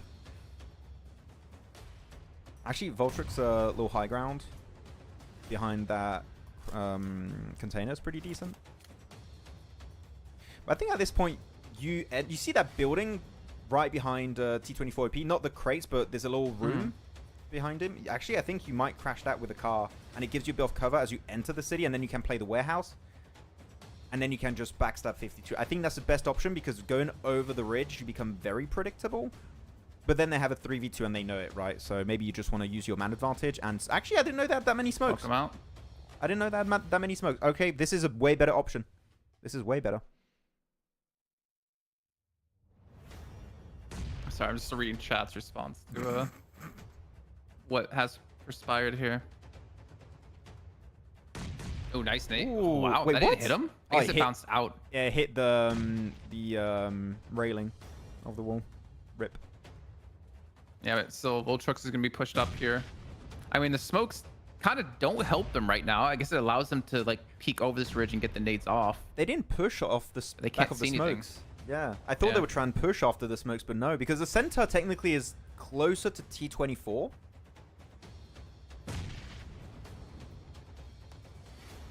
But maybe, actually, maybe they were trying to use the smokes to allow Hora to go for his angle.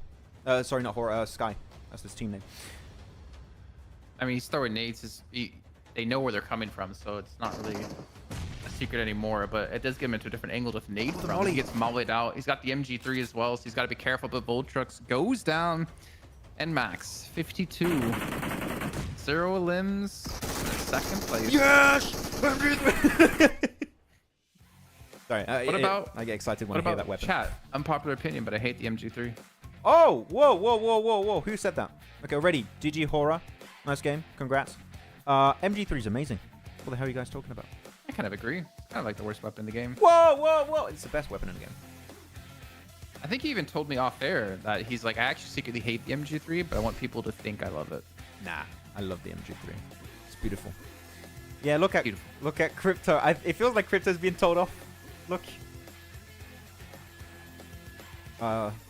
Guys, I messed up. Look how they look at him. Guys, but I swear, I thought I was going to be in the circle. Well, the funniest thing is, if he's complaining that they lost, that would be the funniest thing, because it's like, bro, where were you? It doesn't seem like, sorry, I'm going to replay it again. This does not seem like a friendly conversation, is what I'm going to say. Oh no. Do you want to replay his angle? Sorry, I know we got Crypto fans in the chat, but... Are you so mean to Crypto, Max? Why do you hate him? Hey, you started it, man. I love Crypto. you're oh my god, you flip-flopper. Okay, so let's get this. I'm gonna put music on real quick. There you go. Because the angle is good if it's in circle, but I think you should know it's not.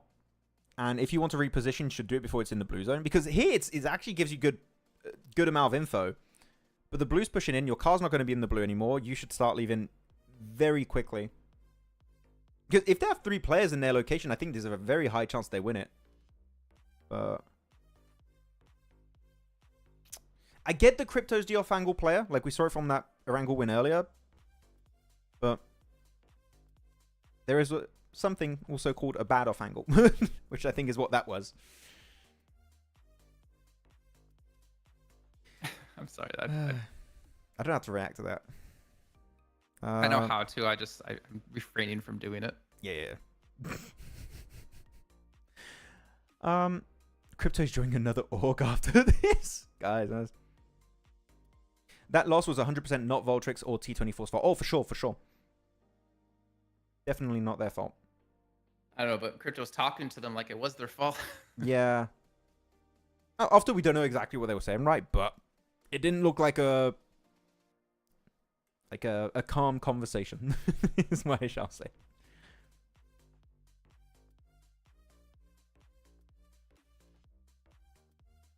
Okay. Oh, we had that moment at the start. Yeah, that's true.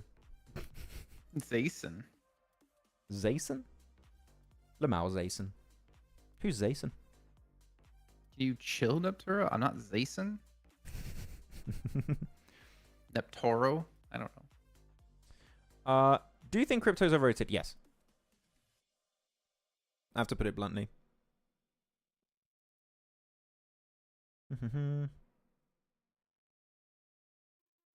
Yeah, that was actually really cool. We saw Riley get a shot with his shotgun through the smoke and actually get the knock. That was actually really random. I didn't expect it to work out for Riley, but it did. Still, again, that's two, really, Jason, unofficial wins for Stalwart, right? In terms of elims alone, that's two unofficial chicken dinners back to back in eliminations alone. Okay, Neptoro. That's a good reply. Yeah, I mean, I don't even know what to say. Like, I don't know why Stalwart are playing like this now and being able to pick up so many eliminations. Like, what changed from yesterday to today? It's a completely different team. They're like basically like R8 yesterday at the last two matches. I don't know what's going on internally. Cool. Well, Maxman said the truth. He's over. Max, you're overrated? No, talking about crypto. Censure, 11 eliminations. Yeah. Wait, I'm going to hide my camera so you guys can see. Only 1,300 damage then. Whew. Makes me a little bit sad. We saw Doc get like 2 elims but have like 1.6k yeah, like 2 days ago, was it? I want to do a skit about the Stalwart hot drop again. I know we made one at the start of this week, but I kind of want to do one like, oh man, we just got this amazing high elimination 3rd place. Like, how fantastic is that? Because we didn't go for the hot drop. Yeah. Anyways, when we hot dropping again, there's something to do there. Well, if they have 2 good Miramar games now, then I'm like, all right, we have to. And then they hot drop tomorrow. I don't know. Okay, looking at the rankings, here you go. 24, bro. Again, I'm imagining the Drake meme. It's like hot drop, you know, with this disgusted face, or no, not hot drop, disgusted chicken face. dinner. Like, no, it's just, his disgusted face, and then you like screenshot them getting 24 points, and then his like, oh yeah, face is like hot dropping, and they're eliminated by not noobs. You can just put not noobs logo on top of Picardo. It's like, oh yeah, we like that. that's our stuff right there. But yeah, as you said, points, Stalwart feels like a different team, right? I'd love to know the internal convos they're having, but it's like, yeah, they're fragging They're like, out. oh, we could just eliminate people and do well. Oh, okay. Maybe I'll try. Keep trying. I like it when they're 8 trying. points.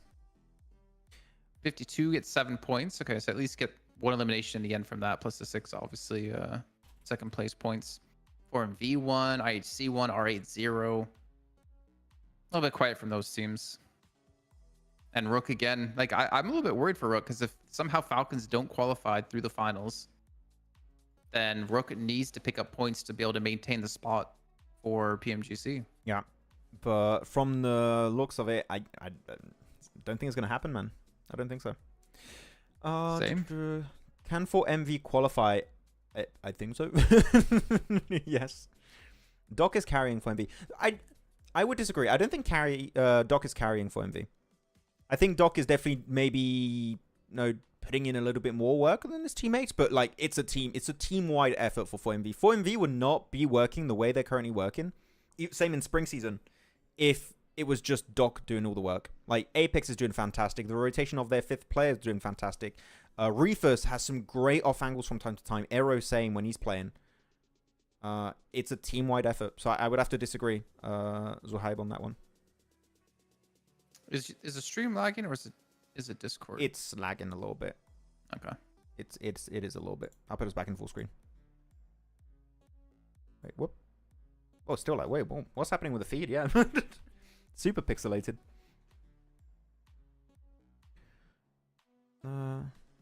Star Wars be like, we are getting eliminations. Yeah, they do be. They do be doing that, yeah. Well, I can tell you they're already in the process of dropping on the live map feed, so Really? in a couple minutes. Okay. There we go. Overalls. Overalls. Check it out. DMR. Muerte back to number 1. 4MV could legitimately be number 1 at the end of the day, though. Yep. One big game here to wrap it up, and the new first place team. I mean, in terms of eliminations, they are up there. It just took them a bit longer to get those wins, and it's starting to get them. They're popping off. So, yeah, 4MV, maybe new first. Guys, chat. Are we seeing 4MV in first place after this game? Is it happening? Do you believe? Cool. It's also Muerte, I8, 4MV, R8's last match this week as well. True. So they built up a little bit of a point. Can we go back really quickly? I want to see what the point buffer is. Yeah, sure. So 176, 168. So it's like a 30-point buffer between, I guess, 3rd and 4th. But R8 don't really have much of a buffer. The teams below them. So realistically, we should see R8 drop from like 4th to potentially outside top 10. Yeah, I could see that happening. For sure. I mean, we're going to see them drop down potentially a little bit. But it is such a big cushion between 4MV, I8, and Muerte and the rest. Top 3 seems pretty locked in my eyes. So yeah. All eyes is going to be on Leo. Can they finally get a win? Can it happen? I'd like to see it. I'd like to see Uzaifa get a dub with the team. That'd be great. Well, let's go on to the second page. Let's go on to the second page. Second page. There you go. Not any movement except for 52 overtaking Rook's position. And you said we need to see stuff from Rook, but yeah, only 60 points here, 63 for 52. And that's how it's gonna go. Yeah, not much to say here when it comes to this. I mean, it's just league stage as well, so this only really determines how many bonus points you get, since you get 20 for first and you get 1 for last. Yeah, and all these teams are playing tomorrow too, right? So there's still room Yeah. for comeback. I mean, the thing is, right, is not only all of those teams are playing tomorrow, is that all those teams are playing tomorrow. 4MV, Muerte, IRA are not playing. So that's going to make the lobby significantly easier to deal with. Like, because Group A, you can't disagree with that, Jason, right? Like, Group A is the god team of this lobby, right? Oh, of course. Yeah. Definitely can't agree. So or disagree. You're taking out all those top teams out of the equation. Man, you could see teams like DRS Pool come back. You could see actually maybe a win go in the way of Leo, etc. So tomorrow is going to be a big comeback day, possibly for some teams. Yeah, a lot of movement tomorrow on that leaderboard. Nice to see 4MV though playing better. Yeah. R8 too. I mean, if R8 could have replicated this like day 1 of their play, then I think we'd see them a lot higher in points, obviously. Who's winning this match though? Before we even see the drops. Damn, you want an early pick? Wait, do you have a team in mind or not? No, I have no. We don't even know the zone. We don't know the path. Okay, I'm going to do an early pick, okay? And if I am correct, we stop making fun of me with a curse, okay? It's dead. The curse is dead. If I correctly pick before the game starts, the curse is dead. I kind of want you to get it just to punish you, because I feel like you secretly enjoy the curse. A little bit. It's kind of fun sometimes, yeah. So I feel like your curse is working against you again, and you're gonna predict correctly. So who's the team? It is time for Before he IHC. picks a team not playing. IHC Oh, okay. win. I go Group C. Not noobs. No. I'm going IHC on this one. Don't pick anyone, please, Max. Too late. It's done. I've done it. Only if you won't choose for MV as favorites. Okay, it's time for game, guys. Let's get right into the action. Oh, I realized my feed was a little bit behind. There we go. Did We're live. you know that the action is in our chat? The The action. man himself. No. The man himself. Action in action. Maybe next week. Said Got the by same action. name. It's gotta be them. Action. Why not playing, bro? For now. Here we go. The drops happening. Are we gonna have any early Oh fights? my God. Don't expect so. Oh my gosh, this first zone. Have you seen it? I think I'm slightly ahead. Or you're slightly behind, one of the two. Probably me ahead. Is it gonna be? It is Partona? nasty. Or Campo Militar circle? It's one of those. Has potential to be really bad. Not that bad. In combination with the plane path, not that bad. But could be very bad. It's gonna be. Where do you think it's So- gonna end? She's gonna win, and it's gonna be a Partona finish. Give it Can't make fun of Max ever again. Let's go. Muerte's went up to ruins. They normally go what? Cruz de Valle? Or Toria? For which team? De Muerte. Muerte, Torre Ahumada, Cruz de Valle, Tierra Bronca, all of those. I wonder if they're gonna drive or just loot, because they really split themselves up with the drop. I mean, Ruins has enough loot for typically 2 people. But, nah. I think they're going to try and stretch to their typical drop. That's my guess. Falcons will win this one. This match is 4MV's match. Okay, it's always the 2 names we keep hearing every time. It's 4MV, Falcons. Okay. Who else, guys? Good. Who are you picking? Gotta be confident in your favorite team, you know? Yeah. Never give up on them. We talked about it last season, right? How it's cool that the community just supports their team even when they're having a horrible week. Or month. Or, no. Season. Or career. Wow, you went with the career. Hey, I mean, some teams have had a career where it's like they've been created, they had a bad season, they disband. So that's their career, technically. That's true. All right, so your feature question, Max. Let's get your answer now. Oh, I talked about it. The utility piece that creates cover for you. No, that's not a feature. It is. It's more of a feature than your feature. No, that's a new item in the game. But you said new feature in the game. That's a feature. I'm sorry to say, item in the game is a feature. No, Yeah. no, Okay. no. Chat. Feature is like building your home in the game. Features like adding custom games. Features like a new game mode. No, I'm dying on that hill. Bro, That is a feature. That is not a feature. That is a feature. That is a new item in the game for sure. Item feature it's a feature. Item and feature are not the same thing. An addition, a is- feature, something like adding something new to the game. No, a feature is how do I explain it? It's like a new system in the game. Then I add the system that is a utility piece that provides you coverage. Okay, you know what? I was gonna let this go if you just like moved on. Now I'm gonna go hard on you. Hey, mister, I'm gonna add talent voice packs. Oh, I can't. One bad week. Can't define Falcons' legacy. They have one since they joined South Asia as Astra Academy. Yeah, I mean, they've been redeeming themselves a little bit this week. Usama Ali. They've been redeeming A game themselves a little bit. feature is a much broader term. It is any descriptive aspect of a game's design, art, audio, or technical capabilities, including the game mechanics or set of related mechanics grouped into systems, inventory items available to player, number of types, and types of enemies in the game. It's a game mechanic. It's like a feature is such a broad term. It kind of involves everything new you add to the game, in my eyes. Because it's so broad, actually, I'm okay with your answer of earlier now because of that definition.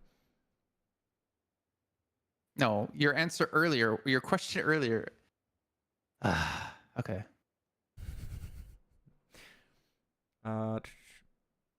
One great item in the game would be Smoke gun. Oh, actually, yes. Hamza Khan, I would love that. Smoke gun? I completely forgot about that even existing. Smoke. What was the exact name? Smoke grenade launcher. M80 or something like that. Yeah, like the smoke grenade launcher. That I would love that. That would be so cool for smoke roads and stuff. Yes. Hamza Khan, you win. You win this competition. The long distance bomb cannon. A mortar is called. I'm not a big fan of the mortar. Not a big fan. The smoke grenade launcher, hell yeah. Okay, big push here on the ace, mini 14. Not going to be enough though. AOR win the fight over to the east of the circle.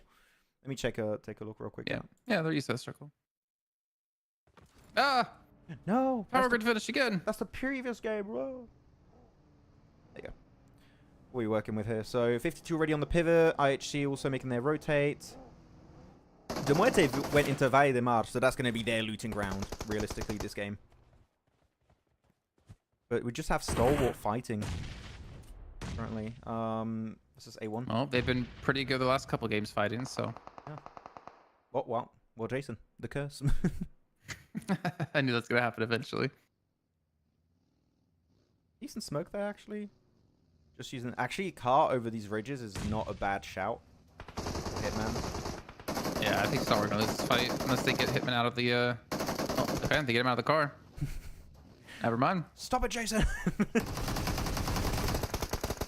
One knock, but they got the ridge to play around. They could go for the res onto Riley. Rowdy is not leaving that terrain alive. They're going to chase him down to the edge of the earth. Yeah. Get him. Get him. Pop the wheel. Hit a tire. Hit something. Nah, didn't get the wheel. Players can pick X-suit from their death crate. Well, why not? I wouldn't hate that. I have an X-suit now. I wouldn't hate it. If a player eliminates me, yeah, take my X-suit. Go for it. No, wear it for the game. Sure. Rowdy lost a wheel. You should be fine, but he's not obviously going to get much further into the game. Nice. Poor guy. Poor yeah, Rowdy. Stalwart, man. They lost one initially in that fight, and they still held on. Really well done. It was a good reaction. Instantly, okay, put yourself behind the car. We're going to smoke you up. We're going to go for the res. Having two players serve as like supports to enable the res to come through. Yeah. A1 too impatient. Yeah, you're right. I actually, did A1 have any utility, Jason? I didn't see. We had a big I thought they flyby. threw some smokes ahead. Yeah. I didn't see any of them to know. More like grenades I was looking at, because a grenade, once you know, okay, we got a knock there, they're smoking that location, my immediate response to that is grenade right on that location. And yeah, even if you don't cook it that well, it's fine because it denies the res. He runs away, and normally you can't crawl away fast enough, so it confirms that. Or at least makes him bleed out even faster. So I was surprised we didn't see that many nades from A1, yeah. just maybe they didn't have any. Maybe. It's weird because early game you would think they would have looted at least a few nades here and there. Like, it's double looting comp, so you would think so. Okay, so Church. Actually, I didn't even talk about Church here, Jason, but this is the best location in the circle currently. Is Church, if it is something you don't have to fight for, but you have to, so well. And Stalwart are just constantly looking for fights, though, aren't they? Yeah, they've missed a hot drop, so they're just chasing down teams. I mean, they could have just avoided this as well. Maybe it might be the best position, but you know, if it's taken already. But look A at little bit of a their, misnade by Gigante. look at their fourth player. He's going for an Yeah, he's angle coming across around. the road. Yeah, no, he's just playing the angle. He's going to hold it. Is he gonna provide anything over here though? You can't really. And he goes down. Yeah. And he's dead. And it was crypto.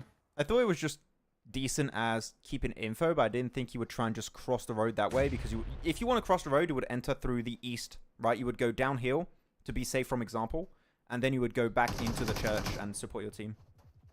But I know you tried to go directly there. And it clearly didn't work out. Such a slow fight too. I mean, there's Neither so many. team want to make a mistake. There's so many smokes. It's just delaying everything. But yeah. I feel like Stalwart have the better position here, though, even though they're down a player. Yeah, because of Fearless. Because of Fearless, and because to get in Church, you only realistically have 3 entry points currently, which is the tower, the position south, and the door next to Sleepy. So if they hold those angles, it's really hard to breach it, especially if they have a DBS. But DRS are investing a lot into this too with all these nades, trying to catch Fearless on the roof. And Sleepy did a little bit of damage to him, but I don't think they're gonna dislodge him from that position. nah. You just have to hug the wall, and Fearless can't really do much to you. Oh, a little bit of damage down. Sleepy down to a 3rd HP. I think he's worried about example. Yeah. Like worried about seeing from one of these off angles so he doesn't really come too far forward, because he could just like drop the nade on him. Yeah, but then you just get, as you said, example or killer would just spray you down instantly. So you got to be very cautious about that. Actually, I say that killer is in a position where I don't feel like he's getting that much info with the 3rd-person perspective. Action wasn't a mistake for Falcons. What was the mistake then? What was it? The addition of East? I think he's been doing decent at the start of this week. Well, the zone has shifted again. It is still with Church being in a decent position. Let's move it. Wait, whoop. There we go. Yeah, Church still in a decent spot. Major Pride's got that compound. Muerte's going to go for the wide rotate with Rook. It's early to call it because the terrain could change completely based on the next circle. Now he's looking like hilltop finishes, but it could be road finishes, valley finishes, could be many, many things. It's, yeah, hard to predict right now, but oh, Fearless. Okay, that's the big angle that's been taken away. And that's going to result in DRS just committing to the push fully. Okay. I was going to say nade that room or molly it, but he doesn't have any of that. Okay, it's fine. Doesn't get. I thought he was going to get taken down solo there, but GG. DRS clean sweep, 4 points. Stalwart are out, so they're back to hot dropping tomorrow. Yeah. I mean, again, you wonder if Krita doesn't get knocked, doesn't get eliminated. Could that have gone a different direction? Speaking of going a different direction, Spike, you better run a different direction. Or hope that you have the cover from your team. AOR setting up for something. Then, oh, That was close. That was really close. Oh, I thought that was going to catch him too. Like, there's something with those nades, man. They're clean. Not quite there, but they're close enough. Gets a lot of damage out. Yeah, AOR's got to think about regrouping to pull off their play, because right now they're kind of vulnerable, especially 3TN. If he gets knocked, I don't think a res is coming through. In and out of East and the Z made charmless. Made charmless. That's a way to say it. This compound Even is Stalwart rough. have, even if Stalwart have an average day tomorrow, they'll be first? No. No way. They ain't passing 170 points. There's no way. Yeah. Especially Let's if go. they 15 do a well. day. Let's see. Oh, there you go. Oh. Through the door. Double pickup from Eugene. Clean. Clutch right there through the window. Doesn't quite connect it, but yeah, just go for the flush if you can. You have a grenade? Maybe you can do something with that. No, doesn't need it. Doesn't need the grenade. Eugene is just built different. 1v3. You need the one clip, man. Whew. That was just dirty. He's also being shot at the same time from another team. Yeah, third party. Who was it that was third partying? I didn't even see, but I didn't tell. That's why I told you that about them right earlier, is that this team of Muerte just picked up really strong players that won different teams before and made this... I don't know if I could call them rookie fragger team, because you have so many big names in this region right now, but in CSA, I might have to call them the rookie fragging team. I thought you were going to say the super team. Nah. That's too big a title in CSA. You can't give it to them yet. That's how I see the team. Yeah. Third first? Yep. They are, but still. They just took names that had potential, and now they're just outperforming. I mean, everyone right now, as you said, they're first, so it's hard to argue there. Just came and saw the 1v3. Perfect timing, RP. You arrived just in the nick of time to witness history. of CSA. Maybe not history, but a good play in CSA for sure. Destroyable terrain out of Hamza. How about a feature? Destroyable terrain. More like Battlefield? Maybe. Maybe. I prefer the idea of the smoke grenade launcher.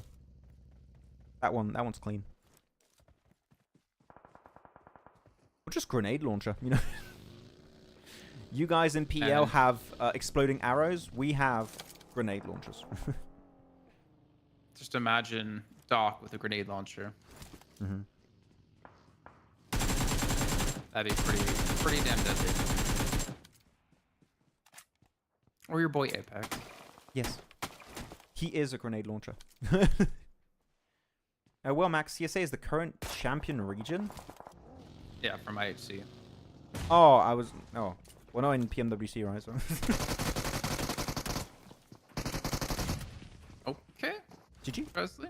De Muerte? Didn't expect him. I mean, he seems to be the one that does get overwhelmed whenever it does happen. He seems to be like the anchor point thing for the team. But now he's the dead point, unfortunately. Actually, interesting question because Chimkin said, right, well, CSA is the current champion region. Like, yes. But with how they've played recently, do we expect CSA to be as dominant going into PMGC? I personally don't think so. I think it's going to be very hard to replicate what happened with Mongolia in 2023. So I think it's going to be a bit more of an even split between regions at the top. It's going to be really hard when Alpha 7 win. Yeah. Imagine now Alpha 7 just start winning every global event now. Just non-stop, like PMGC, PMGO, PMWC, PMGC, back again, PMGO, PMWC, PMGC. And just keep losing to Team Liquid in Brazil, though. Yeah, of course. All right, it's pushing on to I8. And Falcons were actually initially going to be going for the fight here, but R8 have come and swept in. So Should be able to lock most of these down. We got to be careful of Falcons off to the side, though. Whew. Great nade, English. 1 for 2. That was a great deal. And yeah, Tulika, though, he's pushed up really far. Yeah, and someone needs to join up with Tulika right now. If you guys have cars, send one player over to Tulika. Sure, you still have a lot of support that they can't really push him on that ridge. We're just going to regroup then. Just cover him. They cover him as he tries to get out. That's fine. I thought they wanted to fully eliminate Falcons, but it seems like they're not too interested in that. They just want to leave. Which, actually, looking at the circle, kind of, It's not worth kind of it, prefer yeah. that, yeah. Oh, man. Punished instantly by Westron. The CEO, Westron. Your boy, Nagi. Noggy. My favorite. Not really. Then again, no one really expected them to what's the word? It's hidden behind my emoji. Win 2023. No. I think there was a lot of speculation that a CSA team would win. I didn't think it would be IHC. But it's just how dominant the whole region was. Not even just IHC winning. It's just Mongolia in particular was wow, super impressive. It's fair, though. I don't think any of us expected IHC to win. Yeah. We definitely had like Alpha 7, Falcons on our radar a lot more. It's not really also just IHG winning, right? It was just how they won. Yeah. Which is also so weird. Okay, so next circle's up. You guys can start making predictions if you want. Center of the circle is horrible. Just saying. Those kind of terrain. Kind of like strongest position, but they're down to 2 players, so I don't really rate their chance of winning, but there's not many teams around DRS. them. DRS takes this. Yeah. Hey, how many people did R8? R8 still have 4. I think it's too difficult, I think, for R8. When you have 4 MB here, you have I8 still involved, you have AOR involved, you have Muerte, near. I wouldn't want to be R8 right now. Alright, what are we getting at? There we go. Yeah, R8 is going to be pincered between 2 teams, possibly. Once Noggy is going to be out, I think AOR might try and take some of that position. Or if what I would love to see from AOR is pushing onto Stronger's location. But I'm not sure how aware they are of Stronger being down to 2 players. I don't think they know. There you go. He's out. Gives a lot more space to AOR. And now, at least this is good for R8 because they can just put full focus onto 4MV. They're pushing up. Uh-oh, he has 5 nades. Nice dog. I don't know why he pushed up in the open, though. That was... It's really annoying. I see these little things, Jason, that Go on. don't add much. Like, I'm sorry, Tulika, but that was not good. Great nade, though, from Baron. But yeah, why would you push in the open? Just let 4MV maybe look over the ridge or something. But you don't have to push in the open. It doesn't... we just get knocked. You don't understand, Max. I have to. I have to. It was... I need it. It was written in the stars. Oh, the Molly. Molly gets English. They're all grouped. Nice take by 4MV, man. Pretty clean. Or silence on the S12K. So scary. Another Molly. Can't really move too much. Gonna camp the door. And... Wait. There you go. That's it. I want to see him switch to the mini and just like start tapping away. Imagine headshot after headshot. Mm-hmm. The Full greatest auto highlight for the auto. Clean push. Great use of utility, which is what you would expect from 4MV anyways. Top 5 was CSA and PMGC. Yeah, no, for sure. It's more about are we going to imagine that happening again in the future? It's so insane in the PMGC to see one singular region dominate that much at the top of the tables of the biggest event of the year. Especially then because it was PMWI that we had in mid-season. But still the case now. I have a feeling that this Global Champs is going to China for some reason, or seem to be more focused on the title. For Really? I don't know. I think Alpha 7 can just smack down PL teams at the straight. No, I think it's been kind of weird. I feel like since the first 2 years Nova won, I feel like Chinese teams have only just focused on PL and not PMGC. I feel like they haven't really cared. I feel like they're just more like, pool, yeah. all we do is win in our region. We don't care about GC for some. I don't know why, but that's the feeling I get from it. Do you remember when like, who was it that said it? Was it Paraboy? And he was playing in PMGC. Is like, man, qualifying to PMGC in our region was harder than PMGC itself. I think that was the second year they won. But not the case anymore. It truly is an international esports now. Any region really has like some contenders for the title of best team in the world. Plus, we know Rejects winning anyway this year. It would be a sick storyline, to be honest. First place in PMGO, second place PMWC, winning PMGC at the end. That'd be really weird. Weird, but would you hate it? I would kind of like it. My boy Ragey deserves a trophy. Give it to him. Just makes any sort of predictions about how strong teams are to be just not even. Yeah. You couldn't say anything that would sound remotely smart. You're throwing bandages to them, little bandies. I predict these guys 16th place. God damn it. Yeah. I guess CSA region teams take a bit lightly the. Wait, I keep having like words hidden behind my emoji. PMWC. Season tournaments, previous PMWI, and this PMWC. He says a lot. Eh. Yeah. I don't think they took PMWC lightly this year. I don't think so. It's just the lobby was tough, man. It was a tough event. The finals, I think the league and survival were like way easier than the finals, which you would expect, right? But it was kind of a big disparity of skill between those three parts of the event. Okay, there. We're getting to the final circles here. 6 teams alive. Still have 4MV, Horror, DRS, Major Pride, AOR, and Stronger. Who do we have for the win? Because no team really is in the center of the circle here. But I might It's have got to to be DRS.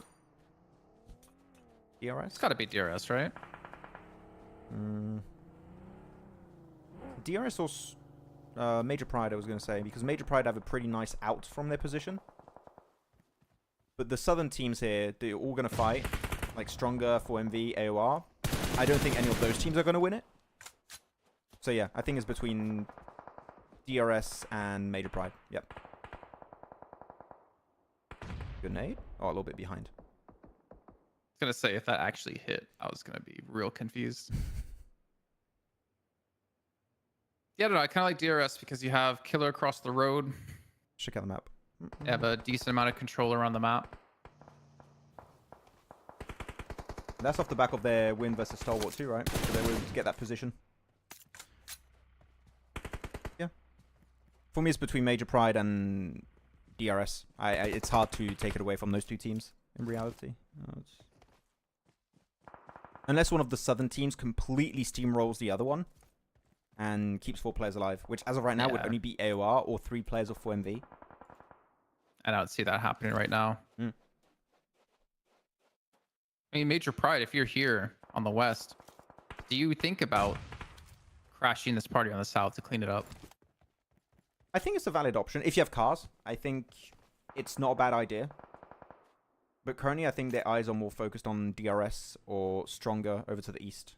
And I actually got a knock there onto a playoff Stronger, so I think it was Dessert. Mm-hmm. So I kind of like it. Oh, 4MV. Yeah, 4MV. At least the upside is that AOR being shot at whenever they peek around the top as well. But there's just no way. Yeah, that dip is just their demise, unfortunately. Yep, Spike trying to make it over. Going to be sprayed down. That clears all of the eastern edge. This now could give so much breathing space to DRS. DRS need to flex out as soon as possible. Big flush again. 7 eliminations for AOR. Looking like one of their best games so far, actually. Looking for their 8th elimination. But DRS, you need to flex out, please. You need to do something. They're all just sticking together. They're all just grouped, man. See some cars still in play, though. Wait. Give Sleepy the mini. Please. Give it to him. Or an SLR. Something. Long range. Don't care what it is. I guess you can see where they don't. I guess you can see where they don't want to spread out, though. Because there's just no cover. And I think, do they only have... Okay, they have 4 cars. Never mind. Yeah, start moving now. Yep, there you go. Smoke out. The area in front of you. Smoke out, especially the mountain. That's when you're going to be the most visible. Smoke the top of the hill. I didn't smoke the top of the hill. I'm a little bit scared about that. Ooh.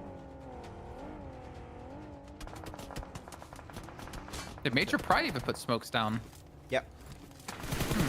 This is bad for Major Pride because they've made their rotate a little bit too late. Okay, explode the car. Use that as coverage. Good spray, Elementary. Damn, man. This guy's been great on his sprays. On the previous, the last Erangel, and also this match, he's having some real look impact. at Evo, Palucci. They're all pushing up now. Yep. Damage that was done. Are they going to get nade range? You can see it was that Palucci with 2. AOR's pushing into DRS at the exact same time as well. This is just going to be a bloodbath here. And I think AOR can actually clutch this one out potentially. Not closest to the center of the zone, but they have the high ground at least. Have the high ground. Okay, you got to be careful here. I like what Elementrix is trying to do, but I think he might be caught by an off angle eventually. Hey, look at them over there. 3TN, always going for these wide wraps. It is kind of risky. That's working out. AOR or Major Pride. Who do you favor here for the win? Major Pride. I don't like this 3TN position because he's gonna be pushed in from the blue here. Yeah.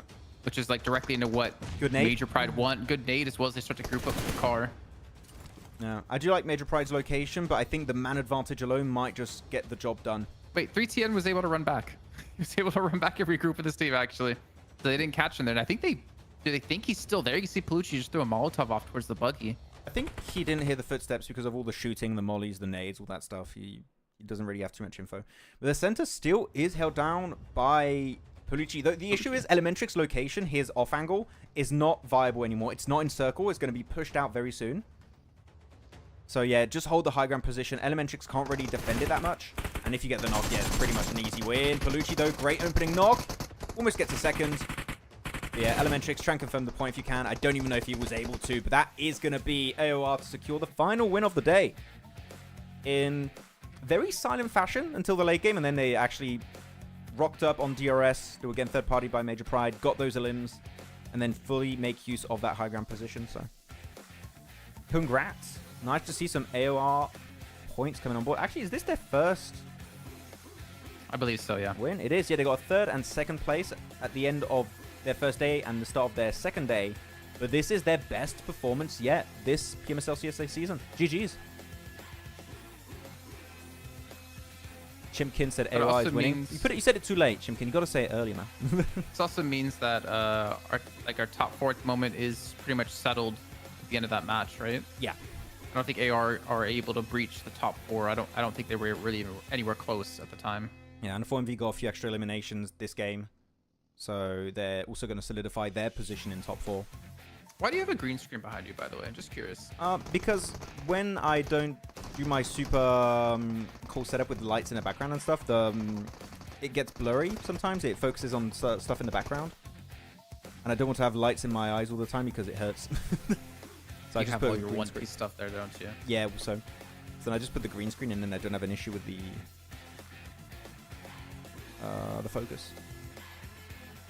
Sancha, MVP of the day. I think it's hard to say anyone else is going to be MVP, Aditya. But that's what we said 11 yesterday. limbs. Yeah. It has to be Sancha, right? Who else could be even remotely close? If it's Doc again, I give up. I give up on trying to predict who's MVP. It has to be Sancha. Well, we've had the rounds updated now on Wikipedia minus this last one. Oh, nice. I don't think 4MV got enough of limbs today for that to matter. They had 3, 5, so 8, they're 25. They had 26 limbs total today for MV. Yeah, so. Tis not them. Yeah, who do you guys think is going to be MVP of the day? Sancha is the obvious pick, but do we have people that don't want to pick Sancha? That's what I'm really asking. I mean, Stalwart, they had a second place with 14 limbs, a third place with 19 limbs. Like,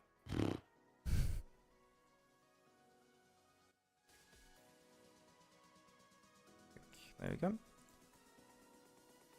Chemba, Slaughter, PMWC. I don't know what you're talking about. Chemba had a good PMWC. It's just, it felt like they took a little bit too long to adapt in the finals to what the lobby was doing. And when people answer like that, it makes you feel like they're watching from super far back and not on live. You know what I mean? Yeah, like they're 10 minutes behind or something. They're gonna hear us, 10 minutes from now, talk about that. Crypto, definitely. Sorry, I don't think Crypto is MVP today. This just in, Crypto MVP actually is the MVP. Rah.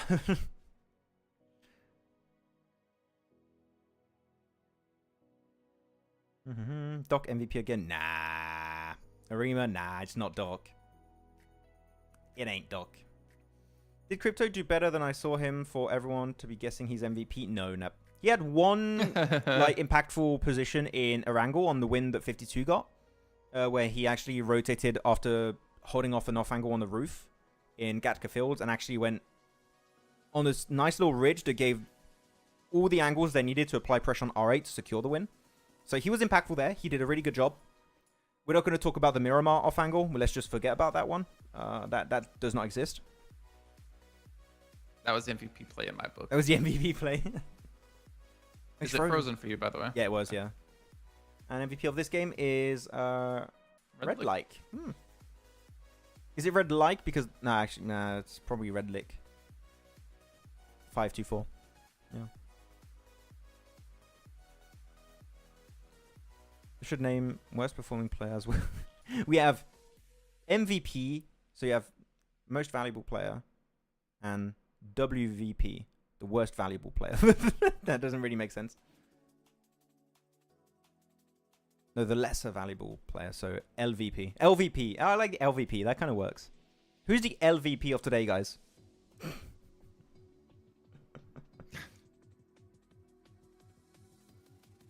I'm trying to think of a better name. A better one. Yeah. But I can't.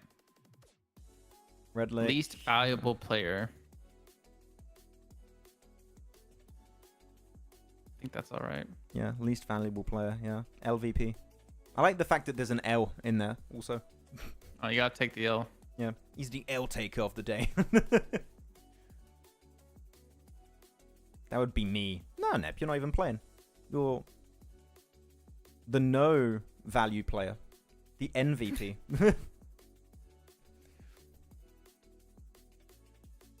And there you go. Points 22. Points. Woof. GG's. DRS. 15 for DRS. Yeah, I mean, that's probably funny enough. One of the best matches they've had. And yet, I still don't feel like it was a memorable game, even though they did get 10 eliminations. You know what I mean? Yeah. But, Jason, what if DRS in this game had the new piece of utility that creates cover from the skies? It makes it playable. Maybe they get the win, you know? Okay. Don't leave. Okay, Jason left. He's off the screen. Why was my comment removed? Maybe it's a bot sometimes. The bot is weird. It just doesn't like certain words.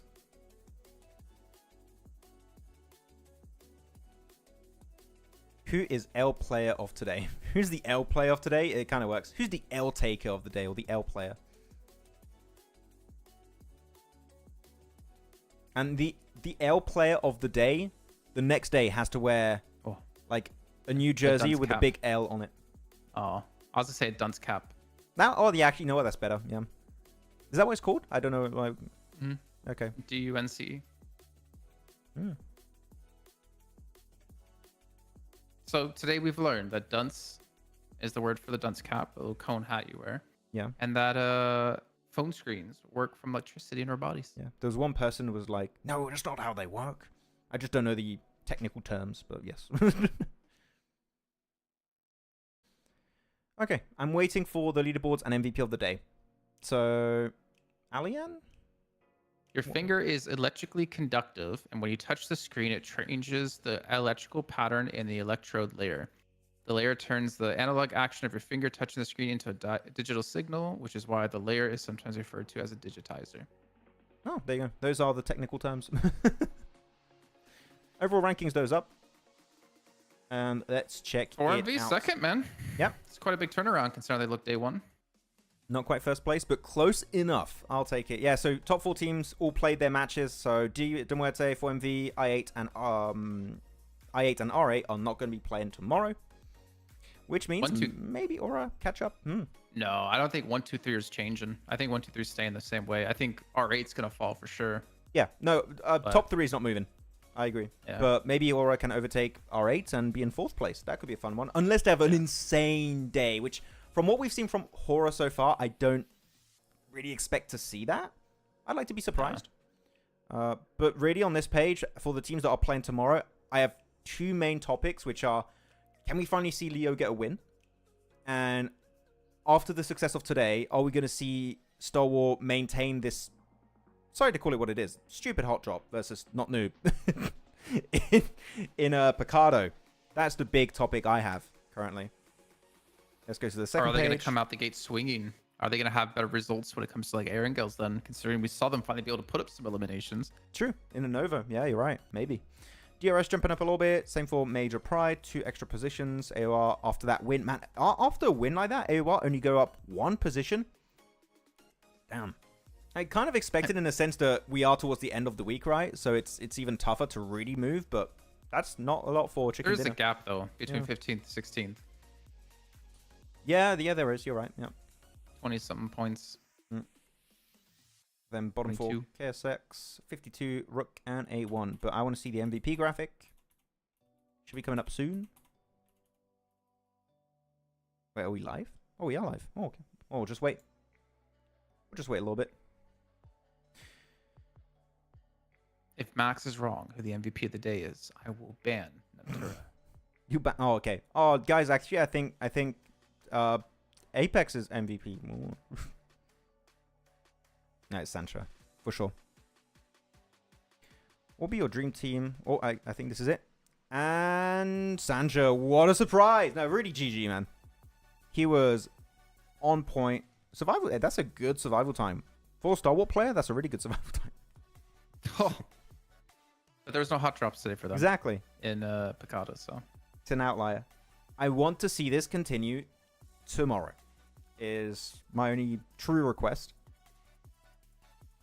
What do you think's happening tomorrow for Star Wars? Are they going back, Jason? I They're doing think it? if there's hot drops again, you're gonna get on the phone to the Star Wars CEO and be like, get rid of this team.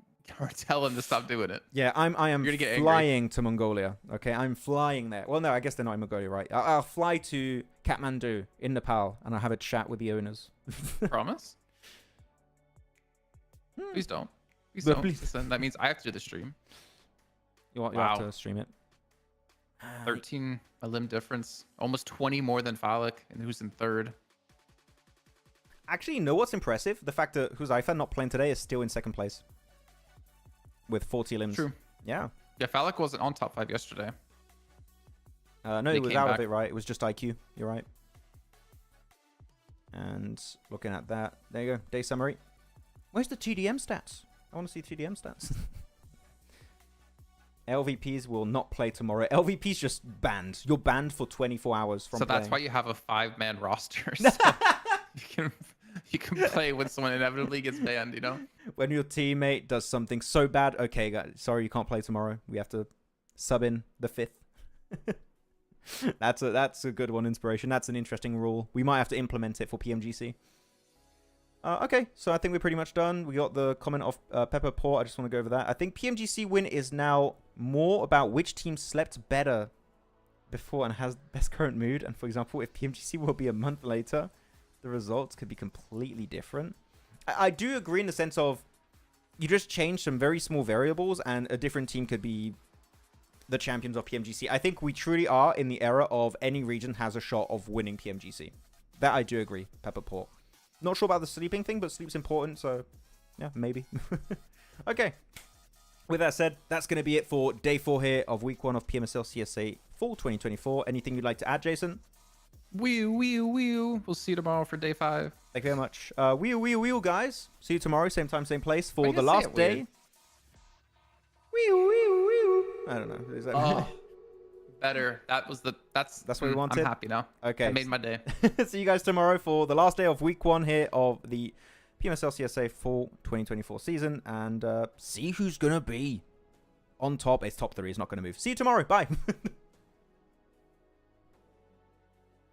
It's a good point in chat. Censure will challenge Falcons tomorrow.